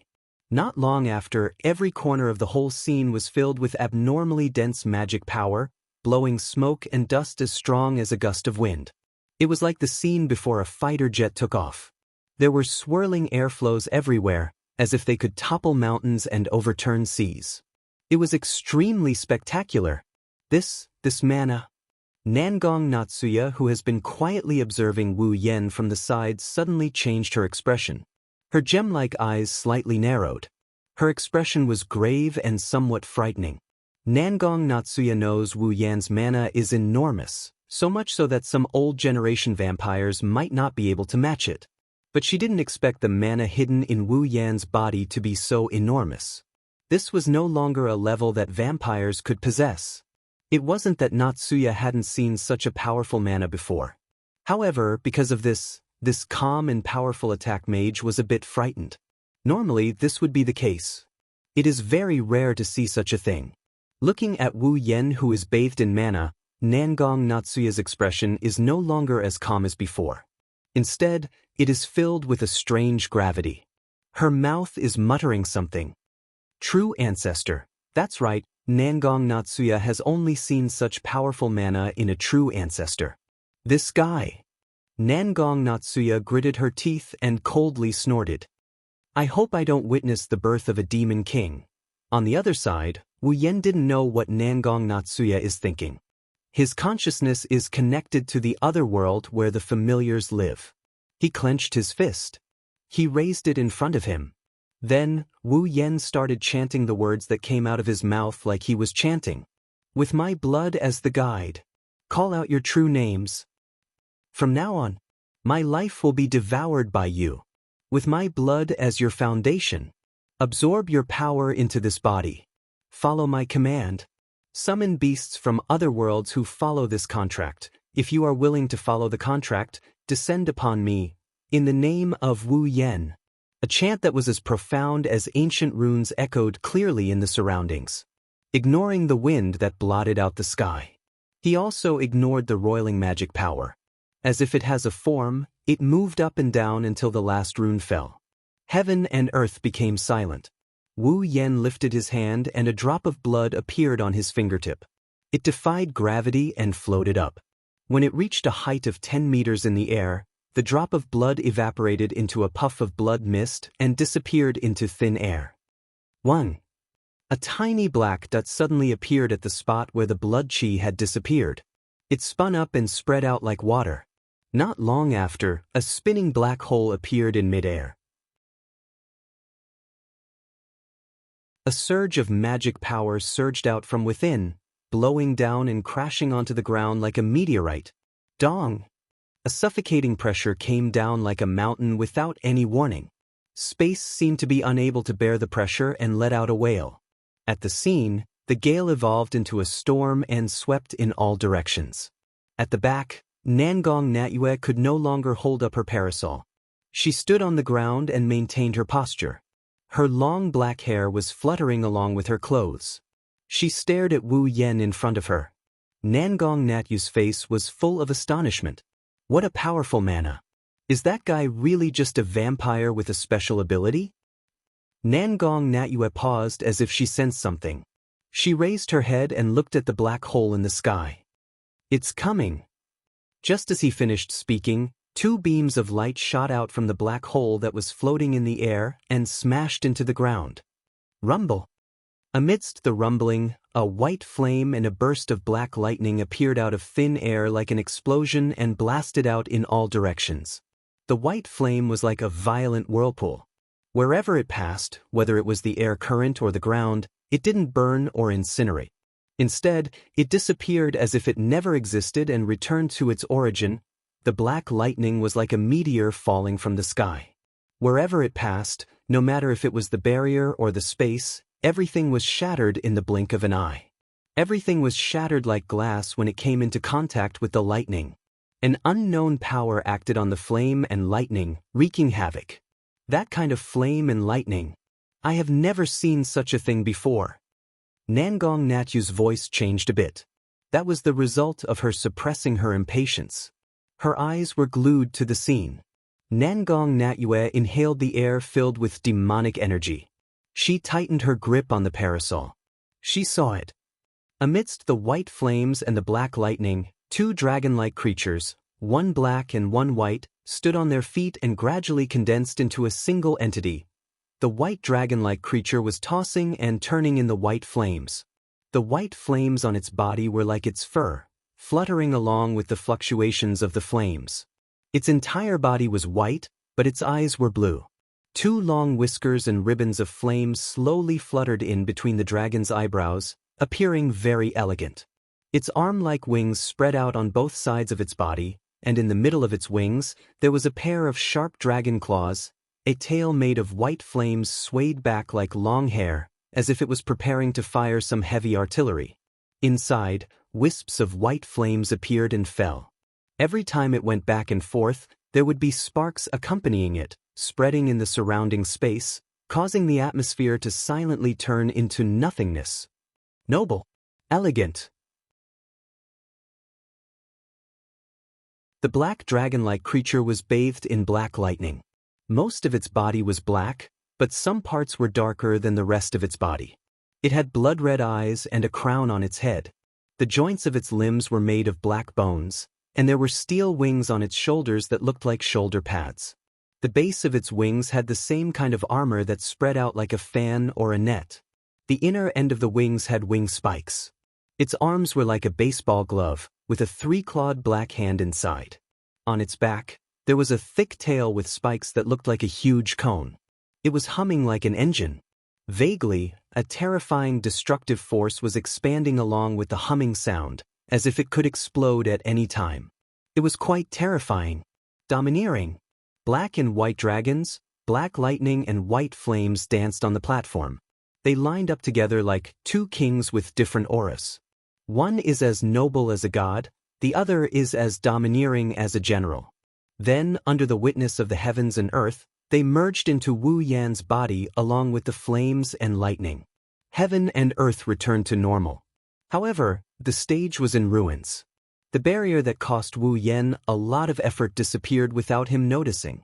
Fortunately, the power of the black and white dragons didn't spread to the outside world in time to affect Itagami Island. In the center of the stage, Wu Yan opened his eyes. His golden pupils turned back to a wine-red color. His eyes were filled with joy. It was clear that he liked these two familiars very much. Natsuki quietly watched the happy Wu Yan. A drop of sweat silently slid down her forehead. Natsuki forced a smile. Looks like I've summoned two incredible fellows. Wu Yan turned around when he heard Natsuki's voice. He flashed a big smile. Anyone could see that he was in a good mood. However, Wu Yan soon regretted his decision. Even though the familiars are strong, why are there only two of them? Natsuki glanced at Wu Yan. She didn't say anything and she stayed silent. Only she knew that it wasn't that Wu Yan didn't have the ability to summon more familiars. Perhaps only those two familiars were qualified to respond to his summons.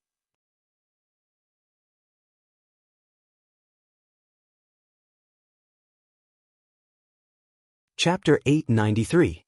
Now that he has a familiar, Wu Yan found out that familiars don't just have destructive power beyond their level, they also have a lot of other benefits. Vassal beasts are a collection of mana with a will. In other words, the mana is the vassal beasts themselves. Vampires could infuse large amounts of mana into their blood. Even though they needed mana to summon vassal beasts, the mana of the vassal beasts would be amplified by the host's mana when they were first summoned and infused into the host's blood. With a vassal beast, the host's mana will be increased, even if it's only once. In addition, Wu Yan can also release a portion of his vassal beast's power for his own use. That's no ordinary ability. The abilities of the black and white dragons he summoned aren't your average abilities. The white flames and black lightning are a lot scarier than they look. Wu Yan understood the abilities of his two familiars. The flames and lightning aren't real flames and lightning. HM? Wu Yan's expression suddenly changed while he was experiencing his vassal beast's abilities. At the same time, a white flame and a black lightning burst out from his body as if they were out of his control.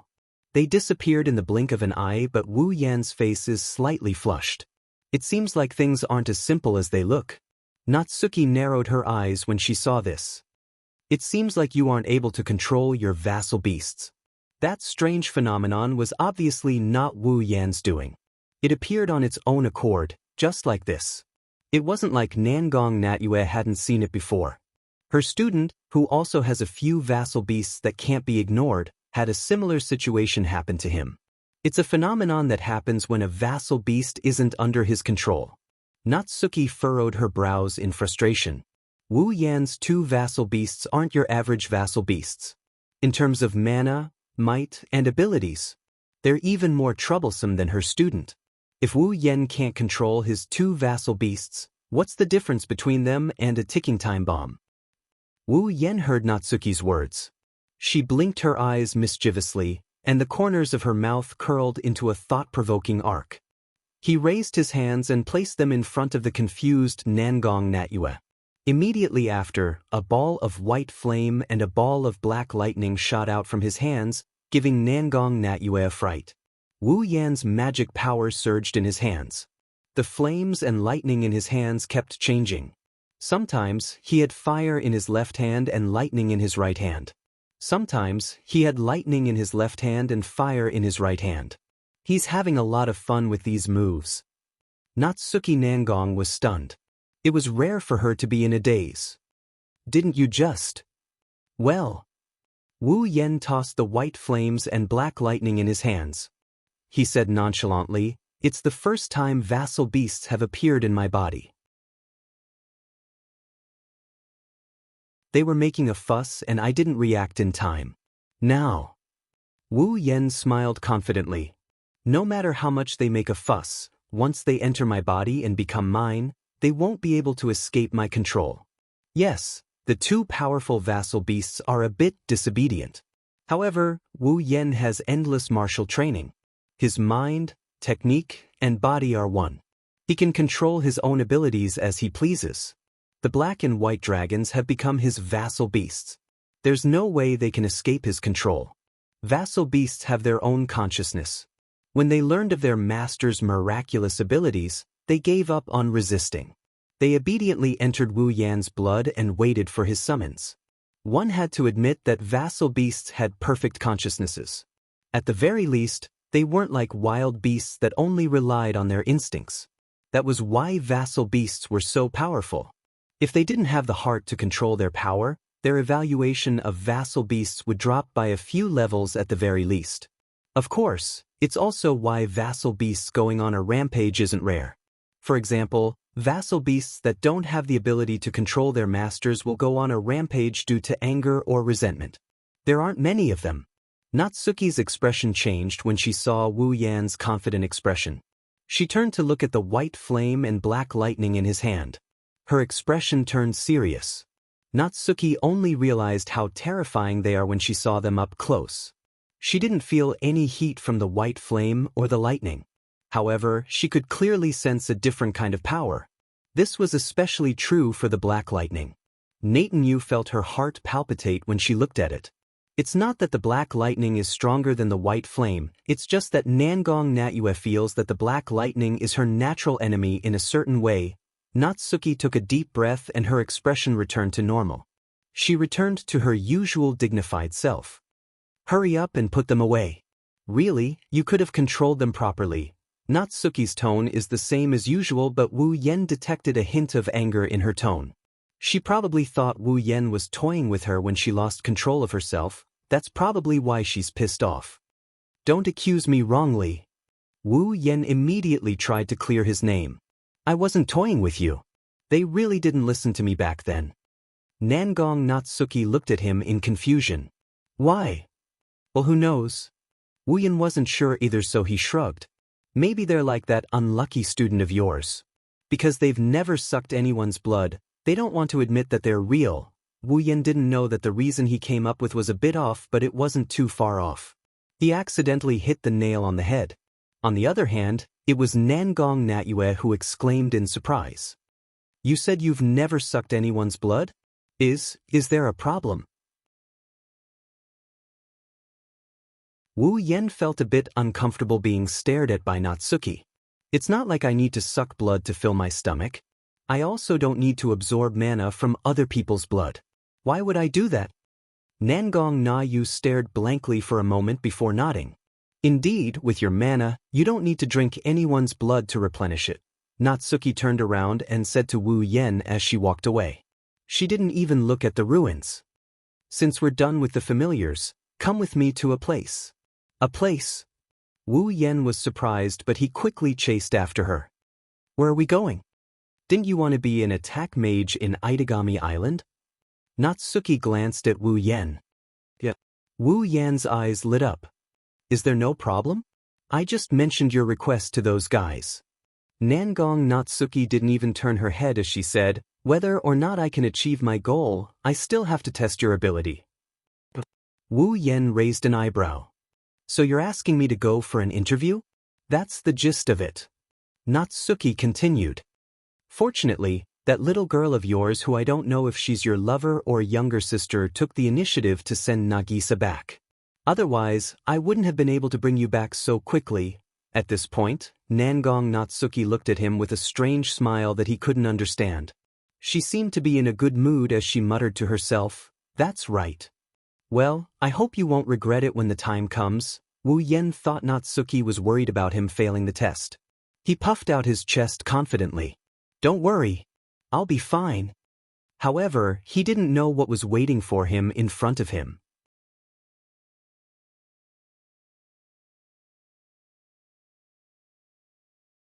Chapter 894. Yua. On a sunny morning, Wu Yen was sleeping in as usual when he felt a sharp pain in his stomach. His drowsiness disappeared and he groaned in pain. Reflexively holding his stomach in pain, he groaned as his face contorted in pain. He lifted his head and looked in front of him. The next moment, in his blurred vision, he saw a petite figure standing at the end of the bed with one foot on his stomach. Seeing this scene, as long as one wasn't an idiot, one would be able to guess what the reason was: coterie. Wu Yen clenched his teeth and rubbed his stomach. He wanted to cry but no tears came out. "You want to kill your own?" "Aha." Coterie interrupted Wu Yen with a threatening, "Ah." Her red eyes were filled with danger. Wu Yen quickly changed his words. "You want to kill your own brother?" "Umph." Coterie swung her long red hair in two ponytails. She didn't care and put more force on Wu Yan's stomach. She even twisted it. "If I don't do this, who knows what kind of price I'll have to pay to wake you up. Also, you're not my real brother, you're my adopted brother." Coterie blushed as she recalled the treatment she received when she woke Wu Yen up. She continued to stomp on Wu Yan's stomach as if venting her anger. "Stop stomping, you're going to throw up last night's dinner." Wu Yen grabbed Coterie's foot and jumped up from the bed. He complained. "What do you mean by, what price? It sounds so bad. I just want you to give your dear brother a good morning kiss when he wakes up. Can you use the word, give, to describe it?" Coterie clenched her teeth. "Please use the word force in front of the word give. What can I do about it?" Wu Yen yelled without a hint of remorse. "Who told my sister to be so arrogant? If I don't use force, how can there be benefits?" Coterie was infuriated. She raised her foot and stomped down mercilessly. "Who told you to be arrogant?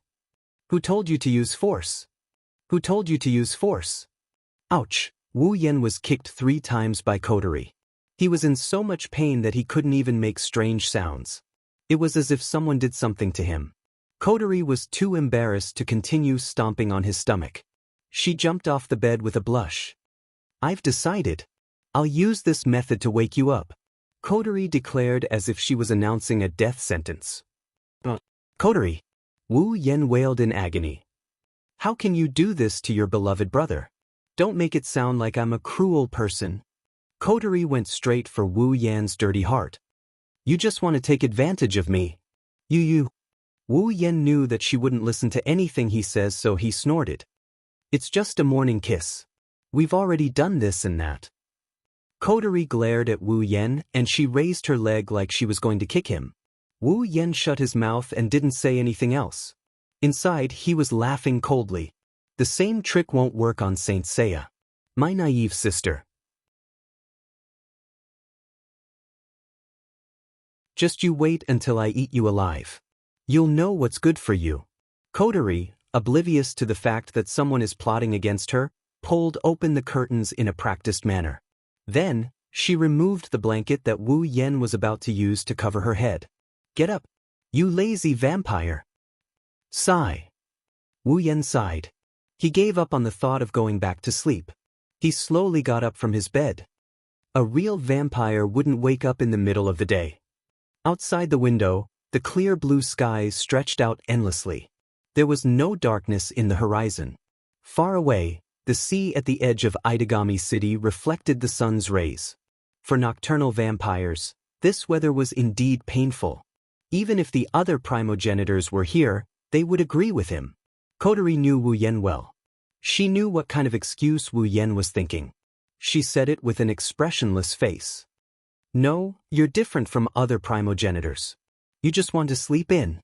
Wu Yen grinned sheepishly after Huali exposed his thoughts. He got out of bed and started tidying up. It's been a few days since they arrived at Itagami Island. After a few days, Wu Yen and Kotori decided to stay at Natsuki's place for a few nights.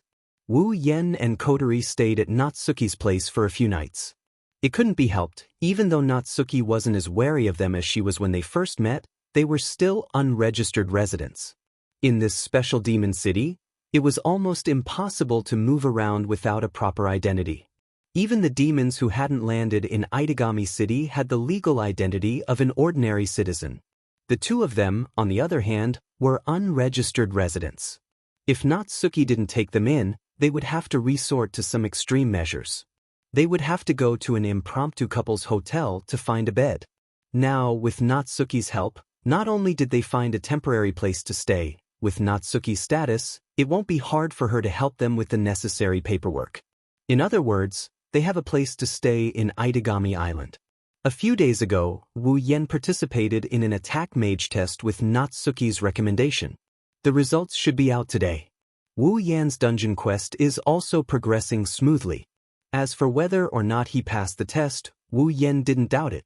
After all, he used space control magic during the test. Space control magic is considered a high-level magic in this world. He heard that Natsuki used this magic to make a name for herself. Therefore, with that kind of performance, it shouldn't be a problem for him to pass the test. Under Kotori's constant urging, Wu Yen finally tidied up his appearance and went to the kitchen to make breakfast. Kotori sat on the sofa with a satisfied look on her face as if she had achieved her goal. Looking at this scene, Wu Yen is a bit suspicious. This girl, she's so eager to wake him up, it can't be that she wants him to cook, right? After some simple yet appetizing breakfast was done, Natsuki also came out of her room like a cat that smelled blood. Surprisingly, he's a good man.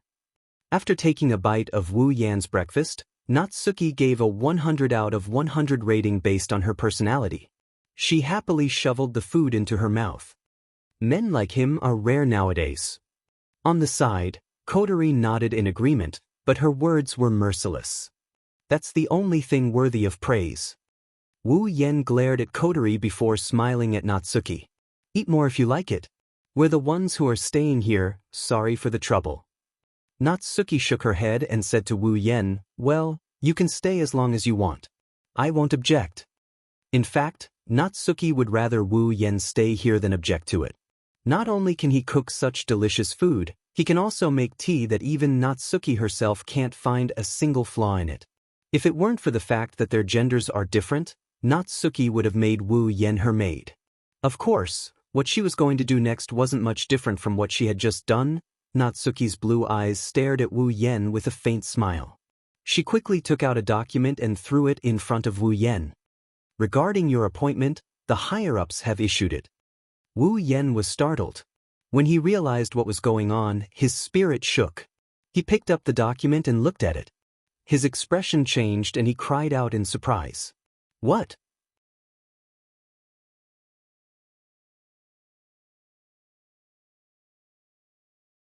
Chapter 895. What? Like a sudden clap of thunder, a thunderous exclamation reverberated throughout the hall without any warning, scaring Kotori, who was sipping her black tea so much that she almost choked on it. Why are you reacting so strongly? Wu Yen ignored Kotori's complaint. He stared at the document in front of him. His face was even closer to the document than before. He thought he was seeing things because he was too far away. He rubbed his eyes, and when he saw the exact same document, Wu Yen was at a loss. How can this be? Apprentice attack mage? That's right, Wu Yen was appointed as a probationary attack mage, not a professional attack mage in Itagami City. In other words, the current Wu Yen is still a trainee. He can't be considered an official and he still can't complete the quest 1. Natsuki was also surprised by Wu Yan's reaction. Did you think you're an attack mage just because you passed the test? Natsuki asked in a shocked tone. Ugh. Wu Yen blinked his eyes in confusion. His expression is a bit natural. Is that not the case? Natsuki raised her fan in annoyance. Which company didn't you start as an apprentice? How can you be an attack mage? This is one of the most powerful positions in Itagami City. If he wants to be an attack mage, there's no doubt about it. Wu Yen is definitely qualified. However, if one wanted to be an attack mage in Itagami Island, or in other words, an attack mage, strength alone wasn't enough. One had to know how to deal with magical disasters, reflexes, adaptability, and so on. All of these were required. Itagami Island was a special district for demons. Disasters caused by demons were commonly known as magical disasters. Normally, there was no need to mobilize an attack magician to deal with them. But when an attack magician was needed, these magical disasters would be dealt with. They won't be normal magical disasters. The position of attack mage in Itagami Island not only required the person to be an attack mage, they also needed to have excellent handling skills. Only then would they be able to deal with magical disasters. They need to guide the security forces in Itagami City. The title of an apprentice attack mage. It only means that Wu Yen is an attack mage. It doesn't mean that Wu Yen has the ability to become an attack mage. The first mission requires Wu Yen to become an attack mage in Itagami City. Only when Wu Yen becomes an attack mage will the first mission be completed. Wu Yen tossed the document on the table with a listless face. He asked Natsuki weakly, "What do I have to do to get rid of the word apprentice?" "Just like working in a normal company." Natsuki's lips curved upwards. "A senior will guide you for a while. When you have the ability to deal with magical disasters on your own, you will be officially appointed as an attack mage in Itagami City." "Senior?" Wu Yen had a weird look on his face. He looked at Natsuki with a worried look on his face. He meekly asked, "Then, who is my senpai?" "Senior." "In terms of seniority and ability, there is no one higher than me in Itagami City." Natsuki closed her fan. Wu Yen didn't know if it was an illusion or not, but he felt like Natsuki was proud of herself. Feeling uneasy, Wu Yen laughed dryly. He hesitated for a bit before he helplessly agreed. "Fine, it's better than letting someone I don't know do it. I will leave it to you then, Natsuki. It's just guiding a newbie, it's not my first time." Natsuki nodded in satisfaction. She tapped the cup in front of her with her fan. "Then, make me a cup of black tea first." "What?" Wu Yen couldn't believe his ears. "Can you repeat that? I didn't hear you. Is it not clear enough?" Natsuki said as if she was giving him advice out of kindness. "As a newbie, it's necessary to serve tea to a senior who is kind enough to guide you, right?" I think so." Wu Yen looked at Natsuki blankly. "But why do I feel like that's not what you meant?" "Well, don't mind it, don't mind it." Kodori didn't know what to say when she saw how Wu Yen still hasn't recovered from his loss of composure. It's already so obvious, is there still a need to explain? Hurry up and do it. Kodori rolled her eyes at Wu Yen. Cheap servant. Twitching the corner of his mouth, Wu Yen finally understood the situation. Nangong Natsuyu was planning on freeloading off of him. Taking a deep breath, he suppressed the feeling of being trampled by a bunch of grass mud horses. Squinting his dead fish eyes, he started brewing the black tea. Fortunately, it was just making black tea and cooking. It was no different from what he usually did. If he had to do housework or clean up, he would definitely go crazy. "All right." Natsuki tapped Wu Yan's forehead with her fan. "You have to report to Saikai Academy's administration office today." "Report?" Wu Yen stopped what he was doing. "But is there even a need to ask?" Natsuki raised her head. "As your senior, since I'm an attack mage teacher assigned to Saikai Academy, you're naturally the same." You mean?" Wu Yen was stunned. "You want me to be a teacher at Saikai Academy?" 12 in the afternoon. Don't be late." Natsuki closed her eyes with a smile. "You will find that compared to an attack mage, being a teacher is much easier." Wu Yan's mind is in a mess. Itagami Island, Saikai Academy Middle School Division. "Are you the newbie that Natsuki-senpai recommended?" Walking down a corridor, a cheerful and pretty girl wearing a cheongsam with her fair thighs exposed, her hair tied up in 2 buns and her bosom constantly showing off her presence walked towards the class she is in charge of. She kept looking at Wu Yen with a curious gaze, making Wu Yen feel a bit uncomfortable. Her name is Nakazaki. It's a complicated name, but she isn't as simple as she looks. Nakazaki graduated from the same university as Natsuki. Like Natsuki, she is also an attack mage assigned to Saikai Academy. Strictly speaking, she is also Wu Yan's senior.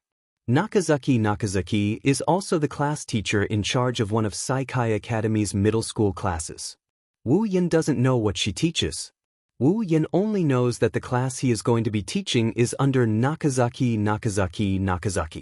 Yes, after a series of unexpected events that even Wu Yan could not react to, he was now a teacher in the Kaihai Academy Junior High School. To be honest, it was not Wu Yan's first time being a student.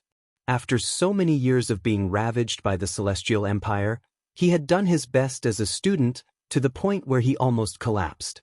However, this was definitely his first time being a teacher. With Wu Yan's past knowledge, he was simply overestimating himself if he wanted to be a teacher. He had even thrown away all the knowledge he had learned in the past. How could he teach others? If it wasn't for the fact that he was only teaching liberal arts and could rely on his complete memory, ability to memorize, and barely reach the level of teaching, Wu Yan would have lost a lot of face. Even so, he still felt a little helpless. He never thought that he would actually become a teacher one day. Fortunately, he was only teaching junior high school. Yes, Sasazaki-senpai. Although he felt helpless, he still had to greet her. Currently, I'm still a newbie. I'm a trainee attack mage officer led by Natsuki-senpai. Please give me your guidance. Ma. Sasasaki smiled cheerfully. Since you are senior Yu's junior, then you are also my junior. If there is anything you do not understand, feel free to ask me. I will definitely help you. Is that so? Wu Yan smiled awkwardly. Then I'll leave it to you. Leave it to me. Sasasaki Misaki patted her perky breasts, which almost attracted Wu Yan's attention. Now, I'll bring you to greet the students. Yes.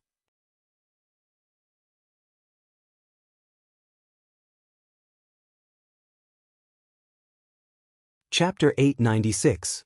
Itagami Island, Saikai Academy Junior High School, 3rd grade Class C. There's still some time before class starts. The 3rd grade students in junior high were around 14 or 15 years old. Students at this age were generally still at the age where they liked to play.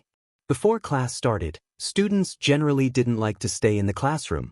Even if they stayed in the classroom, they didn't want to stay by the desk. Therefore, the 3rd grade Class C had a rather lively atmosphere. The students were all whispering to each other, excitedly discussing some interesting things. For example, a certain teacher got married, a certain student fell in love, a certain friend caused trouble, a certain senior sister or senior brother made a fool of themselves. Basically, there was everything one could think of. They were all enjoying the leisure time after class. Among them, the most active one was a cute girl with red eyes. Her hair was tied up in a ponytail. She was none other than Xiao Nagisa. In just a short period of time, Xiao Nagisa had already scurried up and down the classroom countless times. As long as the students gathered together to chat, she would find an opportunity to join in the conversation and talk nonstop. She was so active that she didn't seem like a normal junior high school student, but it was hard to dislike her. After all, Xiao Nagisa was also a very cute girl. Nagisa might look like a coward because she was scared in front of Wu Yan the other day. In fact, she is the opposite. She is very lively and cheerful. She was also a member of the cheerleading team. Not only did she have excellent grades, but she was also capable of handling household affairs. She had a personality that was consistent with what she appeared to be. Although she could be particularly scary sometimes when she was angry, and there was no way she could keep a secret, it was impossible to judge her as a coward. Nagisa is also a talkative person. Once she starts talking, she can't stop talking. This also proves that she is very easy to get along with. Her personality is very likable. If she didn't have a phobia of demons, she wouldn't have acted so weak in front of Wu Yan.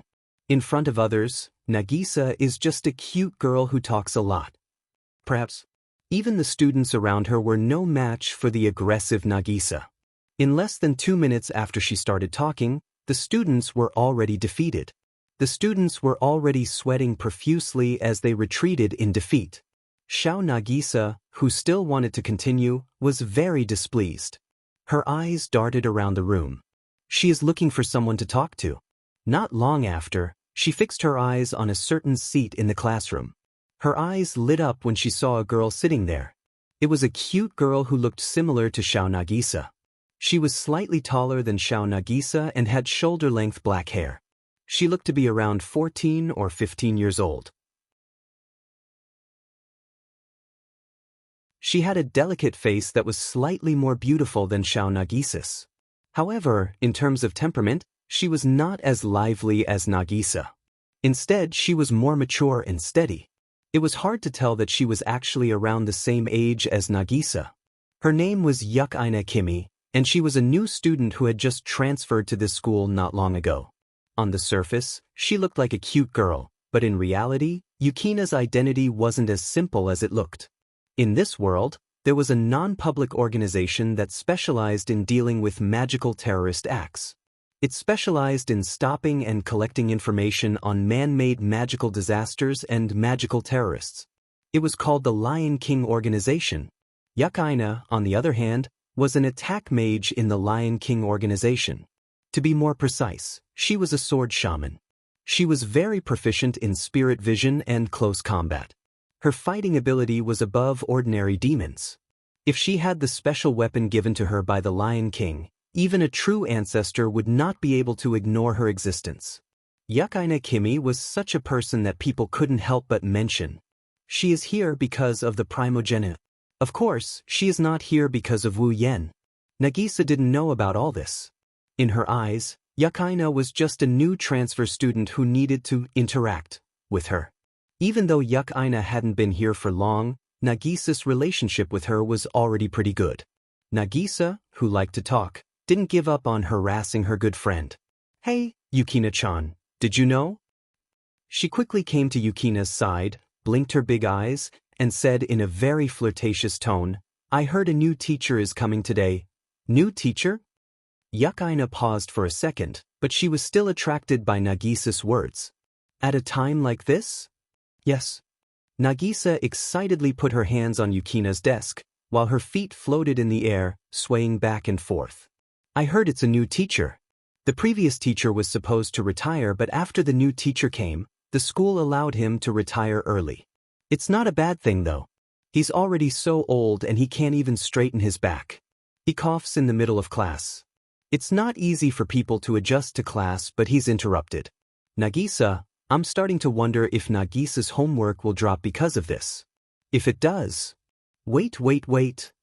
Noticing that Nagisa was getting more and more excited, Yukaina hurriedly stopped her. Although she hadn't known Nagisa for a long time, Nagisa's ability to talk was well known in the class. Yukaina had heard of it before, but it was the first time she experienced it for herself, which made her feel a little embarrassed. "What about the new teacher?" Yukaina reminded her. She wanted Nagisa to get to the point. "Oh, a new teacher." Nagisa's interest didn't diminish as she continued. "I just found out too. The new teacher is a lot younger than the previous one. I heard that he's only in his 20s. He suddenly came to the school today and was recommended by a teacher in the high school. I don't know who that teacher is, but he seems very powerful." The principal agreed immediately after the recommendation. He didn't even ask about the new teacher's education. "Nagisa, I find it very strange. Yusa-chan, do you find it strange too?" This time, Yukaina didn't mind Nagisa's rambling. She really did find it strange. As a sword shaman, Yukaina was weak in everything except close combat and astral vision. However, her intuition was surprisingly good.